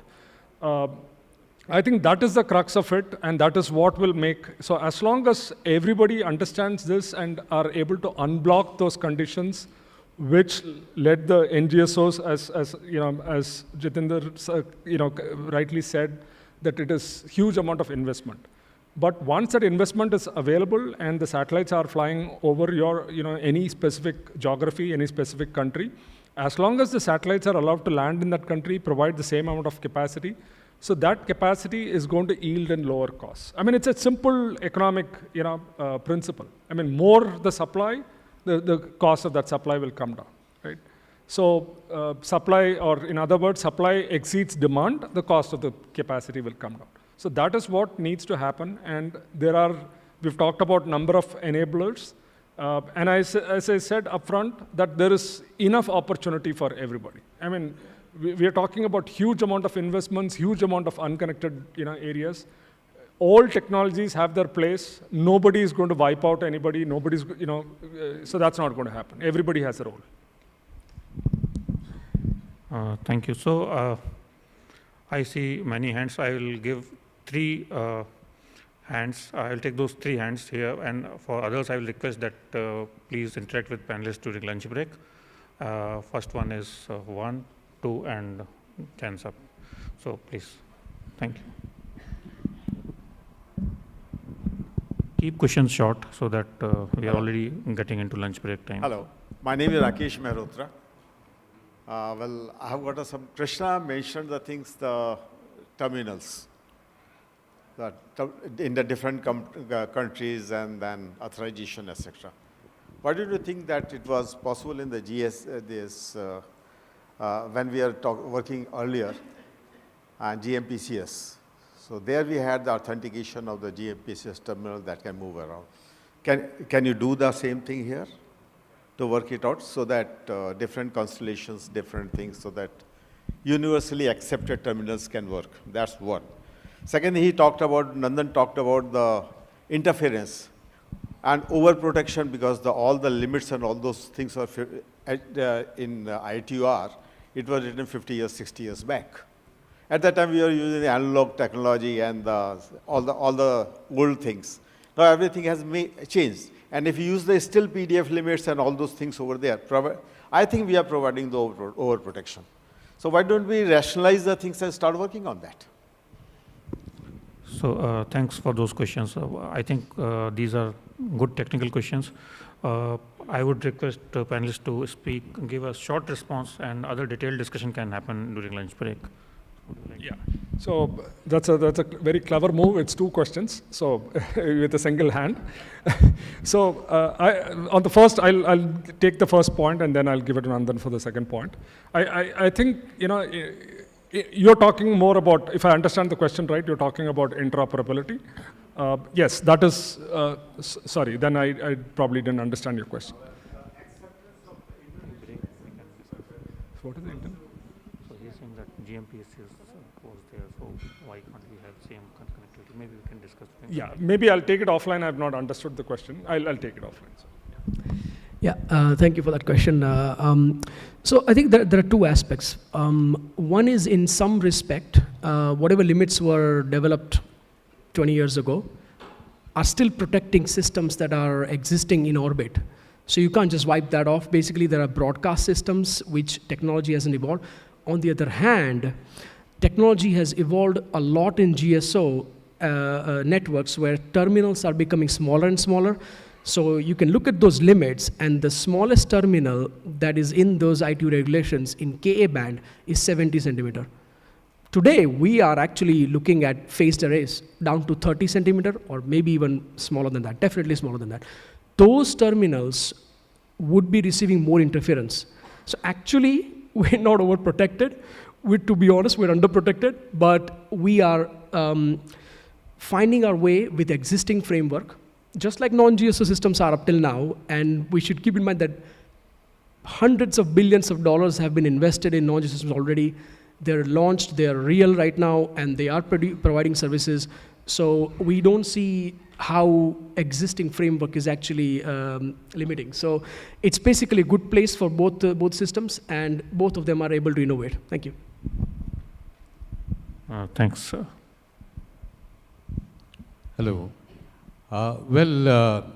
In my young days, about 50 years back, there was a song, "Video Killed the Radio Star." And now in that context, I just want to understand, given the throughput and the latency advantages of, NGSO, what is one reason that this will not happen to the GSO? Thank you. You want to take, or should I take? So I think the simple answer is, every technology has a place. So NGSOs bring certain capabilities, GSOs bring certain capabilities. For example, today there is a lot of broadcast multicast networks. I don't think NGSOs are going to be able to address that. And I think one key element all of us are forgetting, that in the NGSO context, the satellites are flying all across, right? So the antenna should be able to look at, maybe a 30-degree minimum elevation angle. It should be able to look at 360 degrees of the sky. And that is not going to be possible in every location. If you put it in an urban location, the antenna cannot look at 360 degrees. So that's a technical limitation. Whereas you can see even in high, tall buildings, you can see a dish antenna popping out for DTH, right? So those are easy to overcome in the GSO case. That said, so each, like that I can go on, every technology has its place. I don't think one is going to wipe the other, for sure. You want to add? Similar to what Krishna said, I think it's just, we're only talking about different orbits here. I think the technology is still same in terms of satellite. The orbits are what's dictating the latency. And according to some reports, obviously, about 98 or 97% of traffic is latency sensitive, but the rest of them is non-latency sensitive. So actually, as Krishna said, there is place for both these services in terms of orbits, and there's no innovations are happening where it can happen, where physics allows. Thank you. So before coming to you, Dr. Jain, I've always been a backbencher, and today, to ensure that there's inclusiveness here, there's a lady from the back side. She has raised her hand. After that, I'll come back to you. Thank you.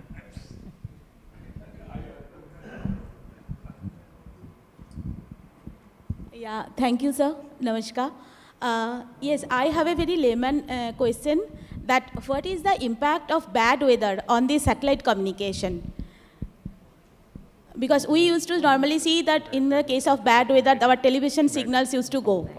And I am from power sector, and we would like to use this communication system for our system, but we need that reliable communication. So that's why, thank you very much. So thank you for the question. And really, bad weather has an impact on the link, and especially like rain attenuation. If it rains, it has a significant impact on the link, and this depends on the frequency band which we use. Like progressively, if you go on moving to the higher frequency band, C band, if you see, okay, even during rain conditions you can manage. But when we move on to KU and KA band, there is a significant impact on the rain availability. But there are technologies to overcome these particular things, mainly because of the modulations and site diversity adoptions, we are able to overcome this. But definitely bad weather plays an impact on the link quality. Thank you. Thank you, Sophie, ma'am. Last question, Dr. Jain. The question is to Mr. Nandan Patel. You had shown two graphs where the percentage of time where the EPFD limit exceed. And the one was related to the ITU software, and another one was for some Chandigarh. So just for the sake of clarification, what was that graph? Is it a simulation or is it some sort of measurement? And that graph is whether it is for the aggregate EPFD or it is again the same one-to-one apple-to-apple comparison. Can you throw some more light? Of course, we can have some more offline discussion, but just for the sake of clarity. Thank you, sir. Very good question. Yes, so just to provide more clarity, both those plots are simulation. The top plot is done through ITU's current software, and they are working to improve that. The second plot is the same software that is available by the same person who is selling that software to ITU, but also selling the software commercially. But that commercial software has a feature to put in any latitude, longitude of across the globe and calculate interference, EPFD, at that location. The ITU software is locked. It doesn't allow you to do that, but this commercially available software allows to do that. So we use that software to calculate the EPFD of the same system without changing anything, same input files in Chandigarh, and we saw the exceedance. So this is something that's ITU knows about it, and would like to solve it in the next few years, at least. Thank you.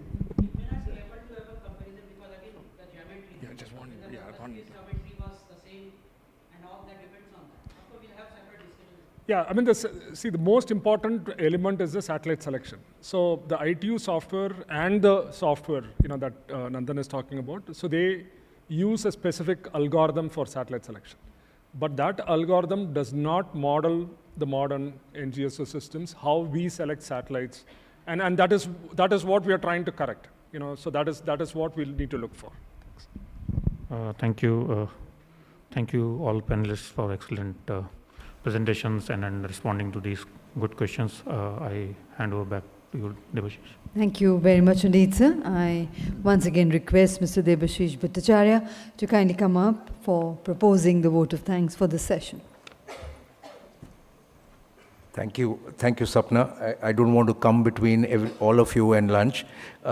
Just a word of thanks to all the panelists, Jitendra ji, for this excellent conducting of the panel and a very interesting panel discussion. And also to all the other panelists, Mr. Krishna, Mr. Nandan, Madam Sophie, and Mr. Gill. Thank you very much for sparing your time to come and educate all of us with issues related to satellite spectrum. Thanks once again. Back to you. Thank you. Thank you, sir. And I would once again like to invite on stage Brigadier Anil Tandon to kindly do the honors of presenting mementos as a token of gratitude to our eminent panelists. We begin by presenting to our session chair, Mr. Jitendra Singh.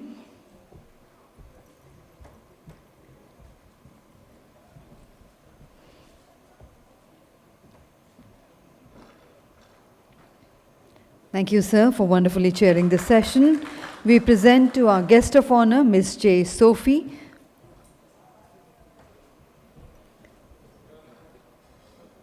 We present to Mr. K. Krishna.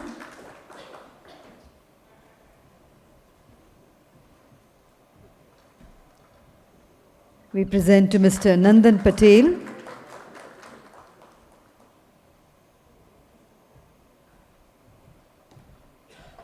And we present to Mr. Harsimran Ranjit Gill.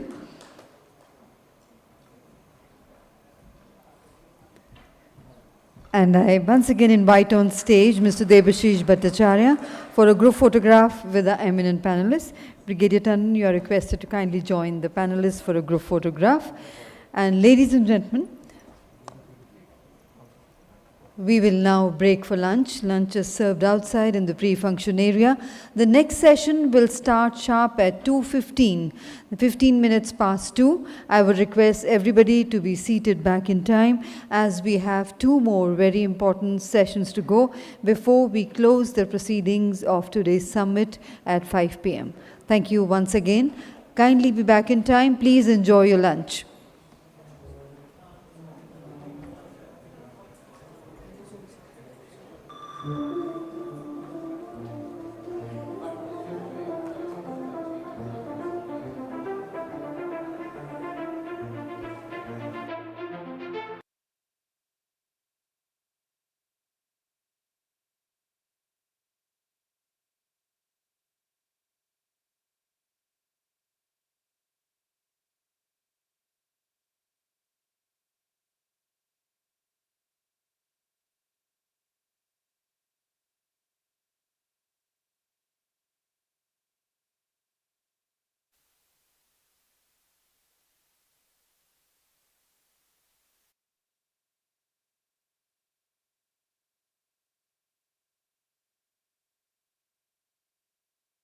TV, sir, for beautifully closing the inaugural session with your words of thanks. And now, ladies and gentlemen, I would like to invite on stage Brigadier Anil Tandon, DGBIF, to kindly do the honors of presenting a token of gratitude on behalf of the organizers. First to our Honorable Chief Guest, Sri Anil Kumar Lahoti ji. Thank you once again, sir, for sparing your time and being here with us.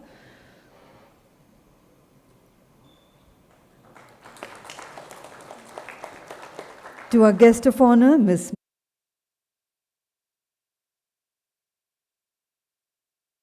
Again, sir.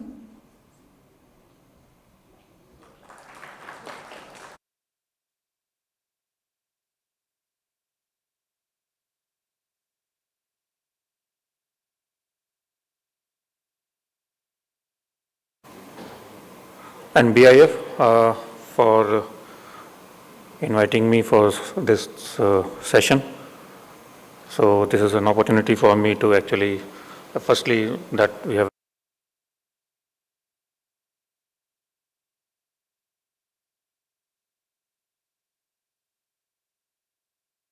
Thank you very much indeed. And ladies and gentlemen, with that we now come to the final presentation of this session. And I would like to invite our eminent speaker, Mr. Harsimranjit Gill, who is the country manager, heads Intelsat's India team, and responsible for delivering company strategic objectives for the market.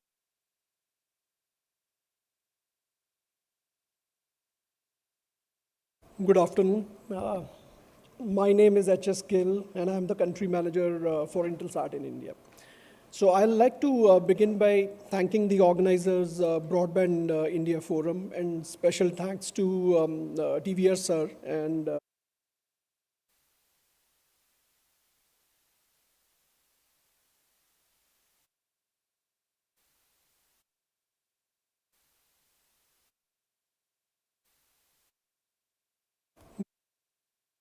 good afternoon.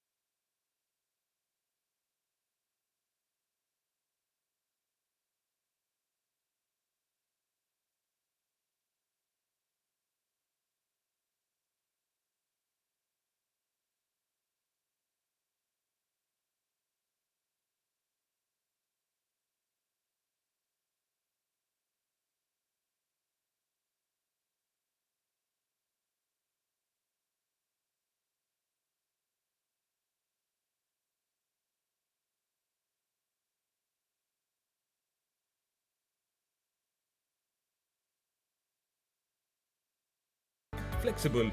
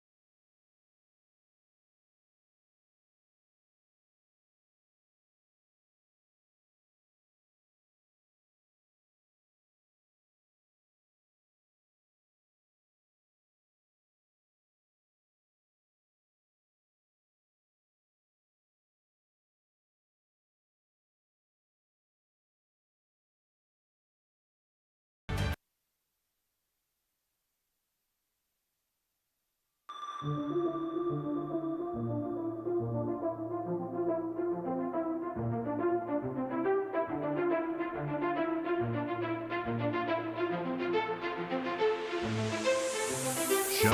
Music.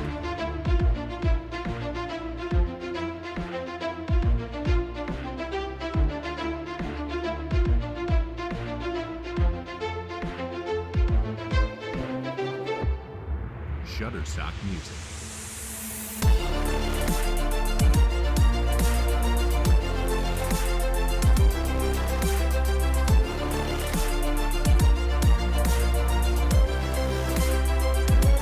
Shutterstock Music.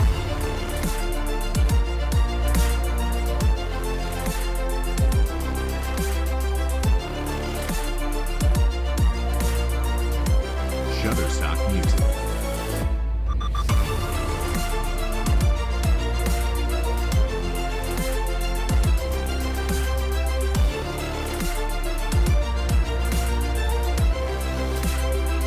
Shutterstock Music.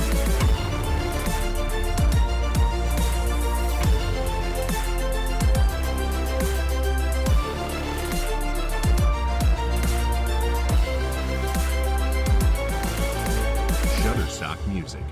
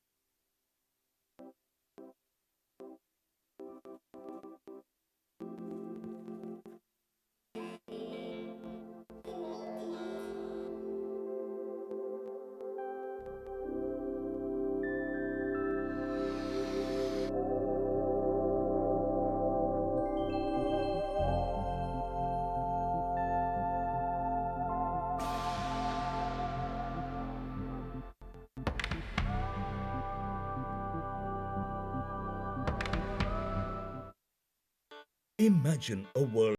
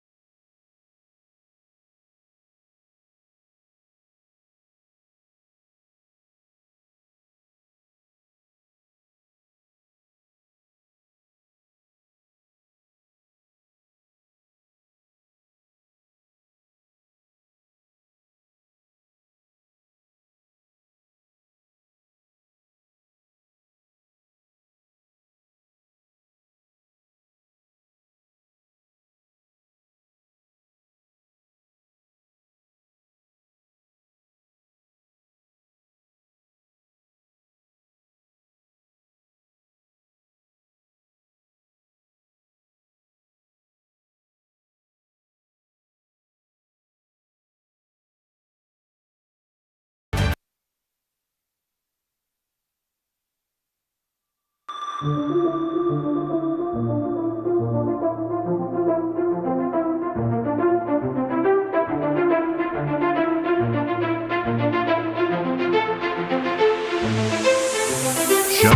Music.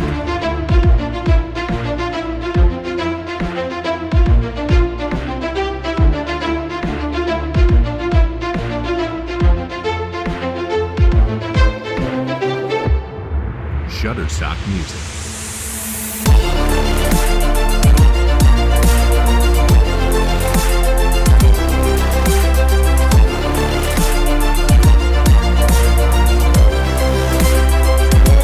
Shutterstock Music.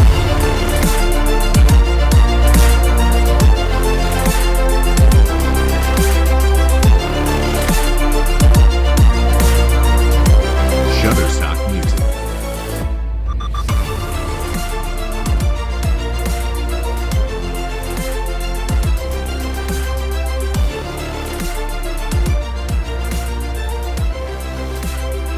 Shutterstock Music.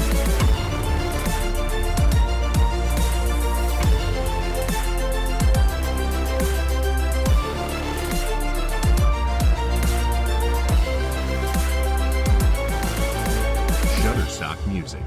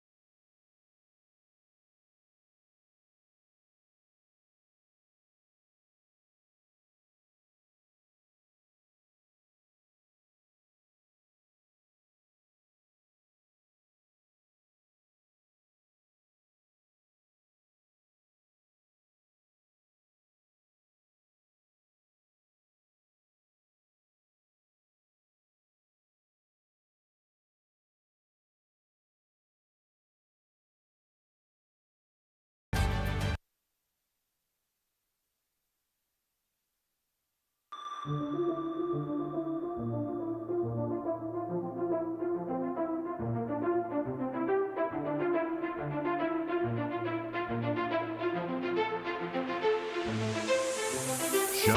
Music.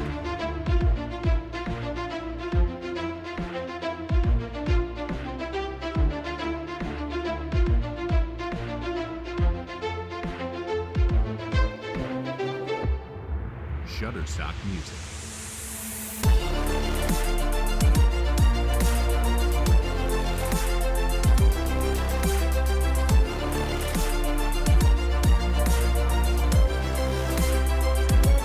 Shutterstock Music.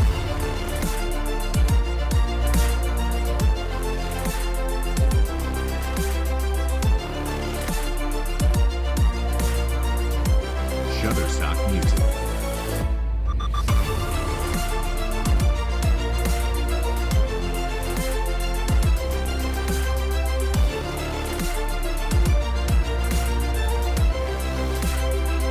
Shutterstock Music.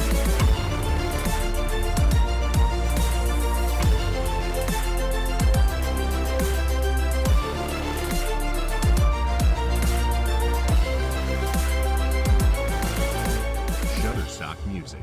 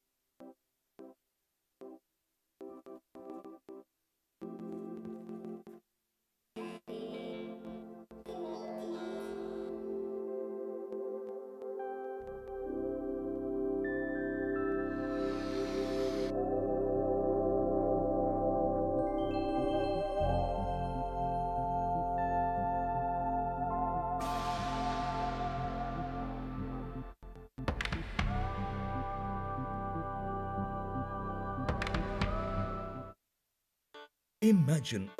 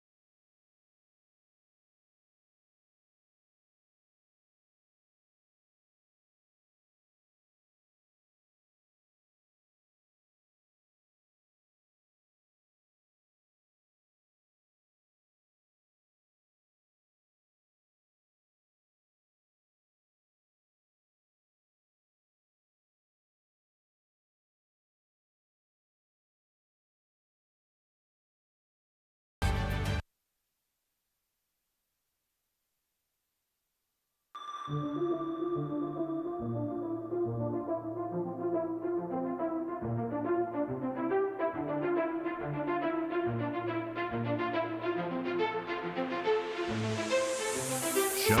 Music.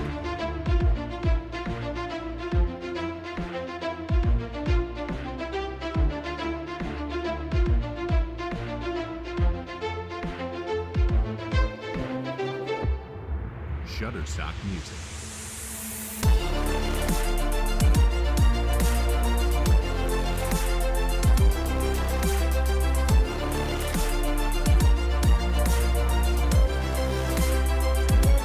Shutterstock Music.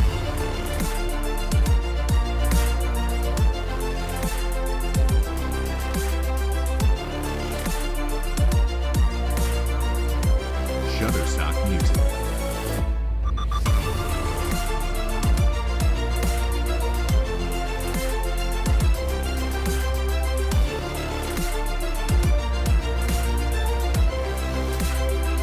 Shutterstock Music.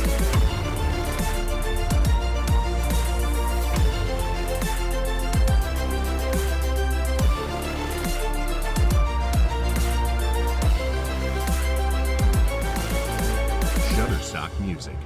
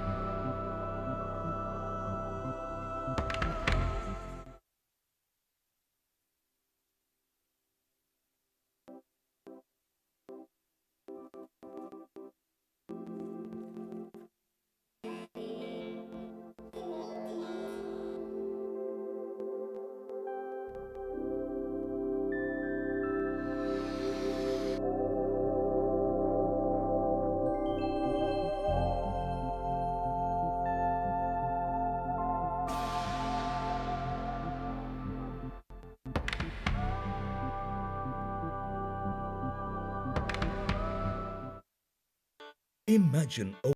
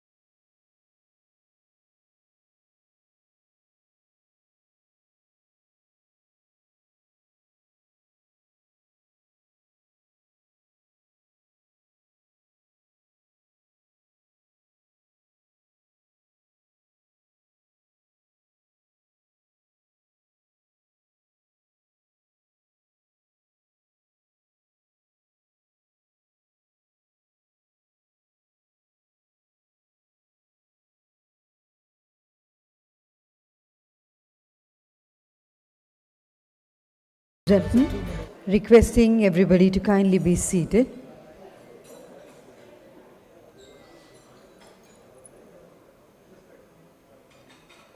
Ladies and gentlemen, may I have your kind attention? Requesting everyone to kindly be seated. It's time to go ahead with the proceedings of our next session.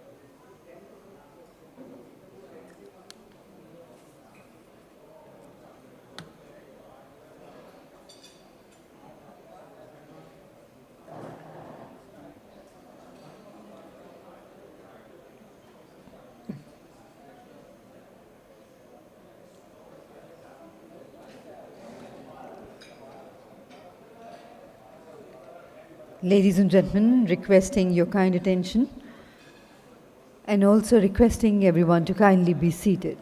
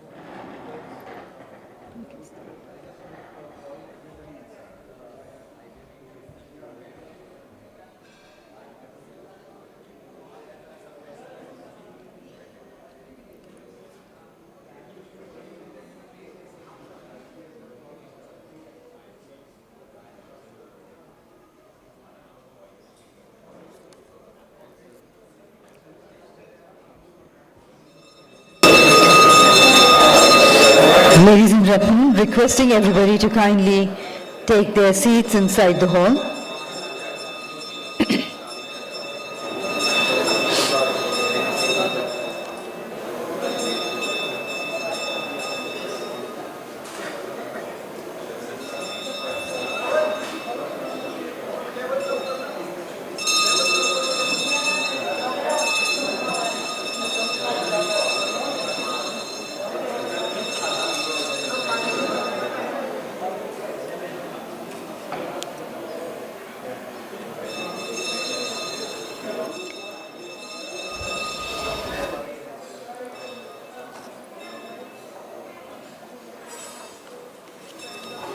Ladies and gentlemen, we are now ready to go ahead with the proceedings of our next session, which is on the theme Enablers of Satcom for Broadband and Broadcasting.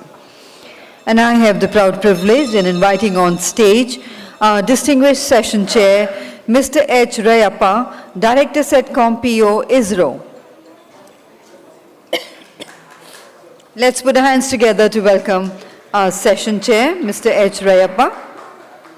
I invite our eminent panelists, Mr. Kayur Gandhi, he is Head of Space Regulation and Policy, Dhruva Space.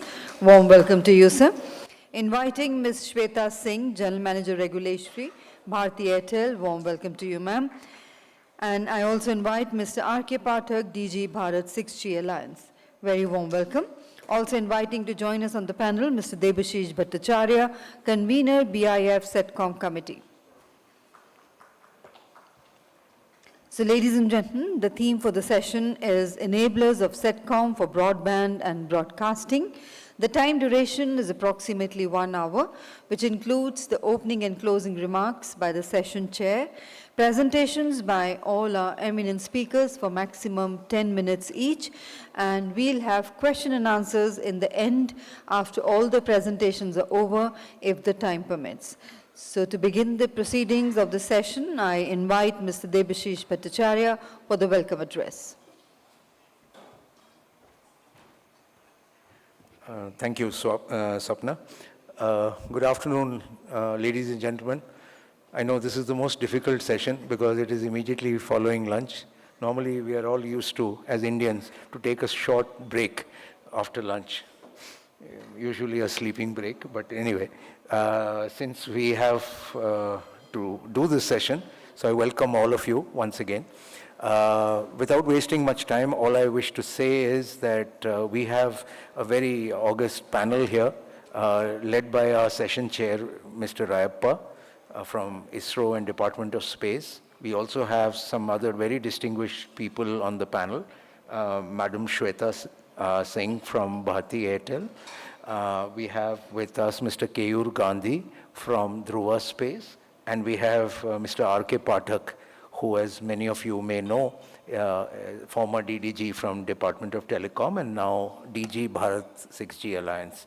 So without wasting much time on a subject which is of great importance, because we are talking about how to facilitate Satcom in both in the area of communication as well as broadcasting.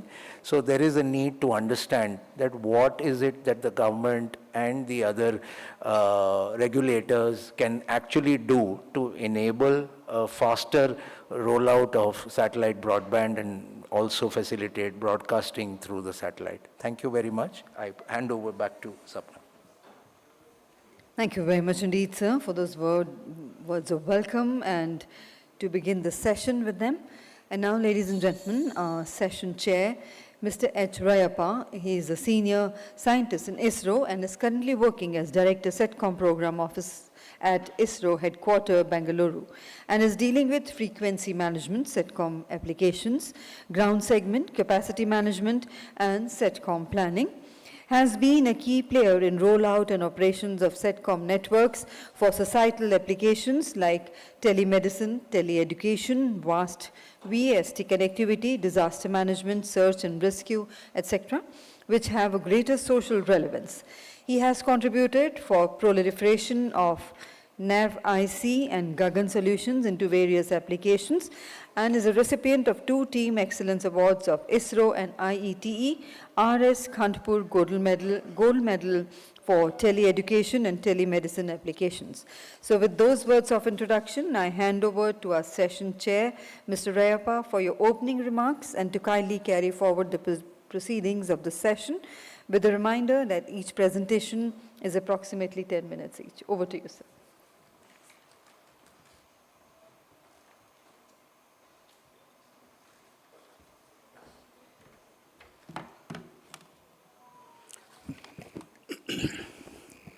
Good afternoon. Thank you for reminding me twice to keep the sessions for 10 minutes. We'll try to manage the time with that direction. First of all, I would like to extend my sincere thanks to Mr. T.V. Ramachandran and Mr. Debashish Bhattacharya for inviting us to share our thoughts in this India Satcom 2024 9th edition. So dear fellow panelists, senior industry veterans, ladies and gentlemen, today's theme of the session is Enablers of Satcom for Broadband and Broadcasting.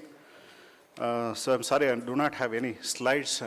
In fact, I didn't want to make any slides because by this time you have seen all the relevant slides which are relevant for this discussion. So what is important is to take upon important points and our issues. We have to dwell upon it and try to discuss the relevant matters on those issues and try to come to some conclusions and recommendations so that serves the purpose. Coming to enablers of Satcom for broadcast and broadband and broadcasting, if you see that the Satcom really on the broadcasting side has played, in fact, broadcasting in the last decade seen a lot of technological changes, and there was impressive rollout of the broadcasting channels, television channels particularly with the all HD, DTH, hits and all those things.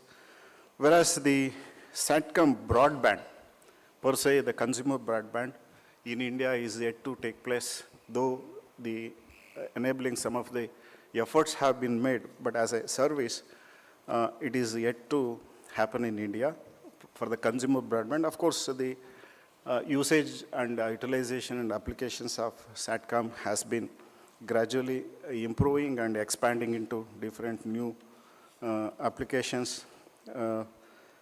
Recently for even in-flight connectivities and all those areas. And also we have been hearing also a lot of things to come in terms of technological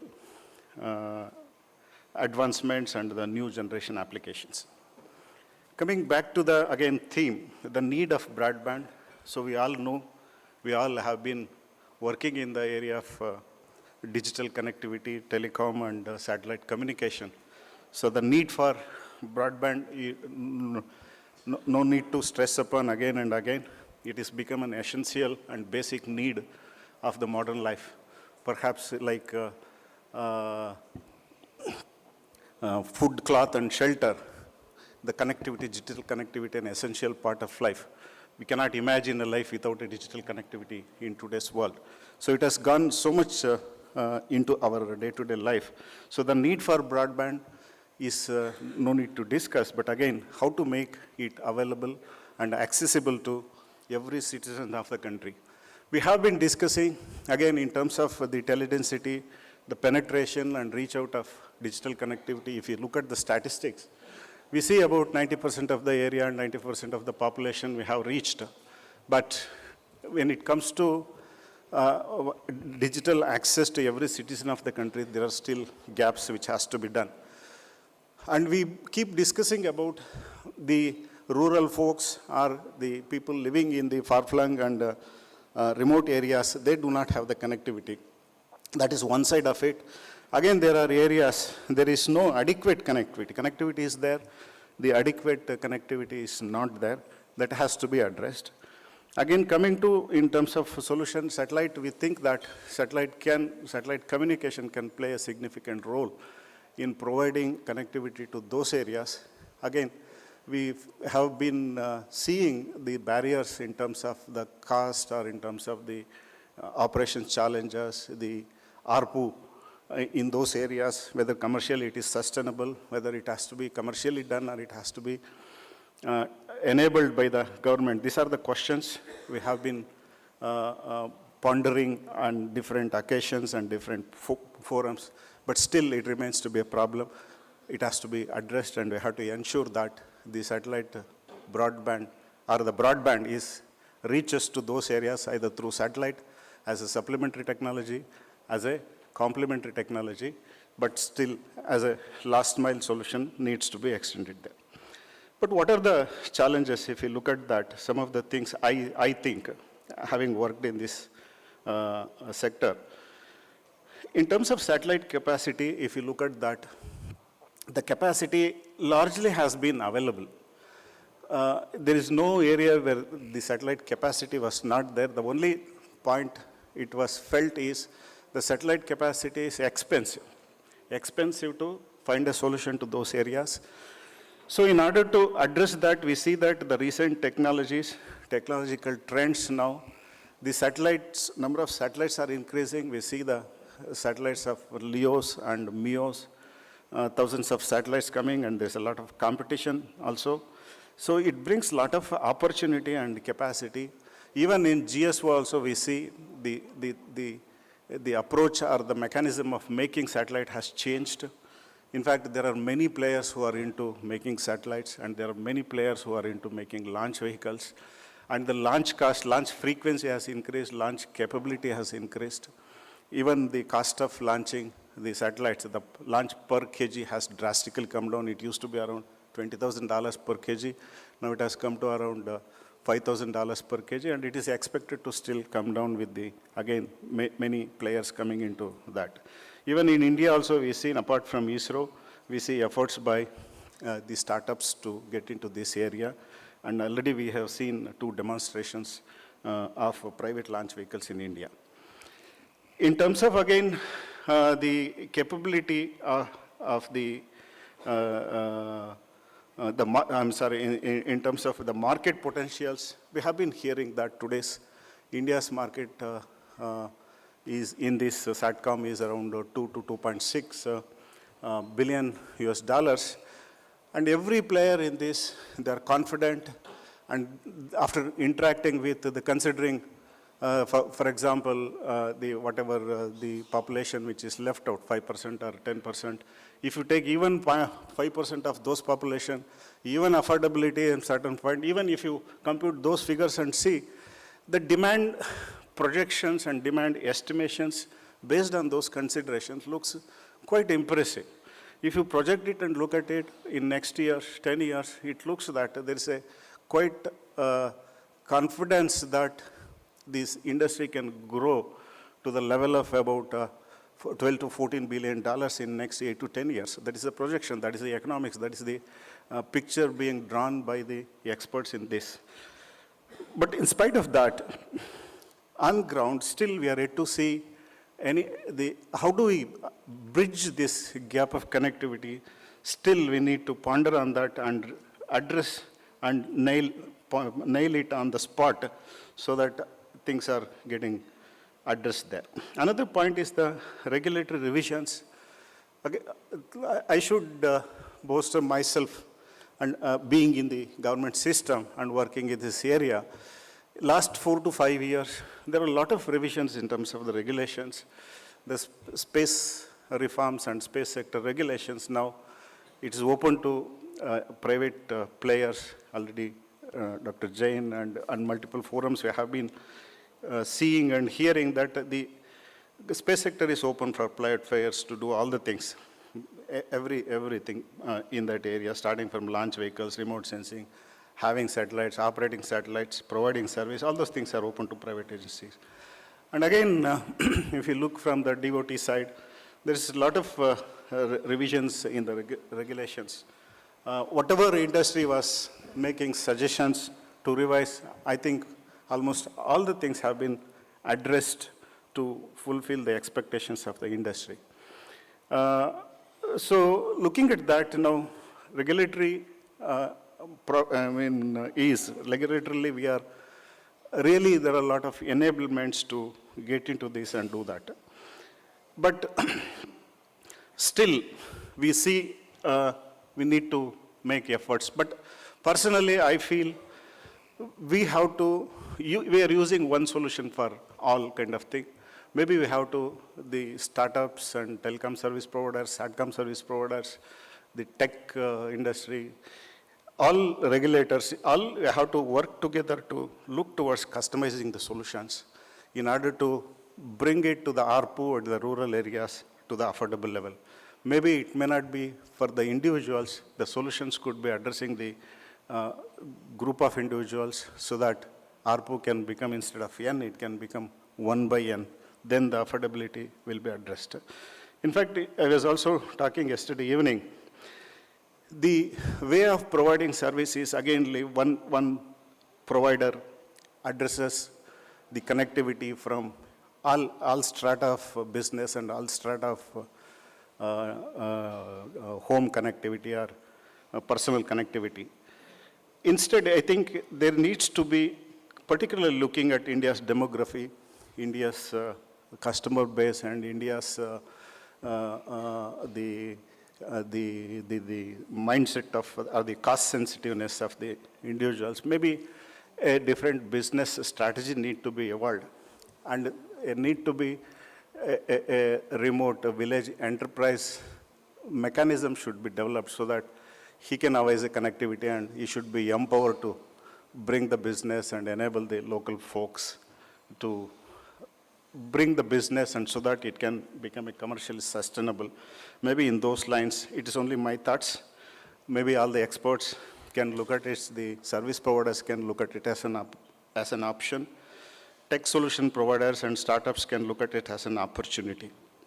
Coming to again the technologies perspective, still I personally see the Satcom service providers and Satcom community is one group, and the terrestrial communication technologies and RF group, we still work in the mindset of we are two domains. But this needs to be, the wall, imaginary wall between these groups needs to be broken, and the handshake should happen with both technologies. We see standards are getting evolved to converge solutions, whereas the tech people working there need to come together and shake hands so that solutions, appropriate solutions can be found in this.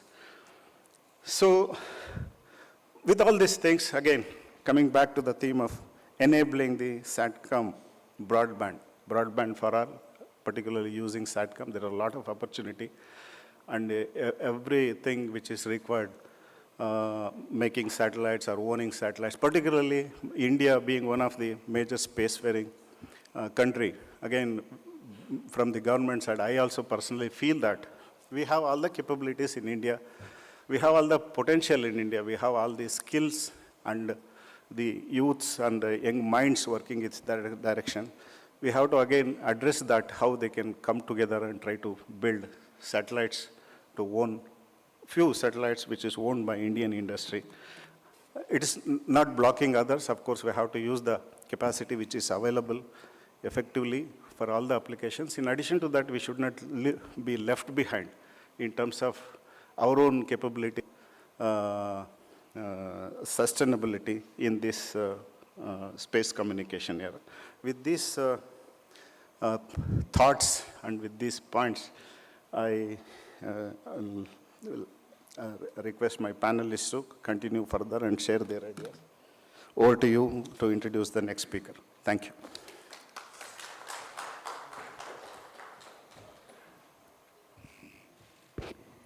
Thank you very much indeed, sir, for the opening remarks.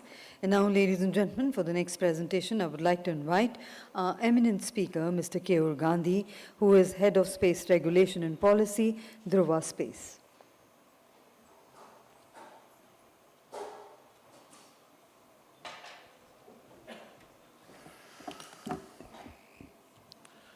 Good afternoon, everyone.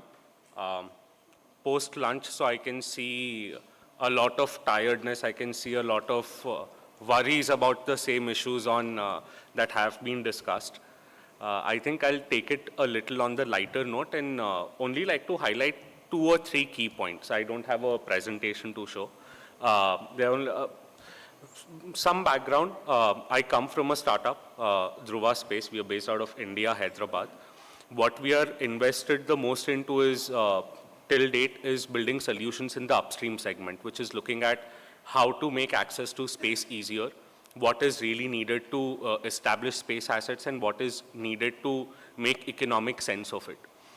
In doing this, we came to a realization that upstream as a business, which is solving the problem of ease of access to space as a business, is at the mercy not only of services or end user terminals, but also of solutions.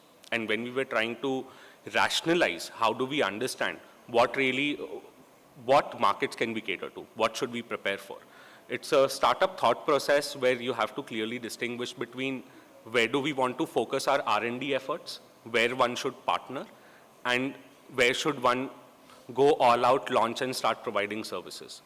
I wanted to give this background because the next few points that I wanted to highlight, which would go to speak on what could be the key enablers, it would add up by the end.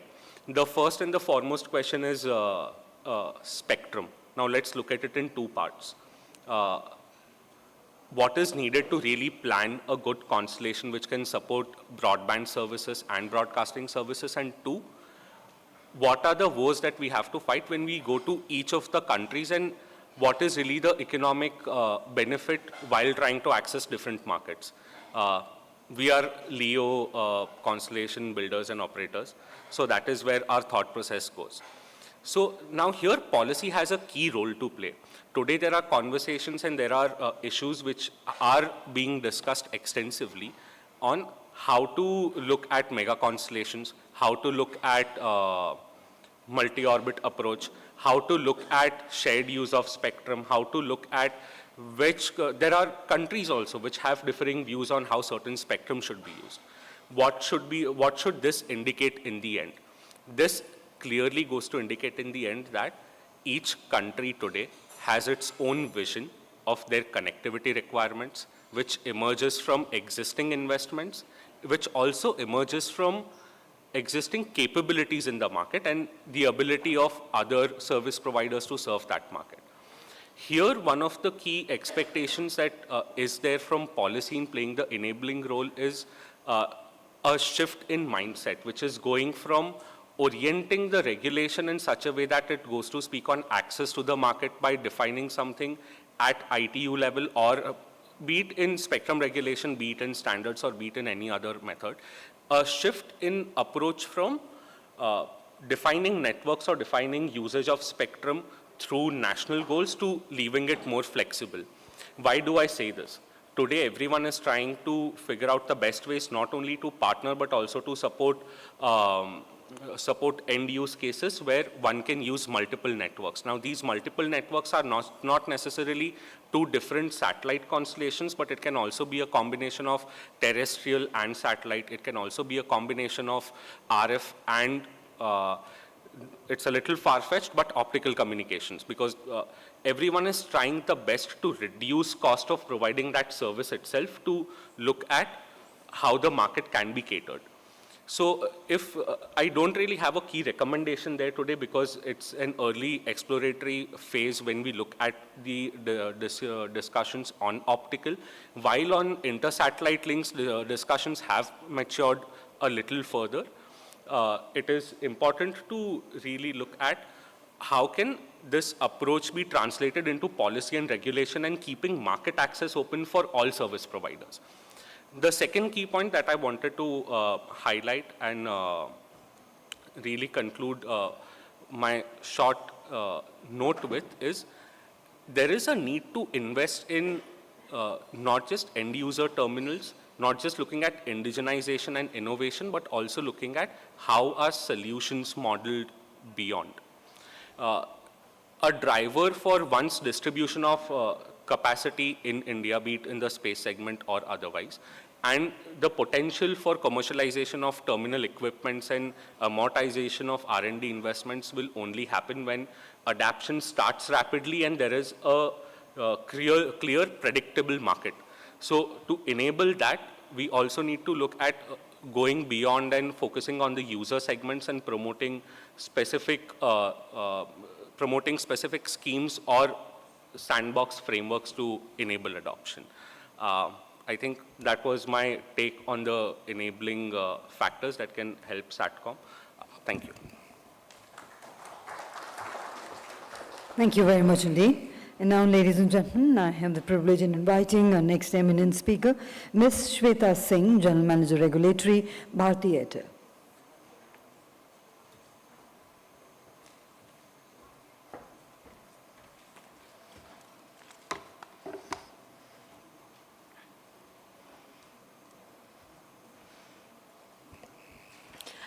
Good afternoon, everyone.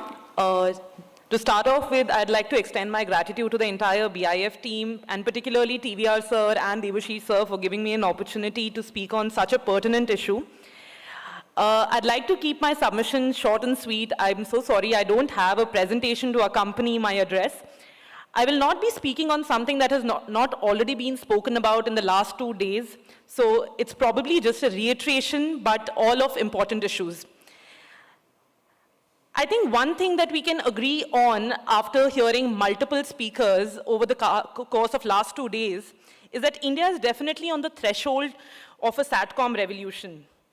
Even the Indian space regulator, InSpace, through its decadal vision statement document, had envisioned an investment of $22 billion in the space segment in the next 10 years. And it has kept a target to make Indian space economy reach 44 billion by 2023 from the current 8.4 billion. This will make India's space economy command an 8% share of the global space sector. Interestingly, out of this number, Satcom forms the largest chunk of the Indian space economy. And the in-space decadal vision statement also projects a 300% growth for the Satcom segment by 2023. Government has also supported this growth through liberalized policies and legislations which are aligned with the global best practices. Just to name a few, in the last 24 months, government has opened the space sector for private participation, implemented the Indian space policy, has notified the Indian Telecommunications Act and the administrative allocation of spectrum for Satcom services and applications. The 2022 Satcom reforms, which have brought in multiple welcome steps for satellite-based services like the removal of MPVT charges and the scope enhancement for commercial VSAT. As Bharti Group, we are not only users of Satcom, but also creators for capacity. As capacity user, we run the second largest DTH service in India, and as a capacity creator, we are an NGSO operator with 634 satellites in the LEO constellation. In both these hats, our vision for Spacecom, and particularly Satcom, resonates with government's vision of propelling India towards a leading space power and bringing fruits of technology to remote and rural areas. We believe to realize this vision, there is a critical need to rationalize the input cost of providing Satcom services in India. In this context, we request the government to, one, make Satcom spectrum available at the earliest to all the NGSO operators. Several VSAT operators have been assigned spectrum like the KUKA band prior to the notification of the Telecom Act, and they continue to use it to provide their services even now. Government should consider assigning spectrum to NGSO operators on a provisional basis under their VSAT licenses till the rules for administrative allocations are put in place. Currently, satellite-based services are using spectrum provided by the commercial VSAT CUG and NLD service authorizations of the UL. We earnestly request the government that the spectrum usage charges should be reduced to 0 or should be kept at a bare minimum of 1% in line with the TRAI recommendations in past.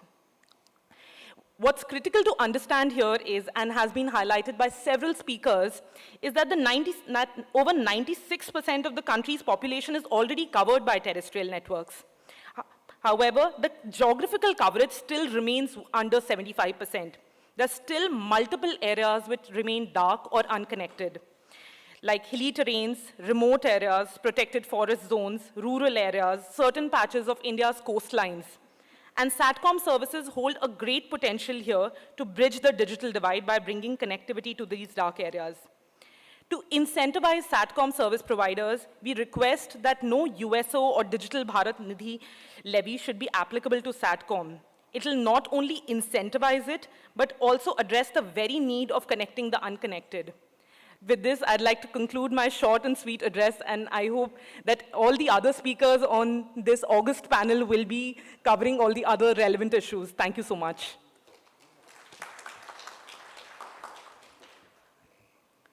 Thank you, Ms. Shweta Singh, for that wonderful address. And now, ladies and gentlemen, I would like to invite our last speaker of the session, Mr. R.K. Pathak. He is DG Bharat 6G Alliance.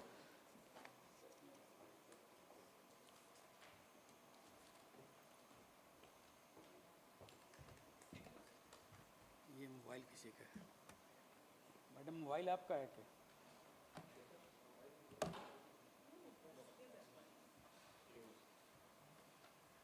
Namaskar. Very good afternoon. Actually, I am the non-technical person or the person not knowing what is this satellite stand for. I have seen from I've been far away, so I'm really on the ground. So let me discuss some of my thought, and I think they told that they won't be making on 10 minutes, but I think it's on, so I will, I think, honor that. In case of India, we have been a consumer adopter country. We don't know what is this 2G, 3G, 4G, 5G, 6G stand for. and each one try to visualize same generations in different way. Then I realized, I was also pondering that what is this G stands for, what is how standard developed. So I think for the first time, India developed some, they set up an institute called TSDSI, Telecom Standard Development Society, and they are 7th partner in 3GPP. So 3GPP, those who are not aware of, that's a lobby group, okay? Even standard is a business. So if you want to be in the game, be part of the business generation. So how can India be innovator? That's my thought process, and I'll be just speaking on that only. This Bharat 6G Alliance is a new initiative by industry, academia, startups together. And the thought process is that how can we make 10,000 IPs. So 10,000 means you just generate IPs in kilos. And then only you can be on a table where you can negotiate on technology. Because it's very, I told you standard a business, so you have to be part of the game. Keeping that in mind, India started, and our Honorable Aruna ma'am, she was here, she was the chairman of Making India 5G Ready, and I happens to be the member secretary. So under her leadership, we came up with a report called Making India 5G Ready in 2018. And what is important, actually I just wanted, she should also be here.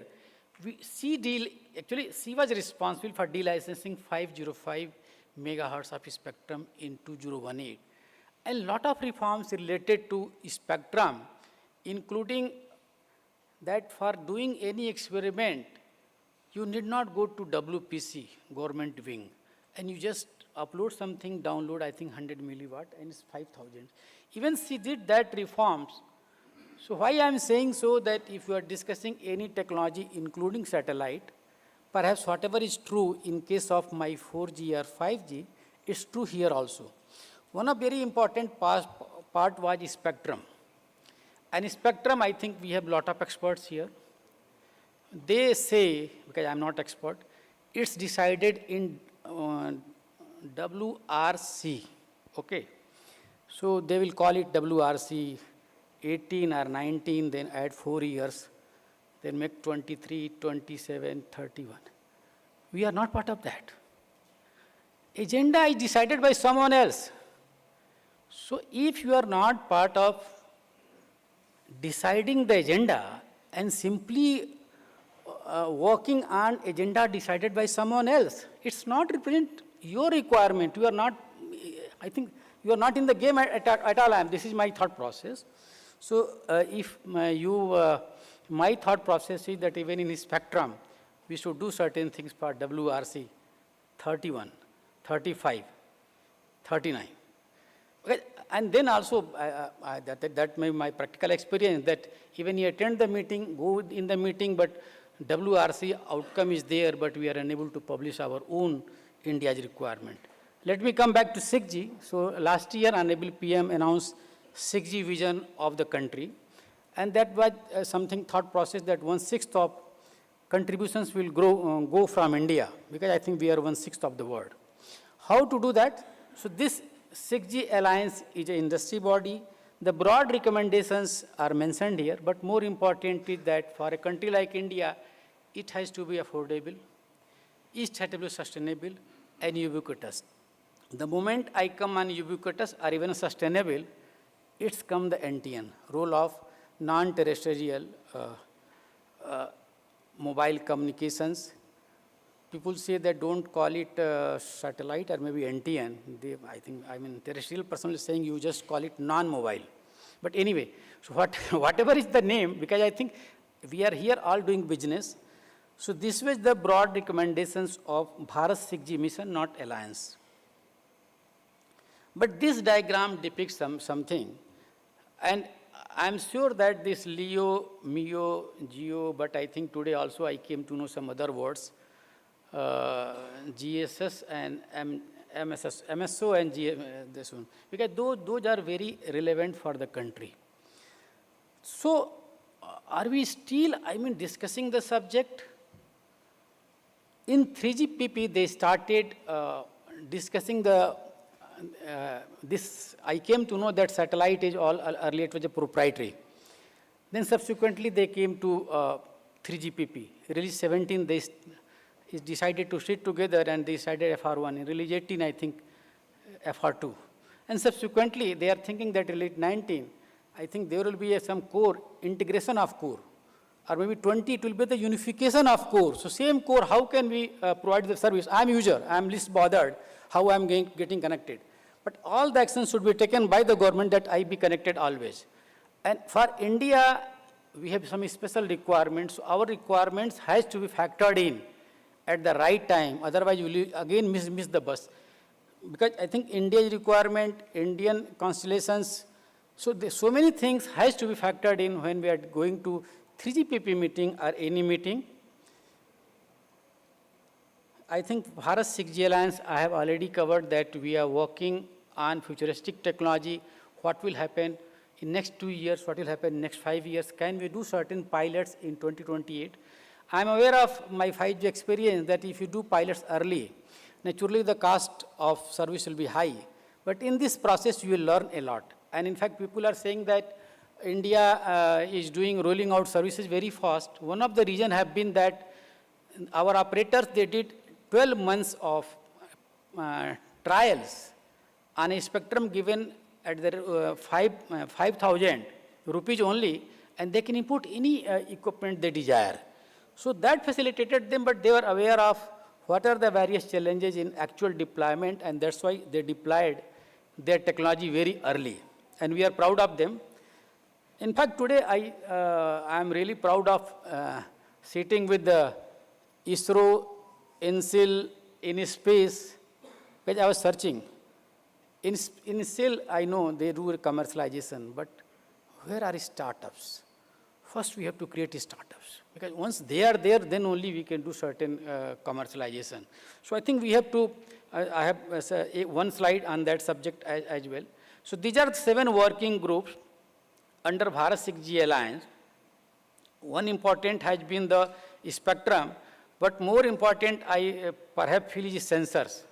Because I think we have to work on that we don't use the imported chip and other things. Can we develop certain things, do manufacturing in India? Because it's 6G, I think it will be tremendous requirement of these equipments, and I think we are right now very, maybe 1%, 2% or less than that.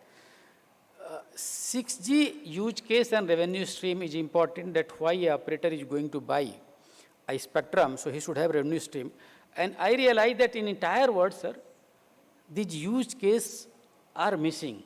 And this has been the one of the reason cited that people say that 5G has not met expectation, because even this 5G standard, satellite was added afterthought. Satellite was not part of 5G, and that's why I think we are facing certain problems.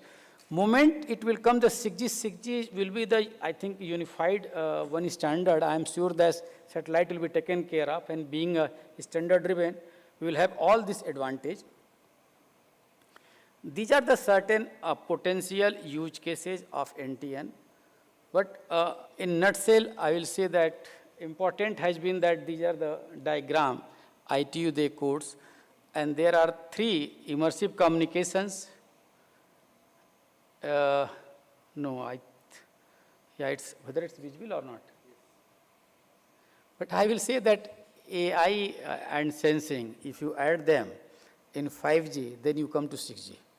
Or you make physical or digital, some like the digital twin, DOT has been doing that how can we utilize technology for taking the decisions. I mean, so these are the various things which a country can take the lead. And this is one slide I have made, because I was given time of 10 minutes, it's about over. Access to extensive physical and virtual testing facilities equipped with advanced measurement technology. Right now, this is missing. So I'm not sure that who will be doing that. I request ISRO, in space, INSIL, I will be having separate meeting with them that how can we make the best facilities. On a selected research on 6G ecosystem, Department of Telecommunications will be very soon announcing certain more than 100 proposals. They have shortlisted. I would like to thank them. 6G testbed is also being set up. They set up 100 5G use case lab at different institutions, and all those should have to be further advanced for so many use cases. And set up satellite communication test facility for pilots. More important is that you, next is the space territorial integration, and I saw this at University of Surrey. They have the hub they have set up, sir. But what was missing, they don't have the startup. No one was using them, and then they were referring to some Indian names, I could not say. But the same facility we could have here from the very beginning. We should not wait for 2028 or 2030 to come. Otherwise, again, we'll be missing the same. Because I think we won't have the chance to do the experiments within the country.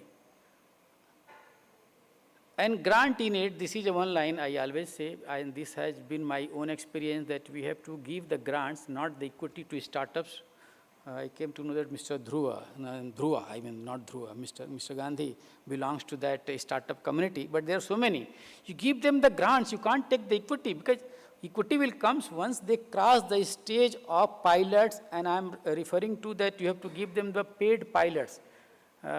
And we did certain experiments at DOT, and I'm sure that those 4 to whom the further 10 crore was given, in addition to research grants, they will be perhaps a successful startup. Now anyone can invest and take equity. And more important is last paragraph also, that a program to identify industry champions. In each country, you can count the name, even in satellite, it will be just somewhere 10. So in India also, we should not say that there will be 100. 100 will be use cases. There will be so many companies doing the use cases, but champions will be 1 and 2, and entire government should fund them, support them in whatever manner way, and we have to handhold the startups. I would like to thank you, but before that, I think we have the global collaborations with most of the global players, starting with NextG Alliance, 6G IE of Europe, 6G flagship of Whole University, and very soon in 1 month, 6G Forum of Korea, XGMN of Japan, NGMN, 5G ICA. So I'll be just concluding all my global, but they are looking towards India as a country of startups. These are my members. I would like to thank you. My name is Rajesh Pathak, and I can be reached on dg@bharat6galliance.com. Thank you. I think, maybe some more time.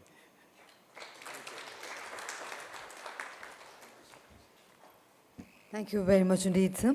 And now, ladies and gentlemen, after the presentation, it is time for the question and answer session, for which I would like to hand over to our session chair, Mr. H. Rayappa, to kindly carry forward the proceedings of the question and answer session and then the concluding remarks. Over to you, sir.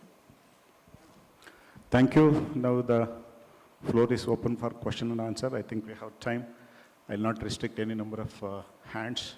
So hope we'll be able to accommodate all the people.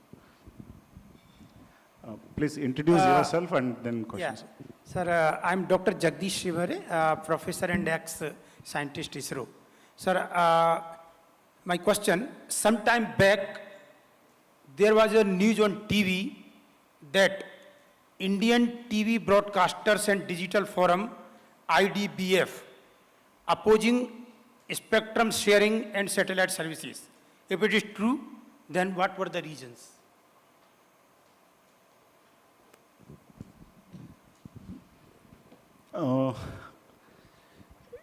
Yeah, I think now you know that as, of course, on behalf of DOT, I'll be answering this question with my whatever knowledge I have on this subject.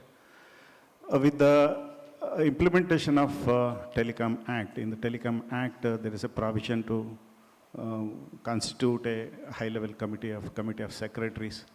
And in order to enable the more digital connectivity, reforming of spectrum is one of the important part of the new Telecom Act. Under that, DOT is working on reforming of different bands, particularly the 6G band and the lower 3.7 gigahertz and 4.5 gigahertz. At government level, there are discussions are going on. Of course, no decision is made as of now. DOT is consulting various stakeholders and various ministries on this aspect. Of course, industry has, the broadcast industry has a concern if 3.7 to 3.8 gigahertz is taken away for IMT, the broadcast industry will be under stress and they have a suspicion of severe impact on their businesses. Of course, that subject is under discussion. I think there will be a representation to DOT, and DOT will appropriately look into that.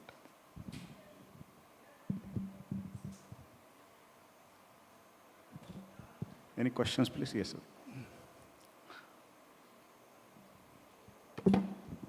Hi. My name is Sandeep Kathuria, and I represent BIF. Thank you for very nice presentations and addresses. My question is to Keyur. You very rightly mentioned about the lack of applications, but you didn't elaborate on that. So my request is if you can elaborate on what is in your mind when you say that applications are lacking, and can you give some examples? Okay, let me rationalize that thought a little bit more. When I said application development, now why do we focus on application development, so to say?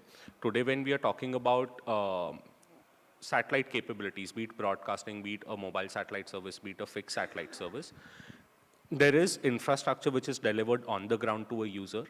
We back it up with a network, which is connectivity. Now, what really needs to be delivered is a solution. And today, as an industry, there are woes of what is the right pricing to explore solutions such as direct-to-device. What is it where the emerging new space companies or the new emerging telecom companies and R&D initiatives are aligning?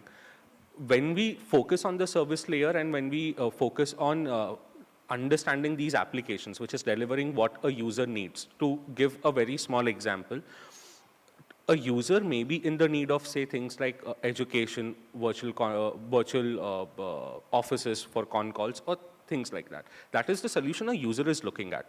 Today, what they get infrastructure and connectivity for that. They are pricing that with the solution. I, as a user, look at it from the perspective of whether this price or whether I have affordability for this particular solution or not. When we look at exploring unit economics of that solution, that is where many, be it commercial, be it policy, be it technical, cues would come out as to what we should focus on as an industry to move forward and take the next step.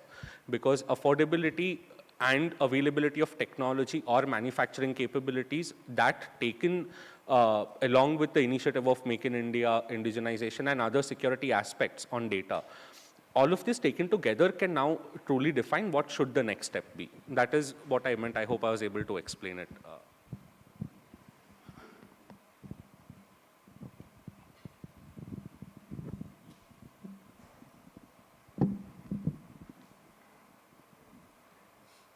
Good afternoon, sir.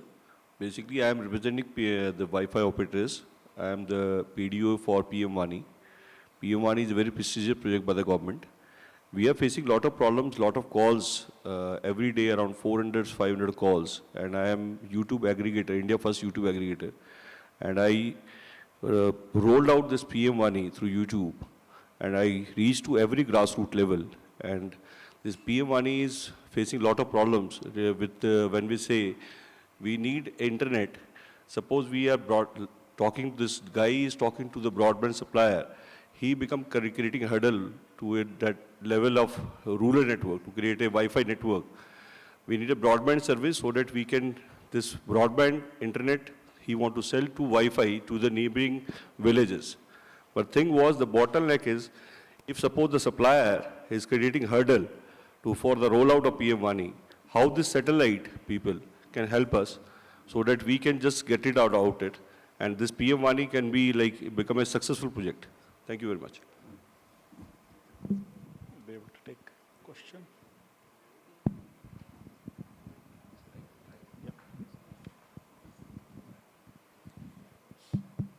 Thank you very much. So, PM Vani is basically a service for public Wi-Fi hotspot. PM Vani needs access to the end consumer, and it needs a backhaul solution.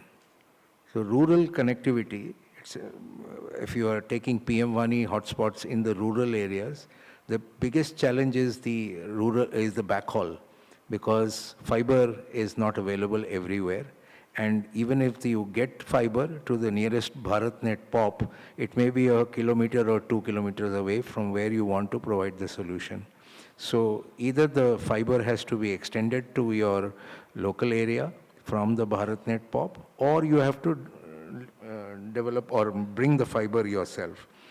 What satellite can do is overcome this challenge. If the satellite service provider is authorized to provide backhaul connectivity, which it is under the commercial VSAT CUG license. So the satellite can directly provide you connectivity. If it is affordable and makes business sense, it can provide you service right up to the access point, the aggregation point, from where you can start distributing the connectivity on the last mile to your end consumers over Wi-Fi. That is how satellite can enable PM Vani. That's the best way to do it, in my opinion. Thank you.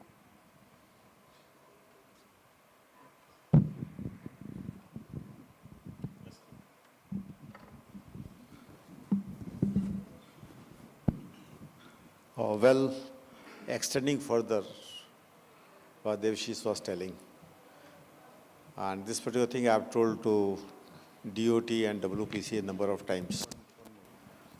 In rural areas, please be a little louder, sir. Yeah, in the rural area, the problem is the ISM band is not used.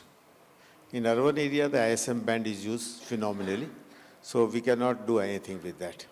So once we talk about the rural area, in that particular position, the access to from the access point, this is a major issue. If you allow the 5 watt of the power to do that, in the 2.4 gigahertz band, it goes only 400 meters, 500 meters. So if you can provide, either you increase your mast or you increase the power. So since in rural areas the ISM band is not used, so why don't you use this Vani with the 20 watts or 40 watts? And that particular position, I will be in a position to cover the much more area to do that. And it will reduce the OPEX, is the CAPEX. So what I'm just trying to make it a point, it is just mental block not to do it. And we keep on following the ITU, what the ITU did for the developed countries, etc. We should do of our own. So the basic need, what Devashish, I was just suggesting you, make a recommendation to the government that PM Vani in the rural area, you can tag with that the geolocation also. It should be, the power must be allowed to be increased to 30 watts, 40 watts or something like that, so that we can get the wider area and reduce the cost, capex over there. So that's the solution. Ready-made solution, there is nothing to do. And the second thing is CDOT can develop this access points with a higher power. So they can have the return link also on this particular PN1. I can discuss the things in detail. But again, provided somebody is ready to do that. Thank you, sir. Thank you for the good suggestion. I think, Devashish, you want to add anything? I just wanted to thank, I think we can take it offline. Okay. I have some thoughts, but we'll discuss it offline. Thank you. Thank you, sir. Thank you for good suggestion. I think as a chairing this session, my comment on that is it's a good suggestion. Two ways we can look at it. One is even for the government side, one is the regulation thing. It has to be thought on those directions to enable it. So that is one the policy matter. Second one is for any startups, they should look at it as an opportunity. And particularly if they have anything that can work and demonstrate, it becomes easier for government to adopt those technologies. So it becomes much easier. I think I can make those suggestions. I think there is a hand raised, please. My name is Mombasawala. I represent Keysight Technologies. I have two questions. One is for Keyur Gandhi. That's on the startup. See, in all the commercial communications that we have seen worldwide, particularly based on satellite, it's based on the efficient interference cancellation. Is there any startup ecosystem doing that in India, to your knowledge? And the second question is to the chair here. One of the things that we have not discussed in the technical session is the channel models for India. how are we going to validate these satellites and the ground station for commercial communications, for channel model of terrain, clutter, Doppler, etc.? Are we planning any channel models for India, or we'll just use the international model to validate devices? Okay, to take the question on startups, I think I could probably detail a lot more offline, but answer is yes and no. A lot of the startups are now looking to explore optical. That is one when it comes to communications. So that is one part where then interference cancellation doesn't become a major consideration. Second, there is a very rich ecosystem of companies which are engaging into building electronics and other solutions, which are not necessarily a solution in a whole, but are components that would be key to developing efficient terminals and transmitters, which can survive in necessary environments. And third is there are also approaches that are taken in the space segment itself, which necessarily are not RF related, but rather electronic steering of beam and rather looking at alternative bands where interference is quite high. Because with the open discussions on how to really share bands, not just between different services, but between satellite constellations as well, everyone is trying their bit to look at different approaches. Would be happy to detail a lot more offline. Thank you. I think the second part about the performance of the ground segments, monitoring the performance of the government. I think already the TEC has the guidelines and standards, the recommendation documents. Generally, that is arrived, finalized based on the international regulations, and it is slightly customized to the Indian requirement. Already mechanisms and guidelines are there to enable that. Hello, Aliajit. I think last question, afterwards we'll go to sum up and close the session. We have reached the end of time. Hello, I'm S.C. Ahluwalia, former DDG DOT, and I have implemented this VSAT network of BharatNet also. I just wanted to clarify that PM Vani, somebody has raised a question. No? So in BharatNet, we have implemented around 7,000 VSAT sites at remote places, especially at Gram Panchayats. So there we have implemented, or we have planned for the PM Vani, that once a signal comes through VSAT, once a POP is created through VSAT, then further it is to be distributed to the public. So there at each site, that VSAT terminal site, 2 Wi-Fi terminals based on the PM Vani have been implemented. And the orders have been just placed last month only. And every that 7,000 sites into 2, that 14,000 that Wi-Fi hotspots through PM Vani will be implemented. So the PM Vani or Wi-Fi through VSAT link as a backhaul. So it is very much feasible because the whole planning, technical specifications had already been worked out. I was involved in that. And it's a very good solution. And it's working all over the world. So there is no, that satellite backhaul can always be used for creating Wi-Fi hotspots using the PM Vani equipment. That's what I wanted to just clarify. Thank you. Thank you, sir. Thank you for adding to that. I think it's a time to conclude the session. So first of all, I extend my sincere thanks to all my panelists. I think no need to elaborate much. Keyur addressed about the shifting the approach in terms of adopting the technology and multi-pronged solution of all low Earth and GSO satellites, and the important aspect of the need of the service or the applications which drives the technology, and also the mechanism for encouraging R&D and sandbox mechanism, and also monetizing the investments, opportunity for monetizing the investment which goes into the R&D.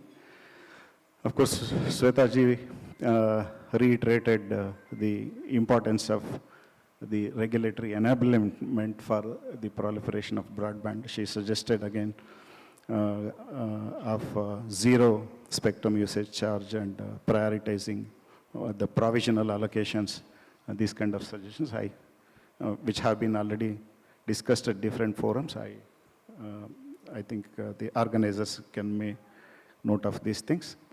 Again, Mr. Pathakji touched upon the role of India, particularly in the WRCs. We have to take proactive and roles to look towards the future and make India's position in formulating the standards and regulations in the forums like WRC 31 or 35, etc. And also the use case, again, he also reiterated, one is the technology, the maturity of the technology to deliver the service.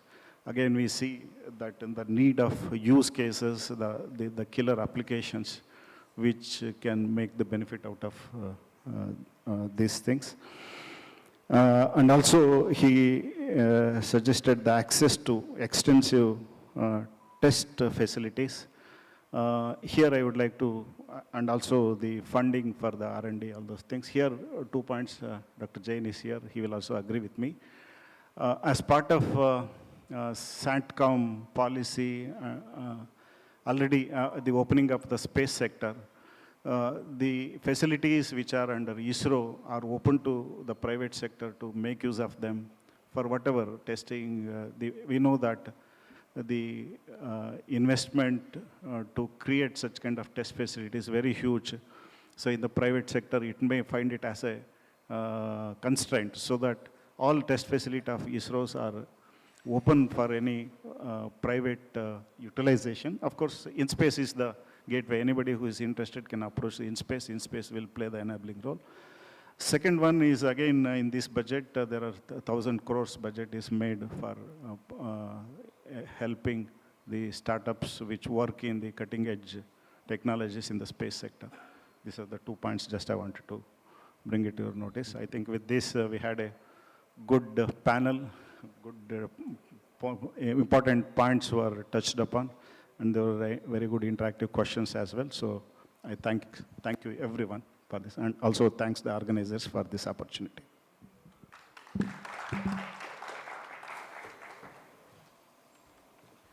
Thank you very much indeed. And ladies and gentlemen, let's once again put our hands together to thank all our eminent speakers for the wonderful session we had. As I would request our session chair, Mr. Rayappa, to kindly do the honors of presenting mementos as a token of gratitude and appreciation to our eminent speakers. We present to Mr. Keyur Gandhi,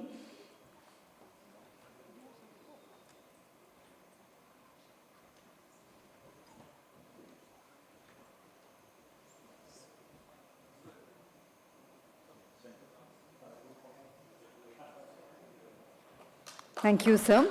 We present to Ms. Shweta Singh.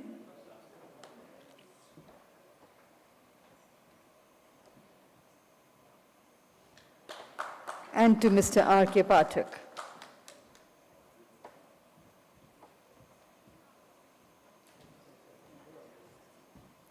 And may I now request Mr. Debashish Bhattacharya to kindly do the honors of presenting a memento to our distinguished session chair, Mr. H. Rayappa. Thank you, sir, once again for wonderfully chairing this session. I would request all our panelists to kindly come together for a group photograph, requesting Brigadier Tandon to kindly join the group of the panel of speakers for a group photograph, please. Thank you, sir. And ladies and gentlemen, we will have a short tea break of 15 minutes. The next session will commence at sharp 3:45. I would request everybody to be back in time for the next session, as we have to close the proceedings today latest by 5 p.m. Thank you.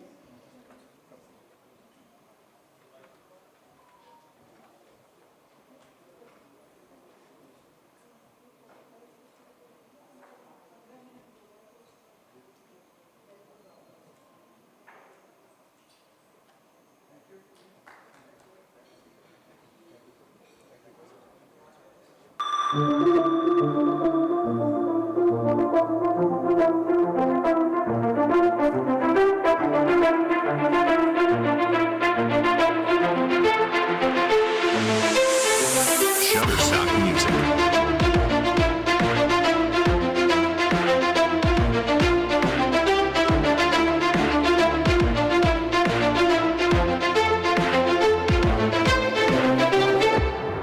Shutterstock Music.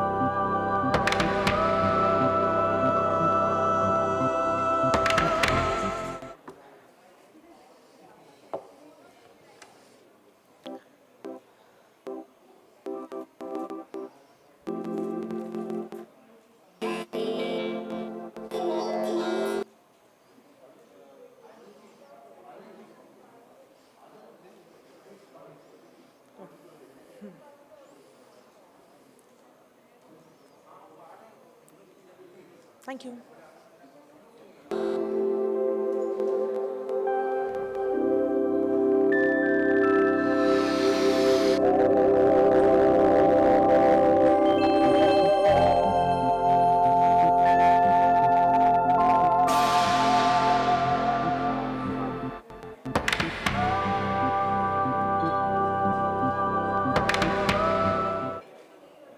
Imagine a world where distance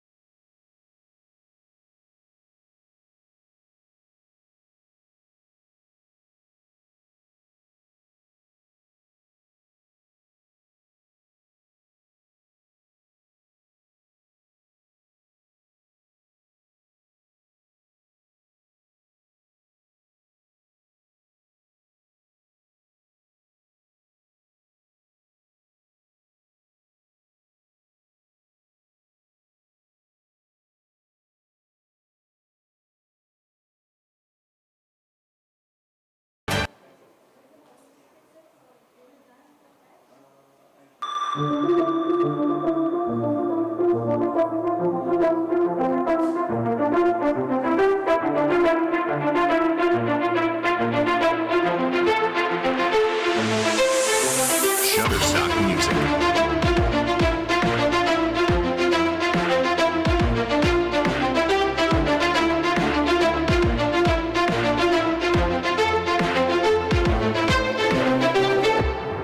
Shutterstock Music.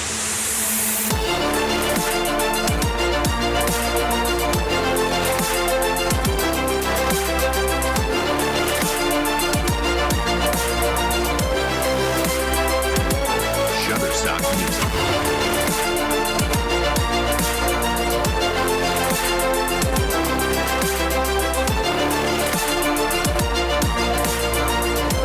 Shutterstock Music.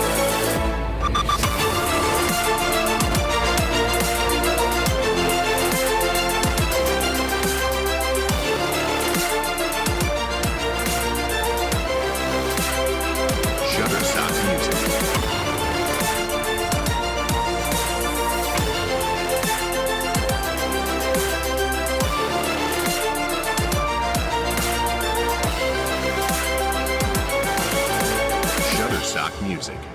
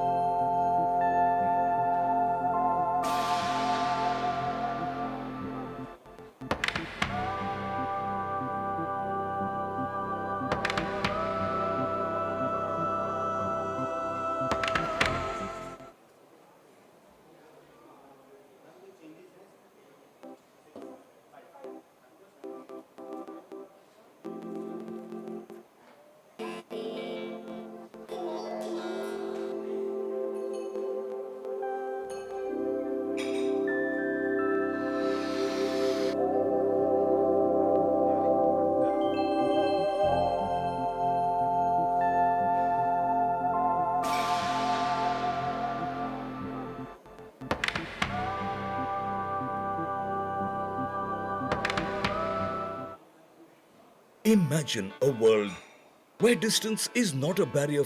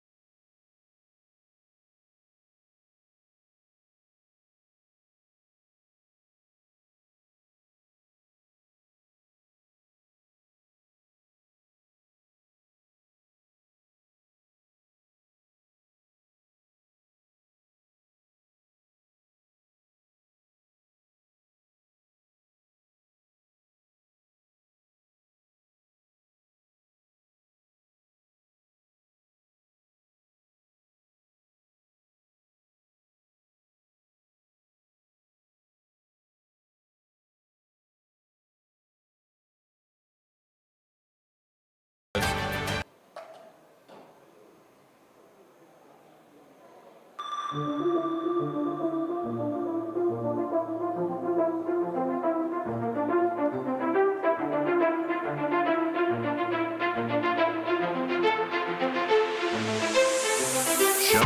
Music.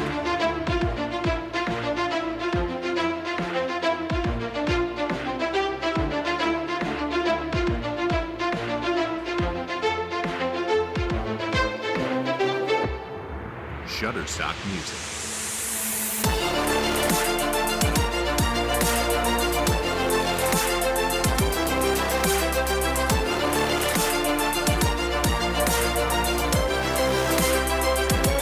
Shutterstock Music.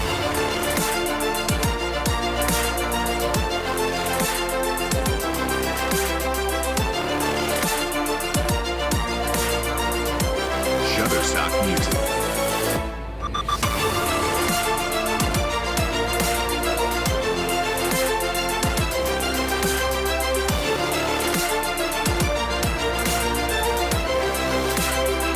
Shutterstock Music.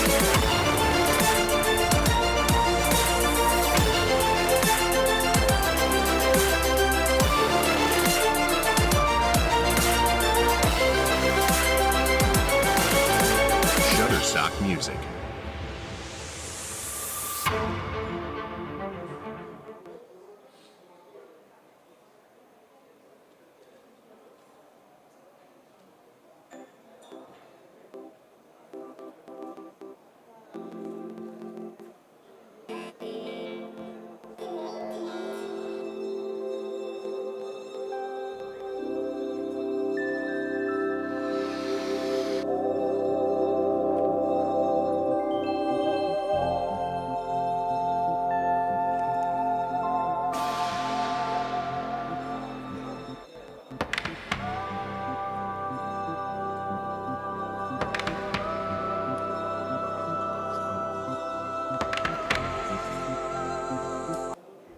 Good afternoon, ladies and gentlemen. May I have your kind attention?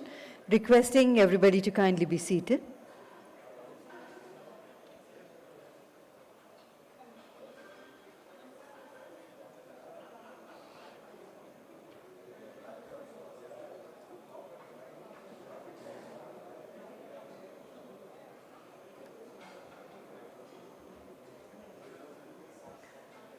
Once again, requesting everyone to be seated, please. Ladies and gentlemen, it is time for us to go ahead with the proceedings of our concluding session.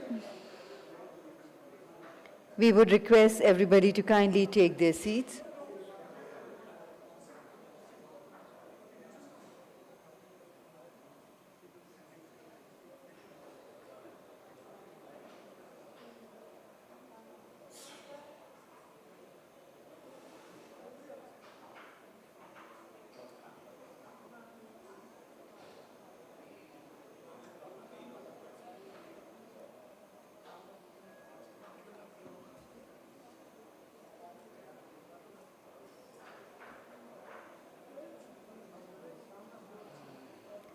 Ladies and gentlemen, we are ready to go ahead with the proceedings of the next session, which is Technical Session 3 on Emerging Market and Business Opportunities of Liberalized Satcom Era.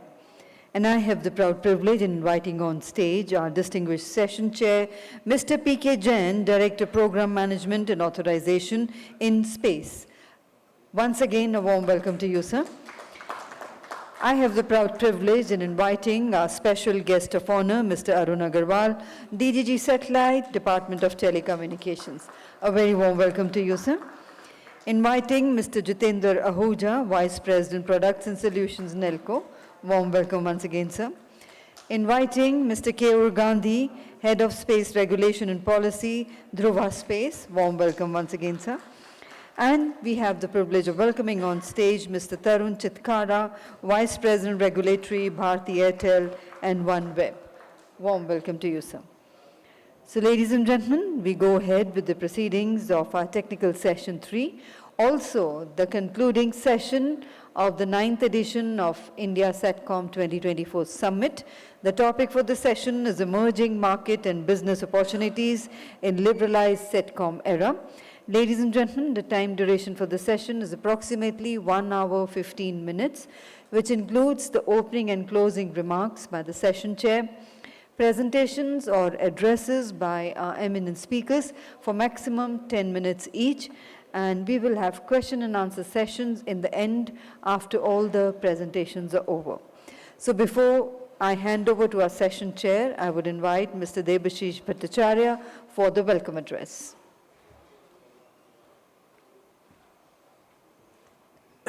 Good afternoon, ladies and gentlemen. Thank you very much, Sapna. I wouldn't take much time. I would like to just warmly welcome the eminent panelists who have gathered here on the dais, starting with Dr. P.K. Jain. Thank you, sir. Warm welcome to you again, sir, for coming. To Mr. Arun Agarwal, who has spared his valuable time coming all the way from Sanchar Bhavan in a hurry. Thank you, sir, for coming.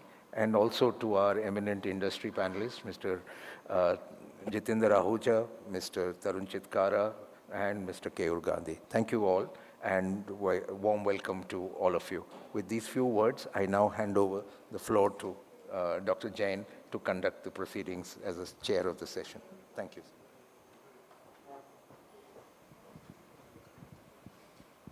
Thank you, and very good afternoon to all of you.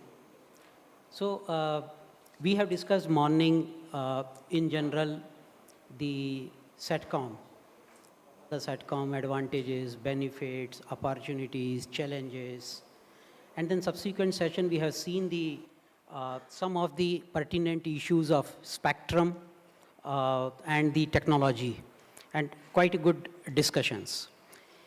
And during the course, of course, we have been kept on insisting and then confirming again and again that there is a lot of opportunities for the Satcom.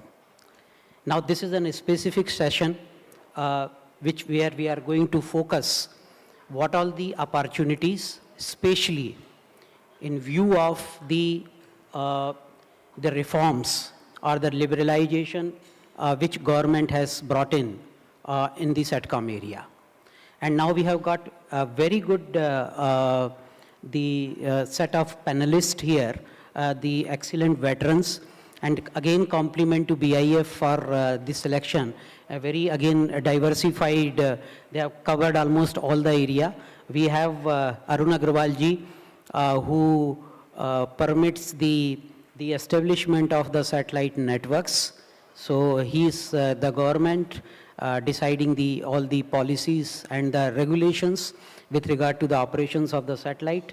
We will hear his views. Keyur Gandhi is from Dhruva Space, and I understand, and we will be hearing from him the opportunities in the maybe IoT sector. I understand that they are planning to launch some of the IoT services in the country. Then we have Tarun Chitkara ji, again the telecom provider, as well as the NGSO constellation, Eutelsat OneWeb. So what all the opportunities in both the areas, be it cellular backhaul or the NGSO broadband, we will hear from him. And then Mr. Jitendra Ahuja, who is Nelco, a service provider for all the communication services, including the VSATs, one of the very largest the service providers for the VSAT, and also, of course, IFMC. So a very good combination of the panelists. Coming to the opportunities, very specific. Morning we have been hearing the opportunities in terms of the space economy.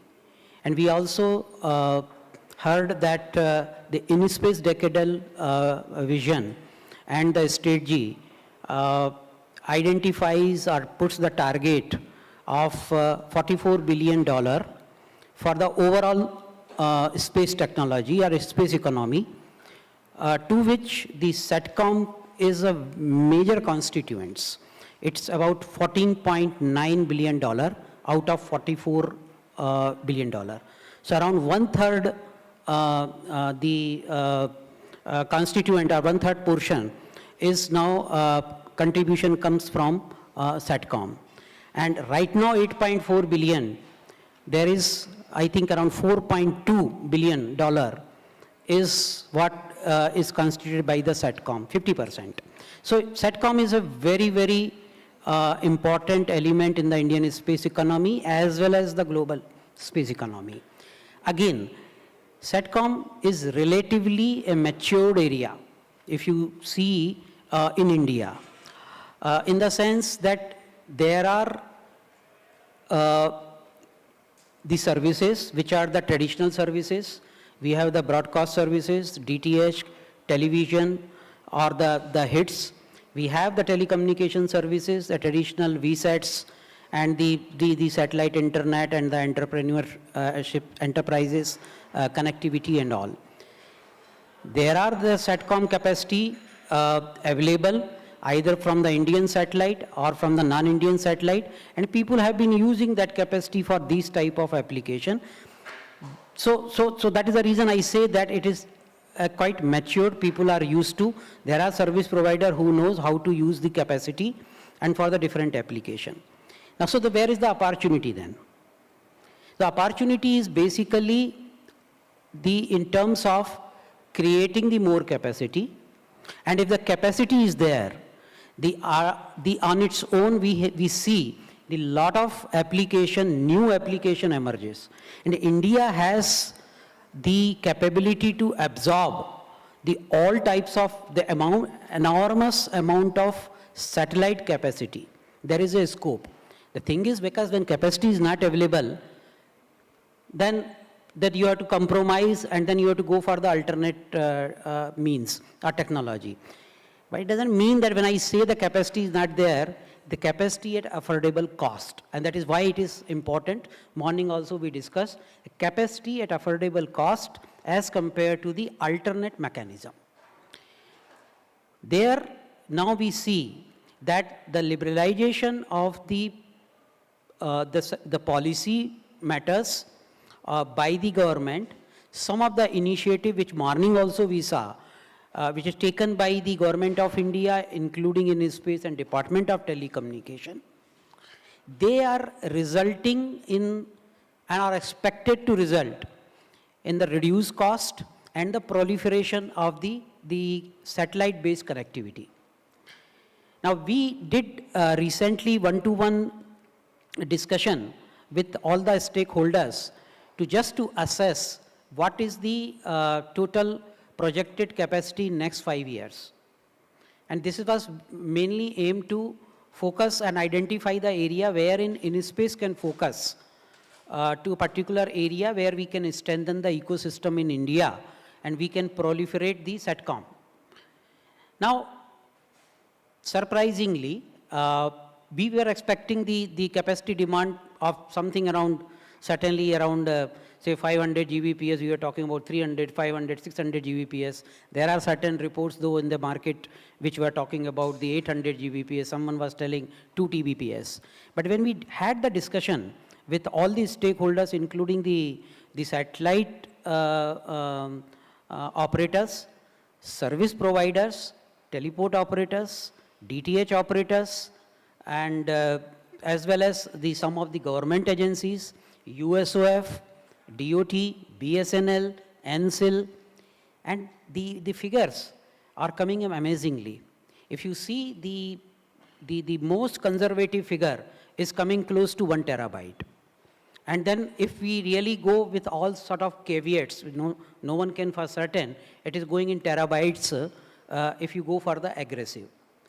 And if you see again the various verticals which have the potential opportunity, say for example, the most of the opportunity is coming from the broadband. Now broadband, it could be enterprise broadband, B2B, and the consumer broadband. Now consumer broadband has not yet taken off in India, but we know that it has an enormous potential. Moment we are able to bring down the cost, even if not comparable, even slightly higher than the fiber cost, still there is a lot of opportunities exist in India for consumer broadband. Now, and that goes into terabytes. Now, Similarly, if you take the cellular backhaul itself has the enormous potential. And that is also coming something around in hundreds of Gbps. When we go to the new area emerges, the data backhaul, where all the data centers are there and that those data centers backhauling, especially in terms of the providing the backup to the fiber.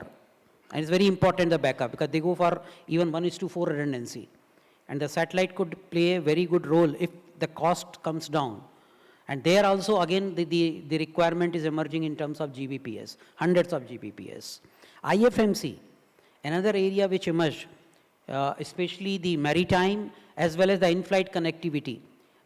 There are a good number of opportunities. There are certain already orders for the airlines, not only for inline fitting, but even for the retrofitting. Other than that, of course, the broadcasting sector is still more or less, everyone is unanimous that it is coming to a sort of saturation. There could be some demand, but it's not going to be very significant. Including the television, DTH, and to certain extent hits, probably we have some more demand. So the opportunities are very clearly there, which is substantiated by the stakeholders, by the very industry, the user service providers.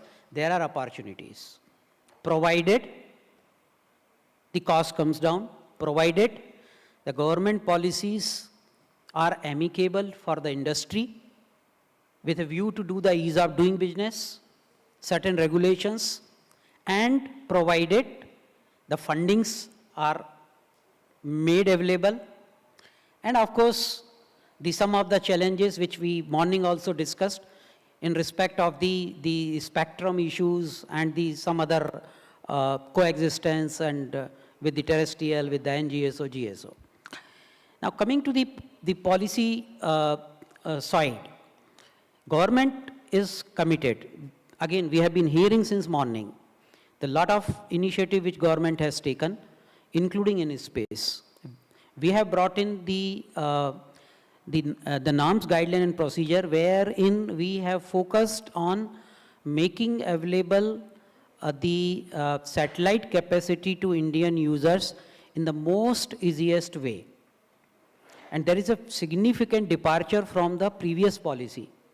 Previous, the service provider and end user, whenever they needed the satellite capacity, they had to take the approval from Department of Space.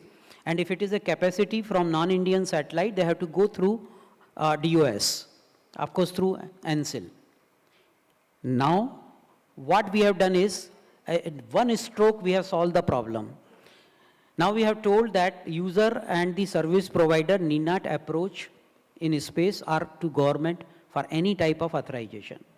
It is only the satellite operator who will seek one-time authorization, and once the particular satellite capacity is authorized, afterwards the users and service providers are free to take the capacity directly from the satellite operator on their own terms. So they have the better negotiation power, they have the flexibility of the long-term contracts, and also the choice of going to any of the operators. The operator list, authorized operator list would be there on any space digital platform.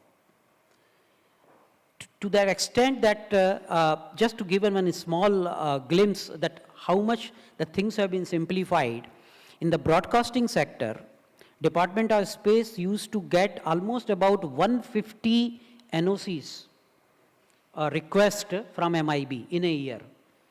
Last 5 years, we took some statistics, comes around close to 900 NOC requests to Department of Space from MIB.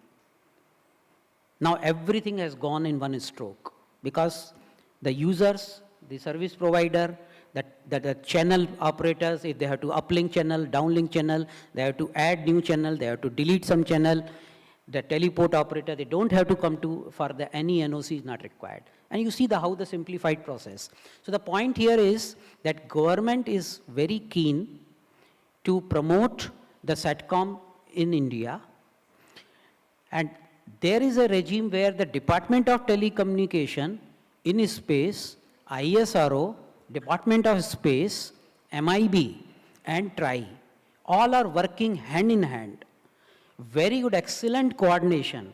And I think this is the time where the industry should take the advantage, leverage this scenario and the environment and momentum and get benefited maximum.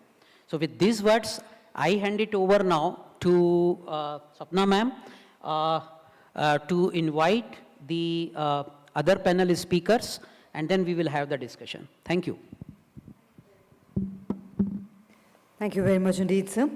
And ladies and gentlemen, I now have the proud privilege in inviting our special guest of honor, Mr. Arun Agarwal. He's DDG Satellite, Department of Telecommunications, holds a Bachelor of Engineering degree in Electronics Engineering and an MBA, is an Indian Telecom Service Officer of 1990 batch, and has about 32 years of experience in various areas of telecom, such as planning, installation, standardization, rural telecom, USOF schemes, satellite sustainability, etc. And presently, he is working as Deputy Director General Satellite in the Department of Telecommunications, DOT, Headquarters, New Delhi, and is a member of various committee of DOT and BIS in the areas of communications and sustainability. So let's put our hands together to welcome our special guest of honor for his address.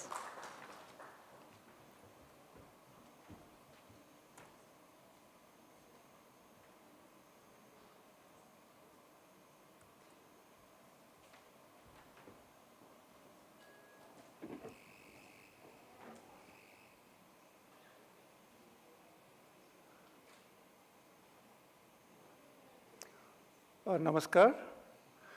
So this is the last session, and I believe we have had a lot of discussion about how to mainstream satellite communication. So now I will give my views on emerging market business opportunities in liberalized Satcom era. So I will talk from the point of view of satellite communication from the telecom viewpoint, which in itself is a huge segment of satellite communication, and presently about half of the this space economy. This consists of Satcom, which includes broadcasting also. So I will start with basic regulatory framework. As you know that authorization or permission or say license is required from Department of Telecommunication for providing satellite communication services. So now we have also gone for a big reform. Last year, we all know that department has come out with the new Telecom Act 2023, and now this is also a major reform because the earlier act, Indian Telegraph Act 1885, that was more than 100 years old and had so many amendments to it. So sometimes people faced some kind of ambiguity or lack of clarity due to various amendments and their interpretation. So now we have come out with a very simplified and an act which has got very clear and lucid language. So some sections have been notified, and the remaining sections are under notification. They are being notified. Further, for licensing framework, TRI is already working because DOT is mandated to send a reference to TRAI, and then TRI provides its recommendation on the licensing framework. So TRI has already issued its consultation paper last month on 11 July, and all the stakeholders, they are encouraged, and I request them to provide their comments because this is a major opportunity for the sector. to push for reforms so that we can have a very high growth in the satellite sector. And some paragraphs and some sections of the consultation paper specifically mention about Satcom. So as of now, our framework, licensing framework, is governed by the Indian Telegraph Act. After the rules are framed for the new act, then they will replace the earlier rules. So presently, we have got 4 types of permissions: access service division, carrier service division, data service, and satellite services. So I will talk about the satellite services.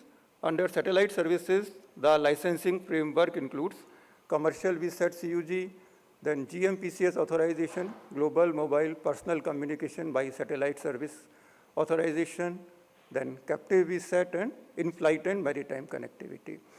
So IFMC as of now has not taken off properly.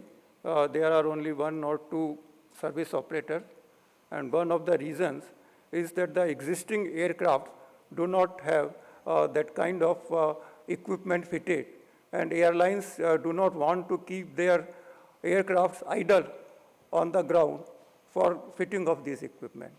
So once the new aircrafts are acquired by the airline companies, that I have come to know that they have already placed huge orders, then I believe that IFMC will take off in a big way, and we will witness a huge growth in this segment. We have issued licenses for various services under this Satcom regime. We have 22 IFM licenses, but only a few are operational, and they are also providing services for maritime connectivity primarily. And then GMPCS licenses, 2 licenses have been issued, but the services are yet to be launched, though BSNL is already providing mobile services under their global satellite phone service. This has been operational since 2017. Now, we should have a look at this slide, which is quite important from the growth point of view. Like when we see the total telecom revenue, the gross telecom revenue was 3.36 lakh crore in 2023-24. And the contribution of Satcom was about 526 crore only, which included about 439 crore for VSAT and about 87 crore for BSNL's mobile service. So the share of Satcom revenue was only 0.16% of the telecom revenue in India. And when we come to the total number of satellite connections, then we have taken as the number of VSAT connections. So the total 2.53 lakh VSATs are working under commercial VSAT, whereas the total number of internet subscribers is over 95 crore. So if we assume that all the VSATs are providing internet services, then their share is only 0.03%. So this shows that as of now, the satellite segment in the Satcom is at a very, very nascent stage. Means there is a huge growth, and it has not realized even a fraction of its full potential. Now, when we see the US market, when we see that in the US, the number of Satcom subscribers is about 65 lakh. So when we compare it to the Indian number, that is 2.53 lakh, we find that the US has got 26 times more subscribers than India, whereas in the total telephone subscriber, India has 120 crore and US has only 47 crore. So India has got 2.5 times more telephone subscribers than the US. So this also shows that in the total telephone subscriber segment, India is far ahead whereas in the Satcom segment, India is far behind. So, means this is just poles apart. So, which shows in itself that the India Satcom market is poised to growth, is for huge, by leaps and bounds, provided that all the stakeholders work in synchronization. And as far as the government is concerned, I think major reforms have been unveiled during the last 3-4 years, both in the telecom sector as well as in the space sector. This slide shows, means just to give an analogy, mobile telephone services started in India in 1995, and till 2005, fixed line services, they were heading the mobile services. In 2005, the mobile services took over when it reached around 5.7 crore. So it took around 10 years. Because why I am mentioning this thing, that till 2000 or even up to 2002, since BSNL launched its mobile services from Lucknow, mobile services were considered to be a privileged thing only of the elite people, and perhaps 20 years back, nobody had ever imagined that even the poorest of the poor person will be able to afford a mobile service. So now, just a slide for thought that whether Satcom mobile phone services would ever overtake terrestrial mobile telephones or remains to complement only. Only the future can tell us, but just I'm going by the analogy of mobile and fixed, means there is nothing impossible in this technological world. Or there may be a time when satellite and mobile, terrestrial mobile, these two will be competitive technology. We do not know what the future would be. But as a satellite person driving satellite in the department, I feel that yes, we will be able to witness this time, not in much distant future. So now the recent telecom reforms, DOT has taken many steps in this direction. 100% FDI in Satcom is permissible, means in telecom, since 2021, and then in 2022 October, many reforms were unveiled. This NOCC charges of rupees 20 lakh per transponder per year for both telecom as well as broadcasters. For both, they were removed, and then this mandatory testing of the antennas was also done away. Then captive license, the entry fee has been halved. For commercial VSAT also, financial conditions have been eased. So there have been many reforms undertaken, and then this scrutiny process has been simplified. Wireless operating license principle has also been made much simpler. There is no physical testing of antennas by NOCC now. It is through self-certification basis. And now the guidelines are also issued. And the commercial VSAT, now additional scope was also added, like eSIM, Earth Station in Motion. So now VSAT can be mobile, means limited, it can have limited mobility, communication on the move and communication on the pause. And then the provisioning of satellite-based services through M2M or IoT. So now through M2M or IoT, aggregation, this aggregated data can also be transmitted or backhauled through satellite, and for which no additional per terminal charges are there. So many things have been done during the last 2-3 years to drive and to rejuvenate the sector. Now I come to the space policy. So space policy means there are so many, it is totally a reformative policy, because I think for the first time, the private entities are encouraged to work in the space segment.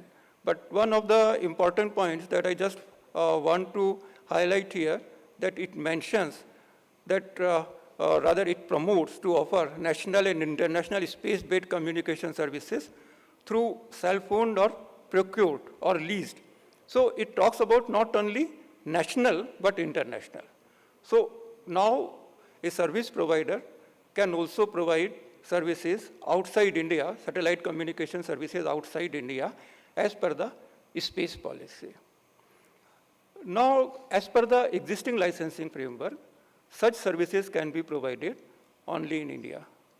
So for enabling this provision, now DOT is working, and TRI, in its consultation paper, which was released last month, and I have just mentioned it, they have also referred to it. So the stakeholders' comments are invited on this issue. In DOT also, we have constituted a committee to work on it because apart from licensing framework, there are many other issues on which DOT will have to deliberate, like security issues, and then inter-ministerial coordination, then taxation issues, and Ministry of External Affairs issue as to with which countries such services should be permitted or should not be permitted. So on these issues, DOT committee is also working. So once this framework is in place, then we believe that India has the potential to become a hub for providing international Satcom services. Apart from it, many new initiatives have been taken, like Inispace, as Dr. P.K. Jain has mentioned. They have come out with their norms, guideline, and procedure, which provides a complete framework. And then FDI liberalization in the space sector also. And then development of GSAT-20, which is, I think, likely to be launched in this month only. It has got huge capacity. And then it will also provide additional capacity for providing Satcom services in India. Then DOT has got its own Digital India mission and National Broadband mission. For national emergency also, Satcom is being promoted. And then as part of sustainable development goals also, satellite communication plays an important role because it doesn't require any big terrestrial infrastructure. So with all these things, we can address the requirements of the various segments, market segments like rural, backhaul, broadcasting, broadband, and other sectors.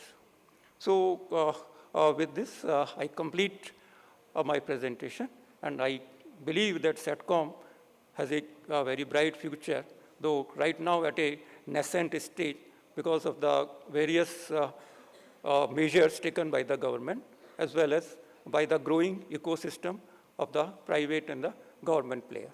Thank you.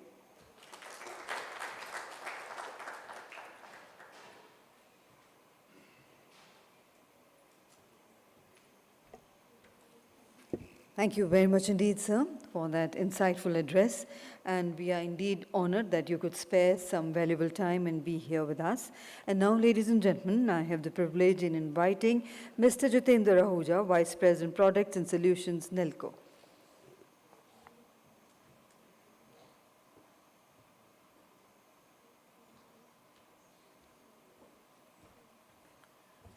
Good afternoon, everyone.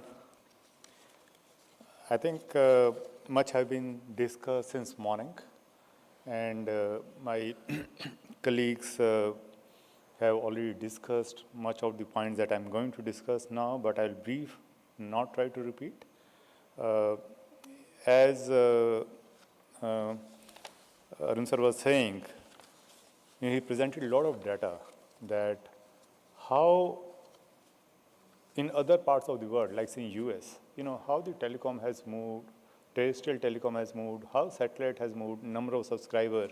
If you see, in terms of terrestrial or cellular service, India is 2.5 times, wherein satellite services, US is 2.5 times. Just to give, give that perspective.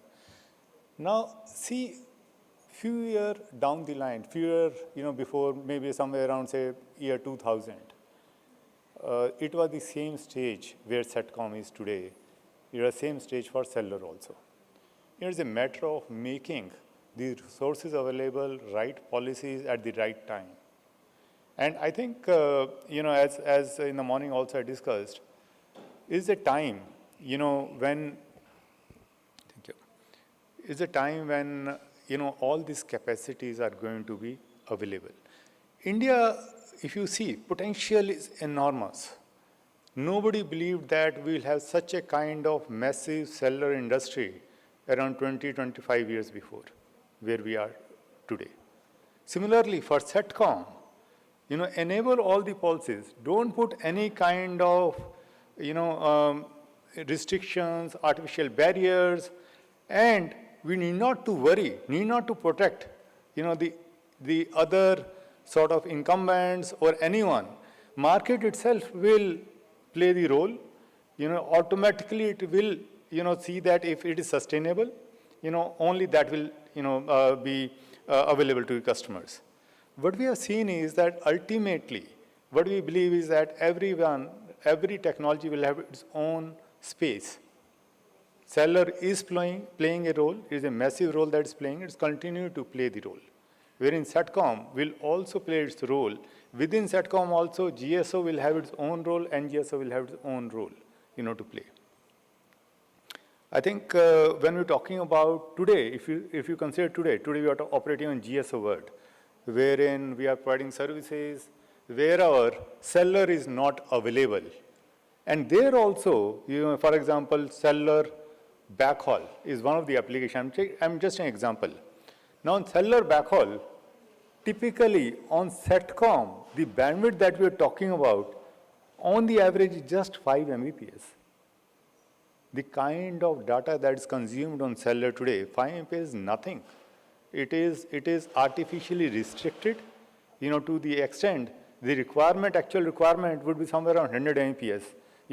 If all the end customer requirement have to be met, wherein provided is only 5 Mbps. Because 5 Mbps is provided just for the compliance perspective, not to provide the quality of service. And also, it is restricted because the cost of the Satcom is higher.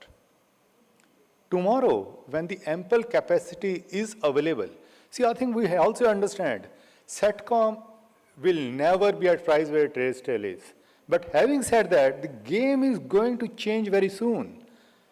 When you're talking about NGSO, when you're talking about large GSO systems that is getting launched, they are not getting launched only for India. They are for globe. Capacities are available. If we don't utilize it, it will go waste. Satellite operator will like to monetize whatever value they can get, whatever customers are ready to pay in India. Every country will have its own economic condition. In US, people might be ready to pay maybe, $100, for the same capacity per Mbps. In India, maybe it may be $10. But fine, whatever that you can get, try to monetize that, because anyway it's going waste. That perspective is very important, that we should allow that inflow of capacities. Capacities have to be much, much more than demand that you see today. Only then market will expand. It's very important. I'm taking another example. Today, when we are providing services to enterprises, take the example of ATM. You will not believe, like say for ATM, typical usage is just 2 kbps, 3 kbps, 4 kbps per ATM. But their requirements are growing. They also have need for cybersecurity. So many other applications are coming. Today, suddenly they are saying that I don't require 2 kbps, I require 20 kbps. But on satellite, it may not be viable because the cost is high. But what we see going forward, ample capacity being available, cost will come down, capacity consumption will increase. We have absolutely no doubt. We shouldn't take the reference. We shouldn't grow this percentage what we are consuming today. That will grow by 30%, it will grow by 50%. No, it will grow exponentially. Absolutely, no doubt. And as Dr. Jain was saying, the inputs that have been coming, they are not talking about going this capacity 5 years from now in 500 Gbps, 600 Gbps. It is talking about in Tbps, multiple Tbps. And that also, believe me, all of us who have given the inputs are looking at what we see today. As you grow, as the market will explode, you will find new use cases. Take the example of 4G or 5G. When you're talking about use case, Today, when you drive, when you take cab, Ola, Uber, anything, they are using 4G connectivity. But what you are, experiencing is a very different kind of use case, very different kind of market that has emerged. Do you think that without connectivity being there, Ola, Uber kind of use cases would have been there? All these delivery apps will have been successful? Like say Zomato, Swiggy? No, it will not have been successful. Had somebody imagined 20 years back that these kind of use cases, this kind of industry will come up? No. Similarly, when we are talking about emerging market, emerging business opportunities, all of us will have limited view to the future. We can't predict the future to the extent, the kind of use cases it will emerge, the kind of other businesses that it will come and support. Yeah. So when we are talking about in terms of what is the kind of things that are going to emerge in the future, I think it is very important that couple of things. When you're talking about India, India has its own strength. Every country, every geography, everywhere there will be some strengths and weaknesses. India has its strength in terms of its mass population, manpower, its problems that it has, those are opportunities also in a way. Today, thousands of villages are not connected. We take the example of villages. Village is just a connectivity to village is just a, you can say placeholder for that perspective. It is not connectivity. It is about making sure what you experience today, sitting in Delhi, same kind of services are available to remote places. When Google is setting shop here, they are putting up data centers here in Mumbai, Delhi, Hyderabad. Tomorrow, why can't they put in somewhere in Northeast? Why can't they put that in somewhere in, Assam, Arunachal Pradesh? Why not? Today, the main issue is connectivity. And when we're talking about connectivity, of course, fiber will continue to play a role. Many places, Satcom will be prime. Many places, Satcom will be backup. It will go hand in hand. And multiple use cases will emerge. For the market segment that we are serving today, that also will, grow exponentially because of various things that are going to come. And also, new market segments will open up. I think when we're talking about new segments, one area which is largely unexplored, I'll say, is in terms of IoT. Everybody agrees for that. There are so many IoT use cases that we have not even, sort of started using on Satcom. Be it related to your land mobility, logistic management, your energy management, so many things are there, that will emerge. When you're talking about consumer broadband to SMEs, again, that Satcom is not viable today. But with the excessive capacity, abundance of capacity available, satellite operator trying to monetize that capacity, those areas also will open up for sure, and it will open up new economic opportunity, for remote areas. I think the other thing, I was talking to, yesterday I was talking that CXO roundtable that for defense, defense is using today in captive wave kind of satellites that they have, but their requirement is humongous. As new satellite capacities become available, that segment will also grow, to a great extent, and that also will be served through this one. The other example, I was taking the example of Google, Microsoft, the OTT will open up. Today we think that OTT, they are running, gigs of capacity on fiber. They will not move to Satcom. Believe me, I can write it. For sure they will move on Satcom, not as a primary media, but for sure as a backup in 5 years from now. Because if the capacities are available in TBPS, yesterday my colleague Gautam was saying that they have GSO satellites, where one satellite will have capacity in TBPS. Today, one satellite has capacity in couple of Gbps. You're talking about 1,000 times of capacities. What you will do if that kind of capacity is available over the sky? Will you let it go waste? Your desire is that I should get $100 per Mbps. But what if you are getting even $10? That also is worth, monetizing that. At $10 also, you will have crores and crores of monthly income that you'll get as satellite operator. Definitely they'll monetize it. It will open up, these segments also. The important aspect that we're talking about is that all these segments, be it fisheries, be it utilities, be it agriculture.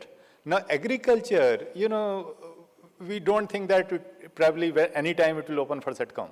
But in other parts of the world, already agriculture, there are different 10, 15 different use cases within agriculture where they have started using Satcom.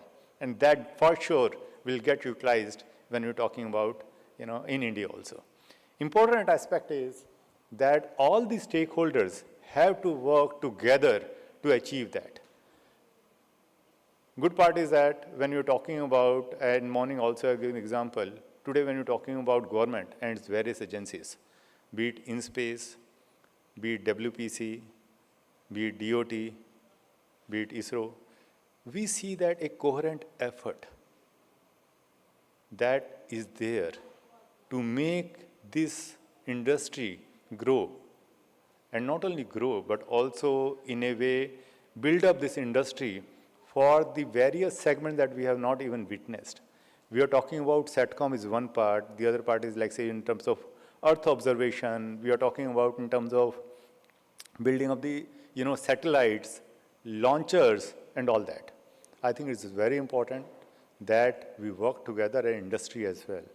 Today, government and government agencies are nowhere doing control activity. They want to control, they want to hold. They are co-pilot in our journey for the growth of the industry. Thank you.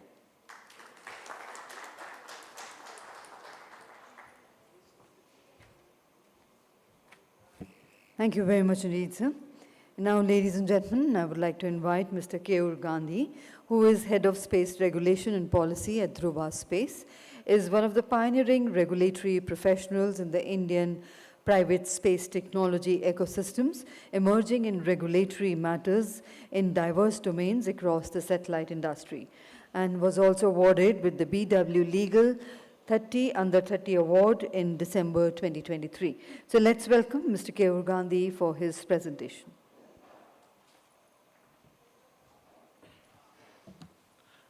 Good evening once again. Very glad to be a part of this session and incredibly thankful to BIF for organizing this.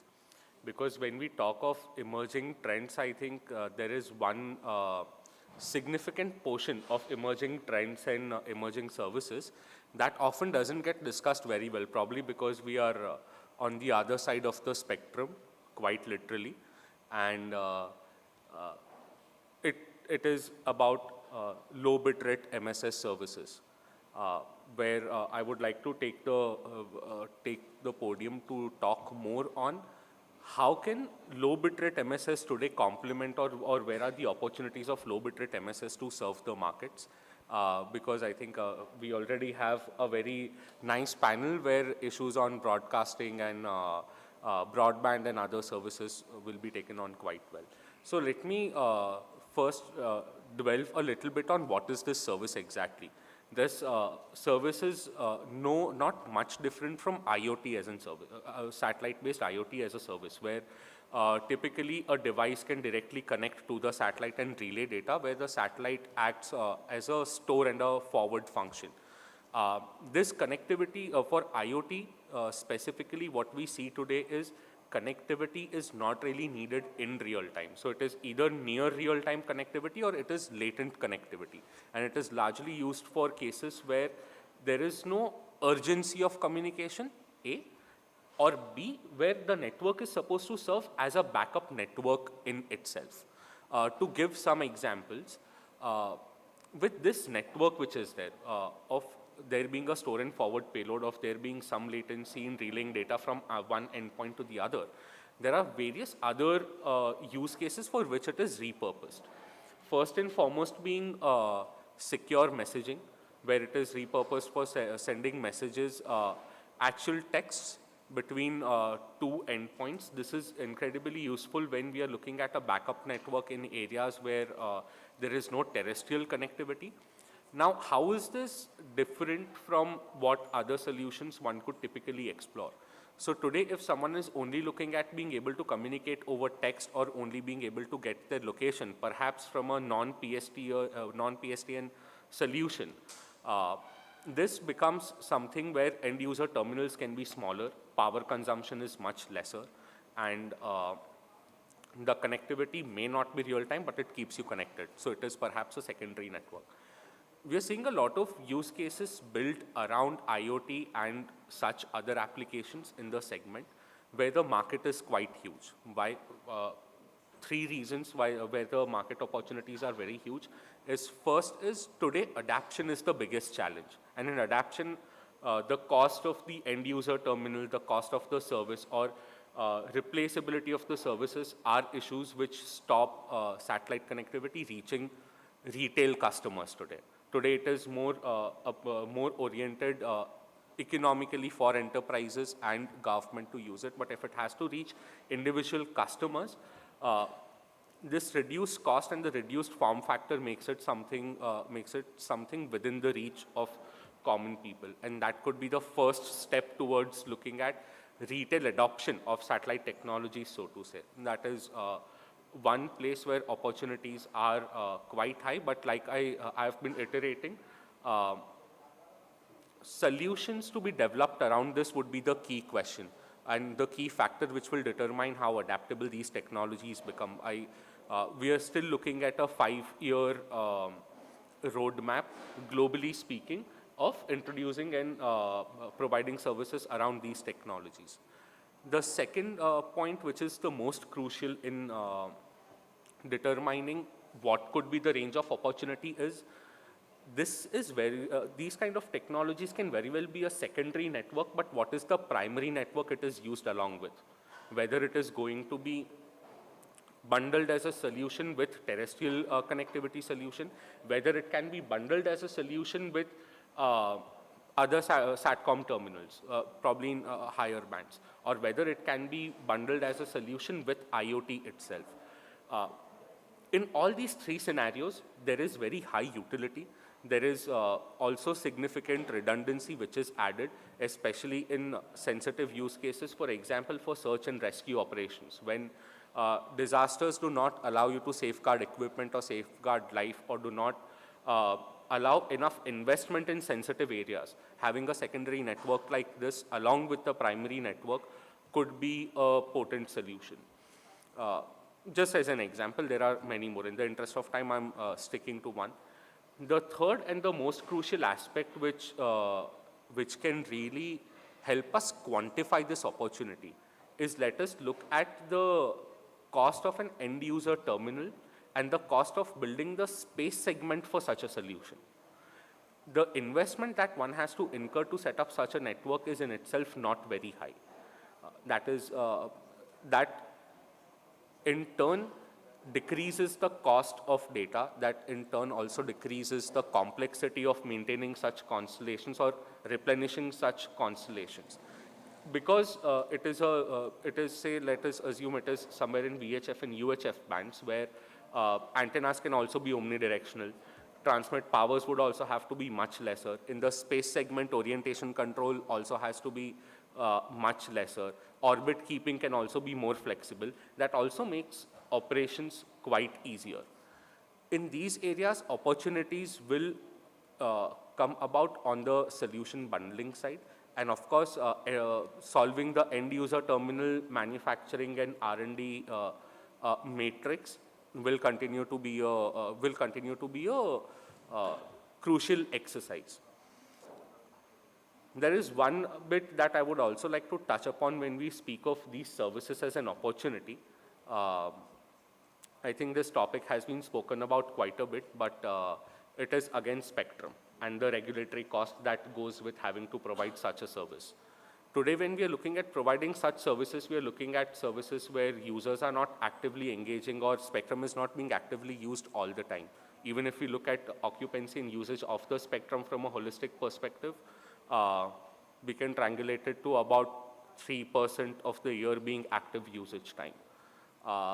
The bandwidth utilized is not even to the tune of megahertz, it is to the tune of kilohertz.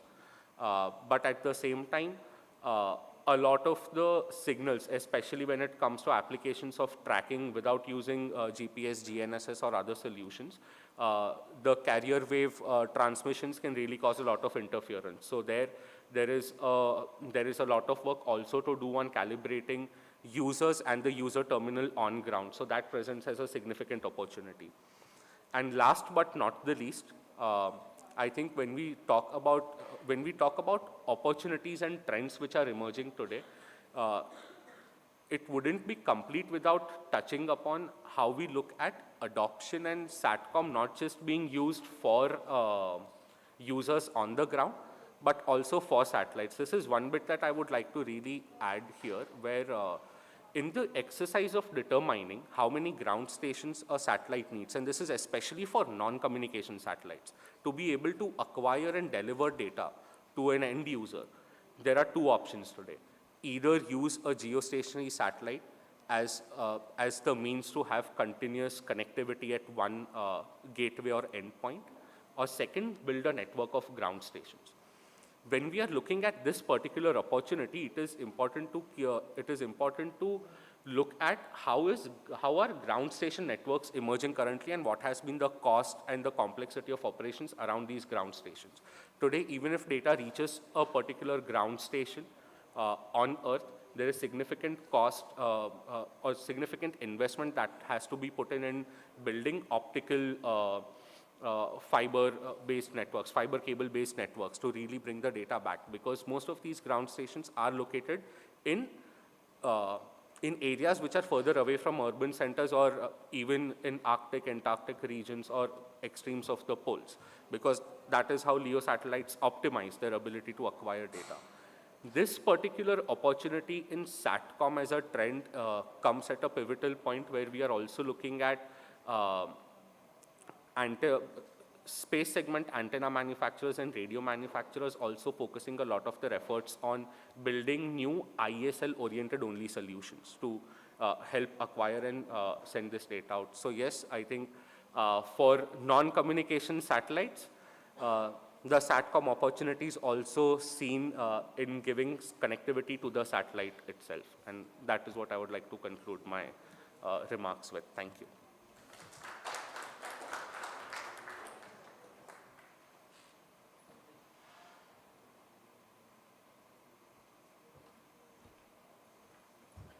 Thank you very much indeed, sir. And now, ladies and gentlemen, finally, I would like to invite Mr. Tarun Chitkara, who is the Vice President Regulatory, Bharti Airtel and OneWeb, and serves on the Executive Council of EC of COAI and ISPAI. With over 25 years in public policy, Sir specializes in telecom licensing, M&A spectrum, and economic regulations. So let's welcome our last speaker of the summit, Mr. Tarun Chitkara.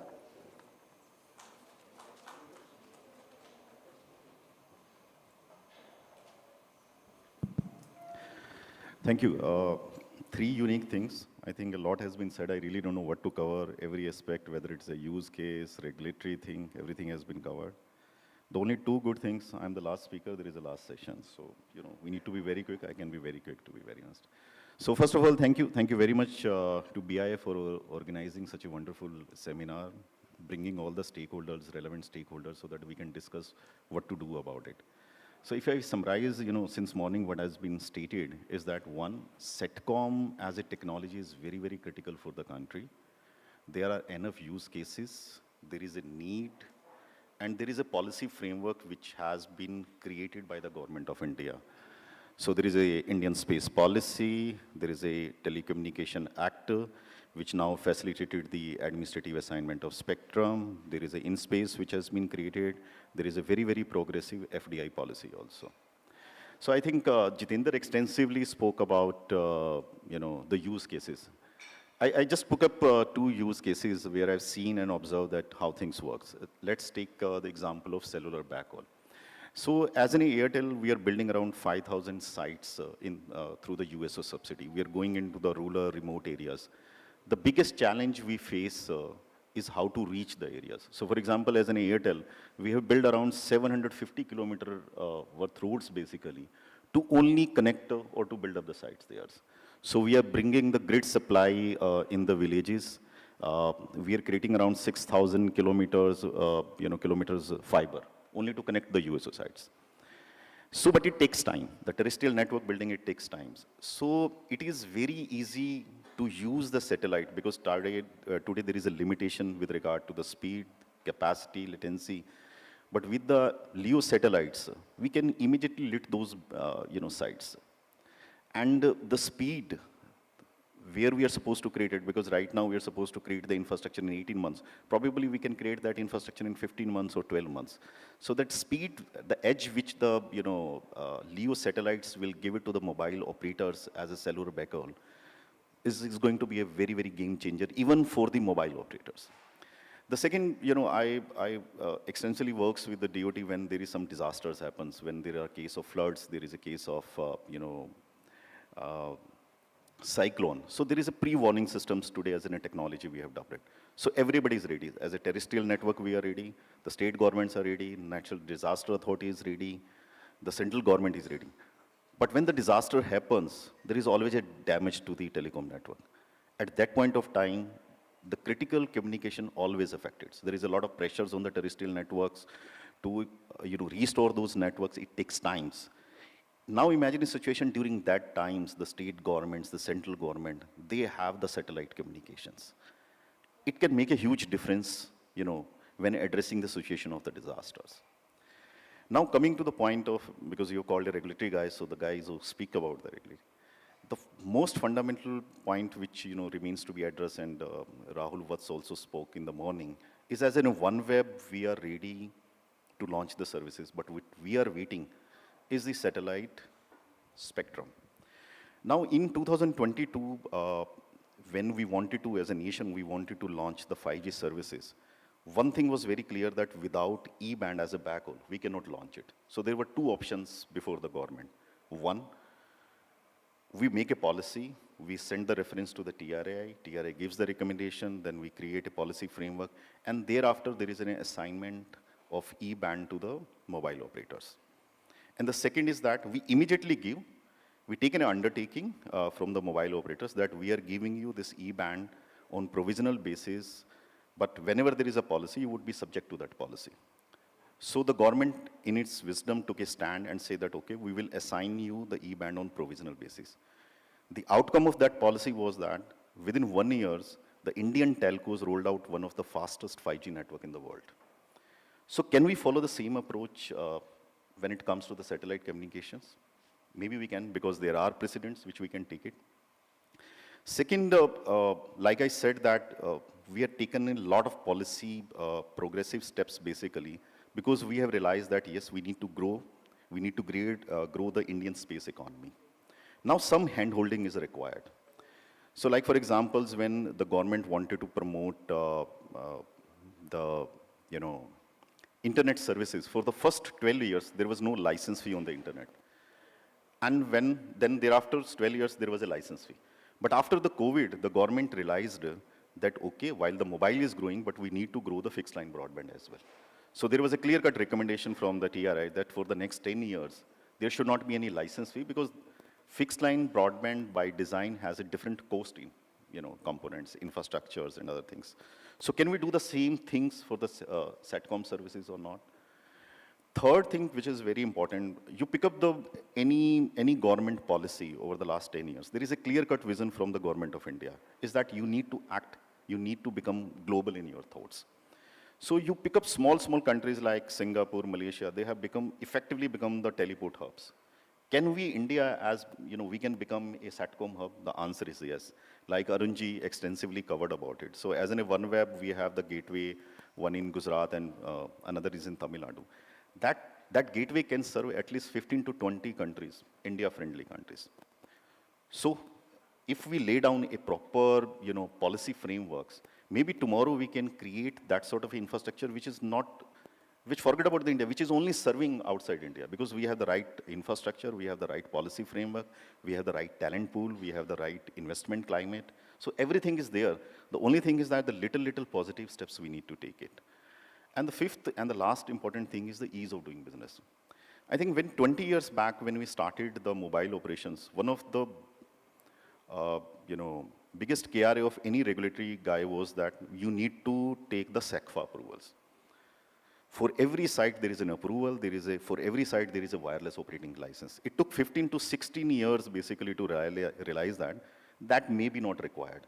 Or we can convert that prior approval to a deemed approval. And we did that, and nothing happened, to be very honest. Now, let's take an example of the Satcoms, basically. So today, like, for example, if you create a terrestrial network, as a terrestrial network, we are dealing with 2G, we are dealing with 4G, 5G, we are dealing with different spectrum bands, whether it's 800, 900, 1800, 2100, 2300, 3.3, 26. We are dealing with the unlicensed operators. But when we want to launch the services or when we want to create the infrastructure or the network, we don't go to the government to take some sort of a prior approval, how I'm going to create the infrastructure. But in the Satcom, we have to do that. That is something, which came as a surprise to me as well. Or for example, there is a process, where we need to take multiple approvals, basically. Now, I can understand that there is a lot of data which would be required by the government of India. Maybe they don't want to deal with the, interference issues. But can we create a scenarios where there is a standard set of the data, you need it, I give it to you whenever I want to launch the services or whenever I want to launch a particular UT. And if for next 15 days, if I don't hear from you, then there is a deemed approval. So that, because the space, the scale at which we are discussing that the Satcom has to grow, maybe we need to review the existing policy, while definitely, the DOT has done a lot of Satcom reforms over the last 2 years. But I think a little bit more can also be done if we have to achieve the aspirations which we have already set for ourselves. Thank you.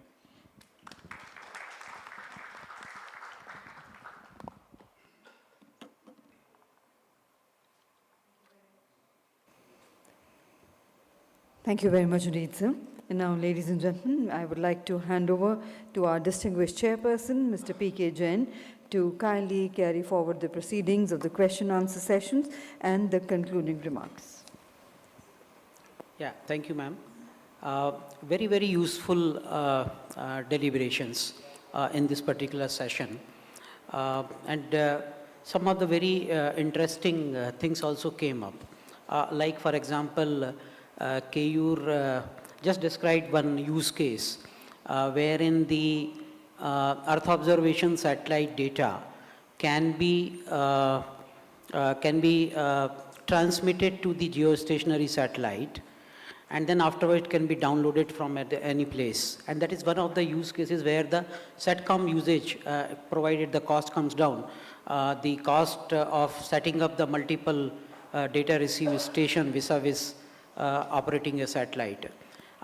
This has been already in use, the inter-satellite communication. In fact, ISRO has been using some of the satellite for taking the data from Antarctica and, of course, for the human space flight and other. But this is a very good use case, and provided again with the caveat that if the cost comes down and then the things become viable.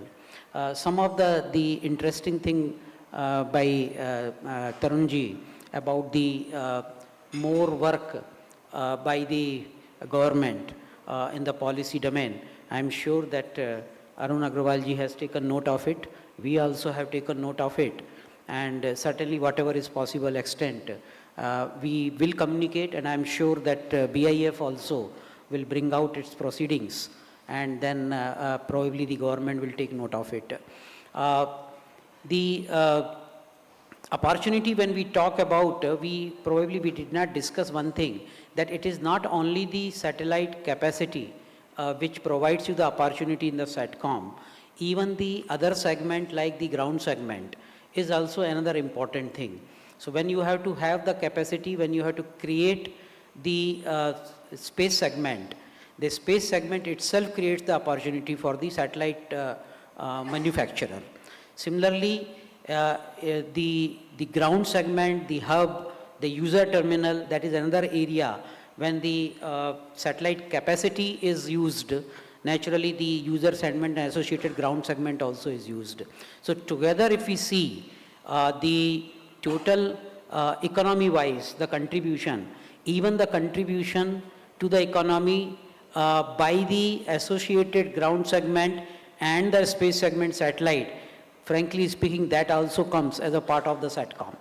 Of course, when we talk about our in-space vision and all, we deal with them separately because the satellite is as a separate vertical where the Earth observation satellite and communication satellite also comes. But when it comes to the opportunity, there are plenty of opportunity. There is an agreement by all of us. There are challenges. Probably we have taken, of course, the note of it. There are going to be the solutions in coming years with respect to spectrum, with respect to coexistence, some of the things in the government domain, some of the things in the ITU domain, and some of the things in the industry domain. So everyone has to work together again for the common goal of providing the ubiquitous connectivity to every nook and corner of the India. Thank you very much for your patience. Thanks a lot. And thanks BIF once again for arranging this particular conference.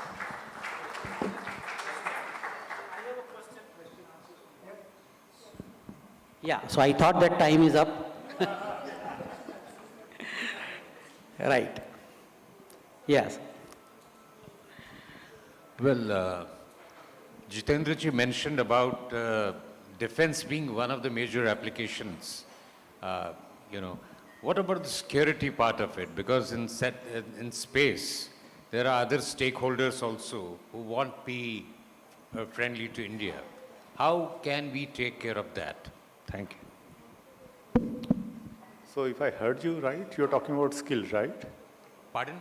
Can you repeat the question, please? No, I was talking, you mentioned that defense is a major application for the satellite communication. Yes. But what about the security part of it? Because there are many nations who are not friendly to India. How about that? I think good that you asked this question, and frankly, this was something in my mind also. And yesterday I was talking to, Khorsab, and we were discussing on this. Exactly on the same topic that when you're talking about India, defense forces, security is key aspect. Because what we have seen, like say in Russia, Ukraine, you need to have some control over it. But see, I think we need to balance it. See, ultimately there has to be balance between cost-benefit analysis has to be there. If you look at India perspective alone, to launch NGSO constellation of its own, may not be that, cost perspective that may not be that viable. But having said that, there are solutions for that. When I'm talking about, like say, for GSO satellites, I was saying that for GSO, capacity used to be couple of GBps. Now, GSO system itself, you have TBPS kind of capacity. And GSO, typically, you require 1 or 2 Earth stations, and you can definitely control it to large extent.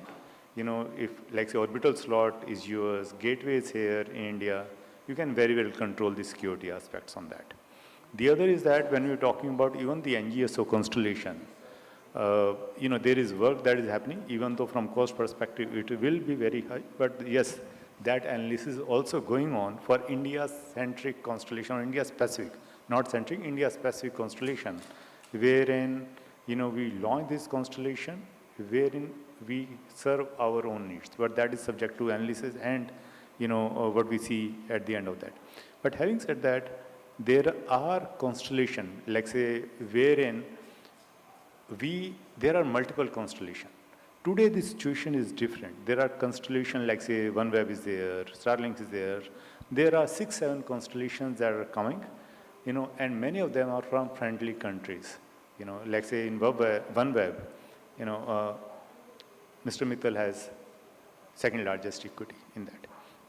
From that perspective, or even from that, these are controlled by European Union, not by, US. So there are different zone of controls. Now you have to spread your risk. You need not to be dependent on one particular country, where you are putting up all the eggs. You are putting up in different domains.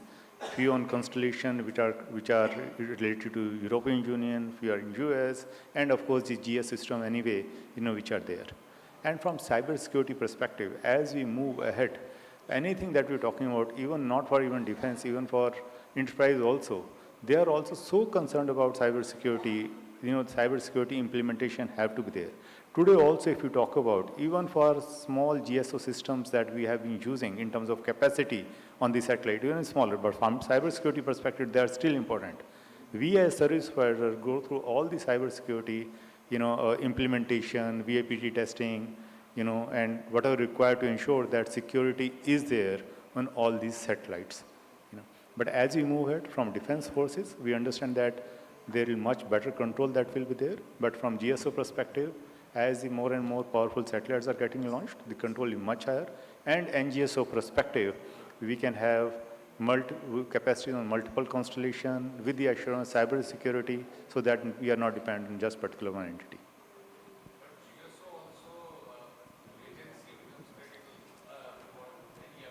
For the defense. Was I audible?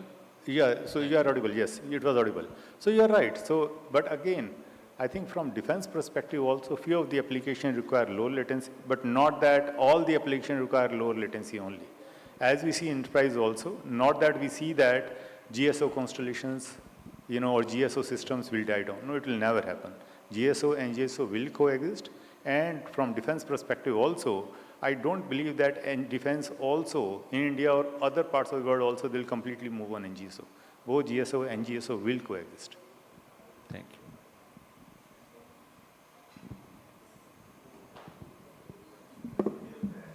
Sir, I have a general question. Up to what extent the Satcom sector is successful to create value-based cooperation and opportunities to attract academia and industry in terms of flexible education, skill ecosystem, and smart manufacturing for the benefit of academia, industry, government, and the society?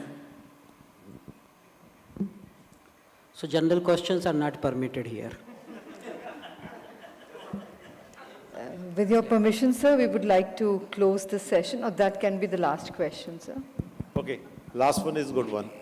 Okay, one data point correction, just reminding, Agrawal sir was telling about it took this terrestrial communication took the hockey stick style in 2005.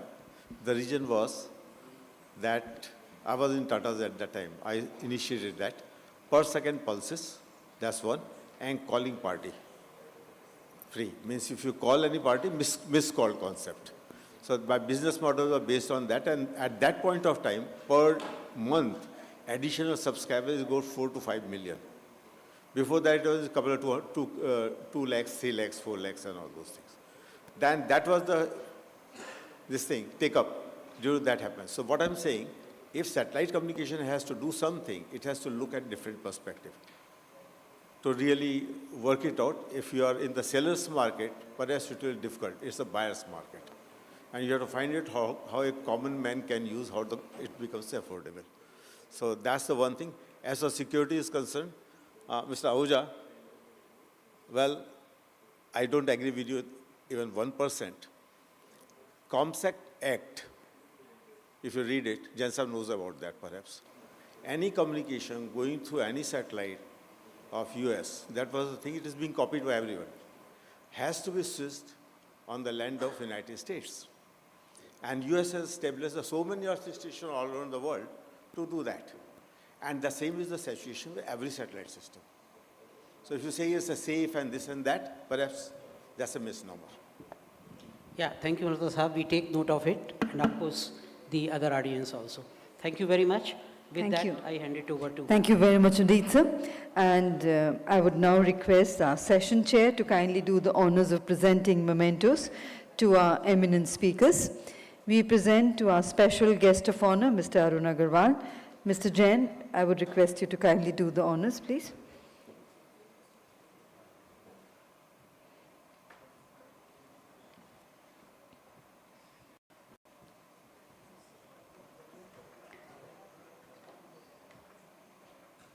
We request you, sir, to also present to Mr. Tarun Chitkara.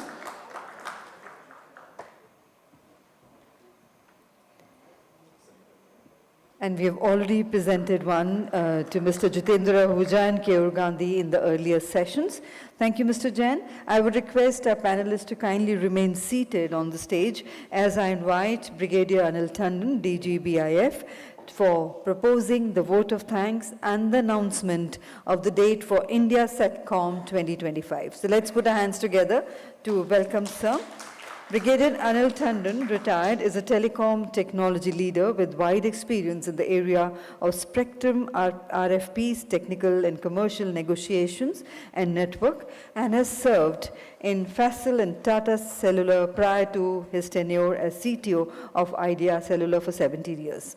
Subsequently, has also been CTO of UK-based MVNO Leica Mobile, UK, has been recognized twice by Voice and Data magazine as the best CTO.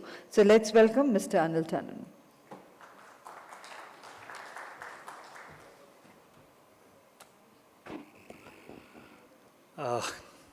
Good evening, everybody. I have this honor and privilege, as well as the responsibility, to deliver the vote of thanks for the entire conference of the day. At the outset, let me talk of the session that we have just had on the innovative and emerging applications of Satcom in the liberalized era. I would like to thank all the participants. I think it was one of the most, if not the most interesting session of the various sessions that we had today. It has to be so when you have eminent speakers like Dr. Jain, Arun Agarwal, and Keyur, and as well as Mr. Ahuja, and of course, coming from the points of the, from the points that Tarun brought out from an operator perspective, and the practical points that he brought out was very good. I think Dr. Jain very clearly brought out how the capacity, what all they are working towards, estimating the capacity, and various user services, etc., very elaborately brought out. And then Mr. Arun Agarwal brought out very clearly, and I think if that was a very pertinent point that he raised, can satellite be a competition, and can we have, like at some in 2004-05, the cellular took over the wireline? Which year will it happen that the satellite numbers would overtake the cellular or become equivalent to it? So everybody else gave it was really a vibrant session, and I'd just like to take 2 minutes to give my experience and what the changes have been. As the CTO of Idea Cellular, when I was rolling out that time 2G, sometime in the years, maybe in 2008 or 9, 3G auction hadn't happened. And when we were to get into these remote areas of Chhattisgarh, etc., then I went through this process of getting the VSATs and putting it up. And we were based in that time in Bombay, I was throughout in Bombay, and the number of trips I had to make to Delhi and make use of Rahul Vats as our regulatory chat here, to be able to get the permissions. And then there used to be something like called an ISOC committee or something like that, the space and DOT committee, which used to, and it used to supposed to meet once in a quarter. Meetings won't happen, and it was a big hassle to get it virtually became a, and then if I wanted to, because sometimes I said I'll go to this location, and very soon then our microwave backhaul would reach there in 3 hops or 4 hops. That's what we had worked out, that what would be a economic sense, that about 4 hops we can afford. And then if we reach there and have to relocate it, again the whole process had to start. So from that time to what I heard today and what I see now, all the liberalization that has been done and the ease that has come in, I'm sure the satellite is out to grow, and it will certainly grow as the years come, and I hope Mr. Arun Agarwal's prophecy comes true sooner than later. So we've had the other 2 sessions also. It's been a very interesting session and engrossing session. I would like to not only thank all the people on the dais. I would also like to thank all the participants who were there in the morning and who have still, some of them who are still here at this moment of time. I would also like to take this opportunity to thank all our sponsors, firstly the OneWeg, who are the platinum sponsors, and then we have the gold sponsors, Amazon and Nelco, and the silver sponsors, Intelsat and Viasat. I'd also like to thank all the government organizations who have given us the support, DOT, Ministry of Information Broadcasting, ISRO, InSpace, and NSIL. In fact, there's so many organizations that are involved, and it's been a great effort by all of us to get all of them together on one stage, whether it was yesterday in the roundtable conference or today at this moment in time, because there is a space segment of it, there's a communication spectrum, there's a communication segment, and there's the also the information broadcasting. We had slated somebody from the MIB to come as a speaker, but at the last moment he had to drop out. I'd also like to thank our event partner, Bharat Exhibitions, and the media partner, Communication Today. I wouldn't take much more time. I'm also supposed to announce the dates for the next conference. Well, tentatively, we fixed it as 4th and 5th November, but it's still a far way off, and sometime towards, as we get closer to that date, we'll be able to confirm and let you know. Once again, thank you, everyone. Have a good evening, and thank you for participating.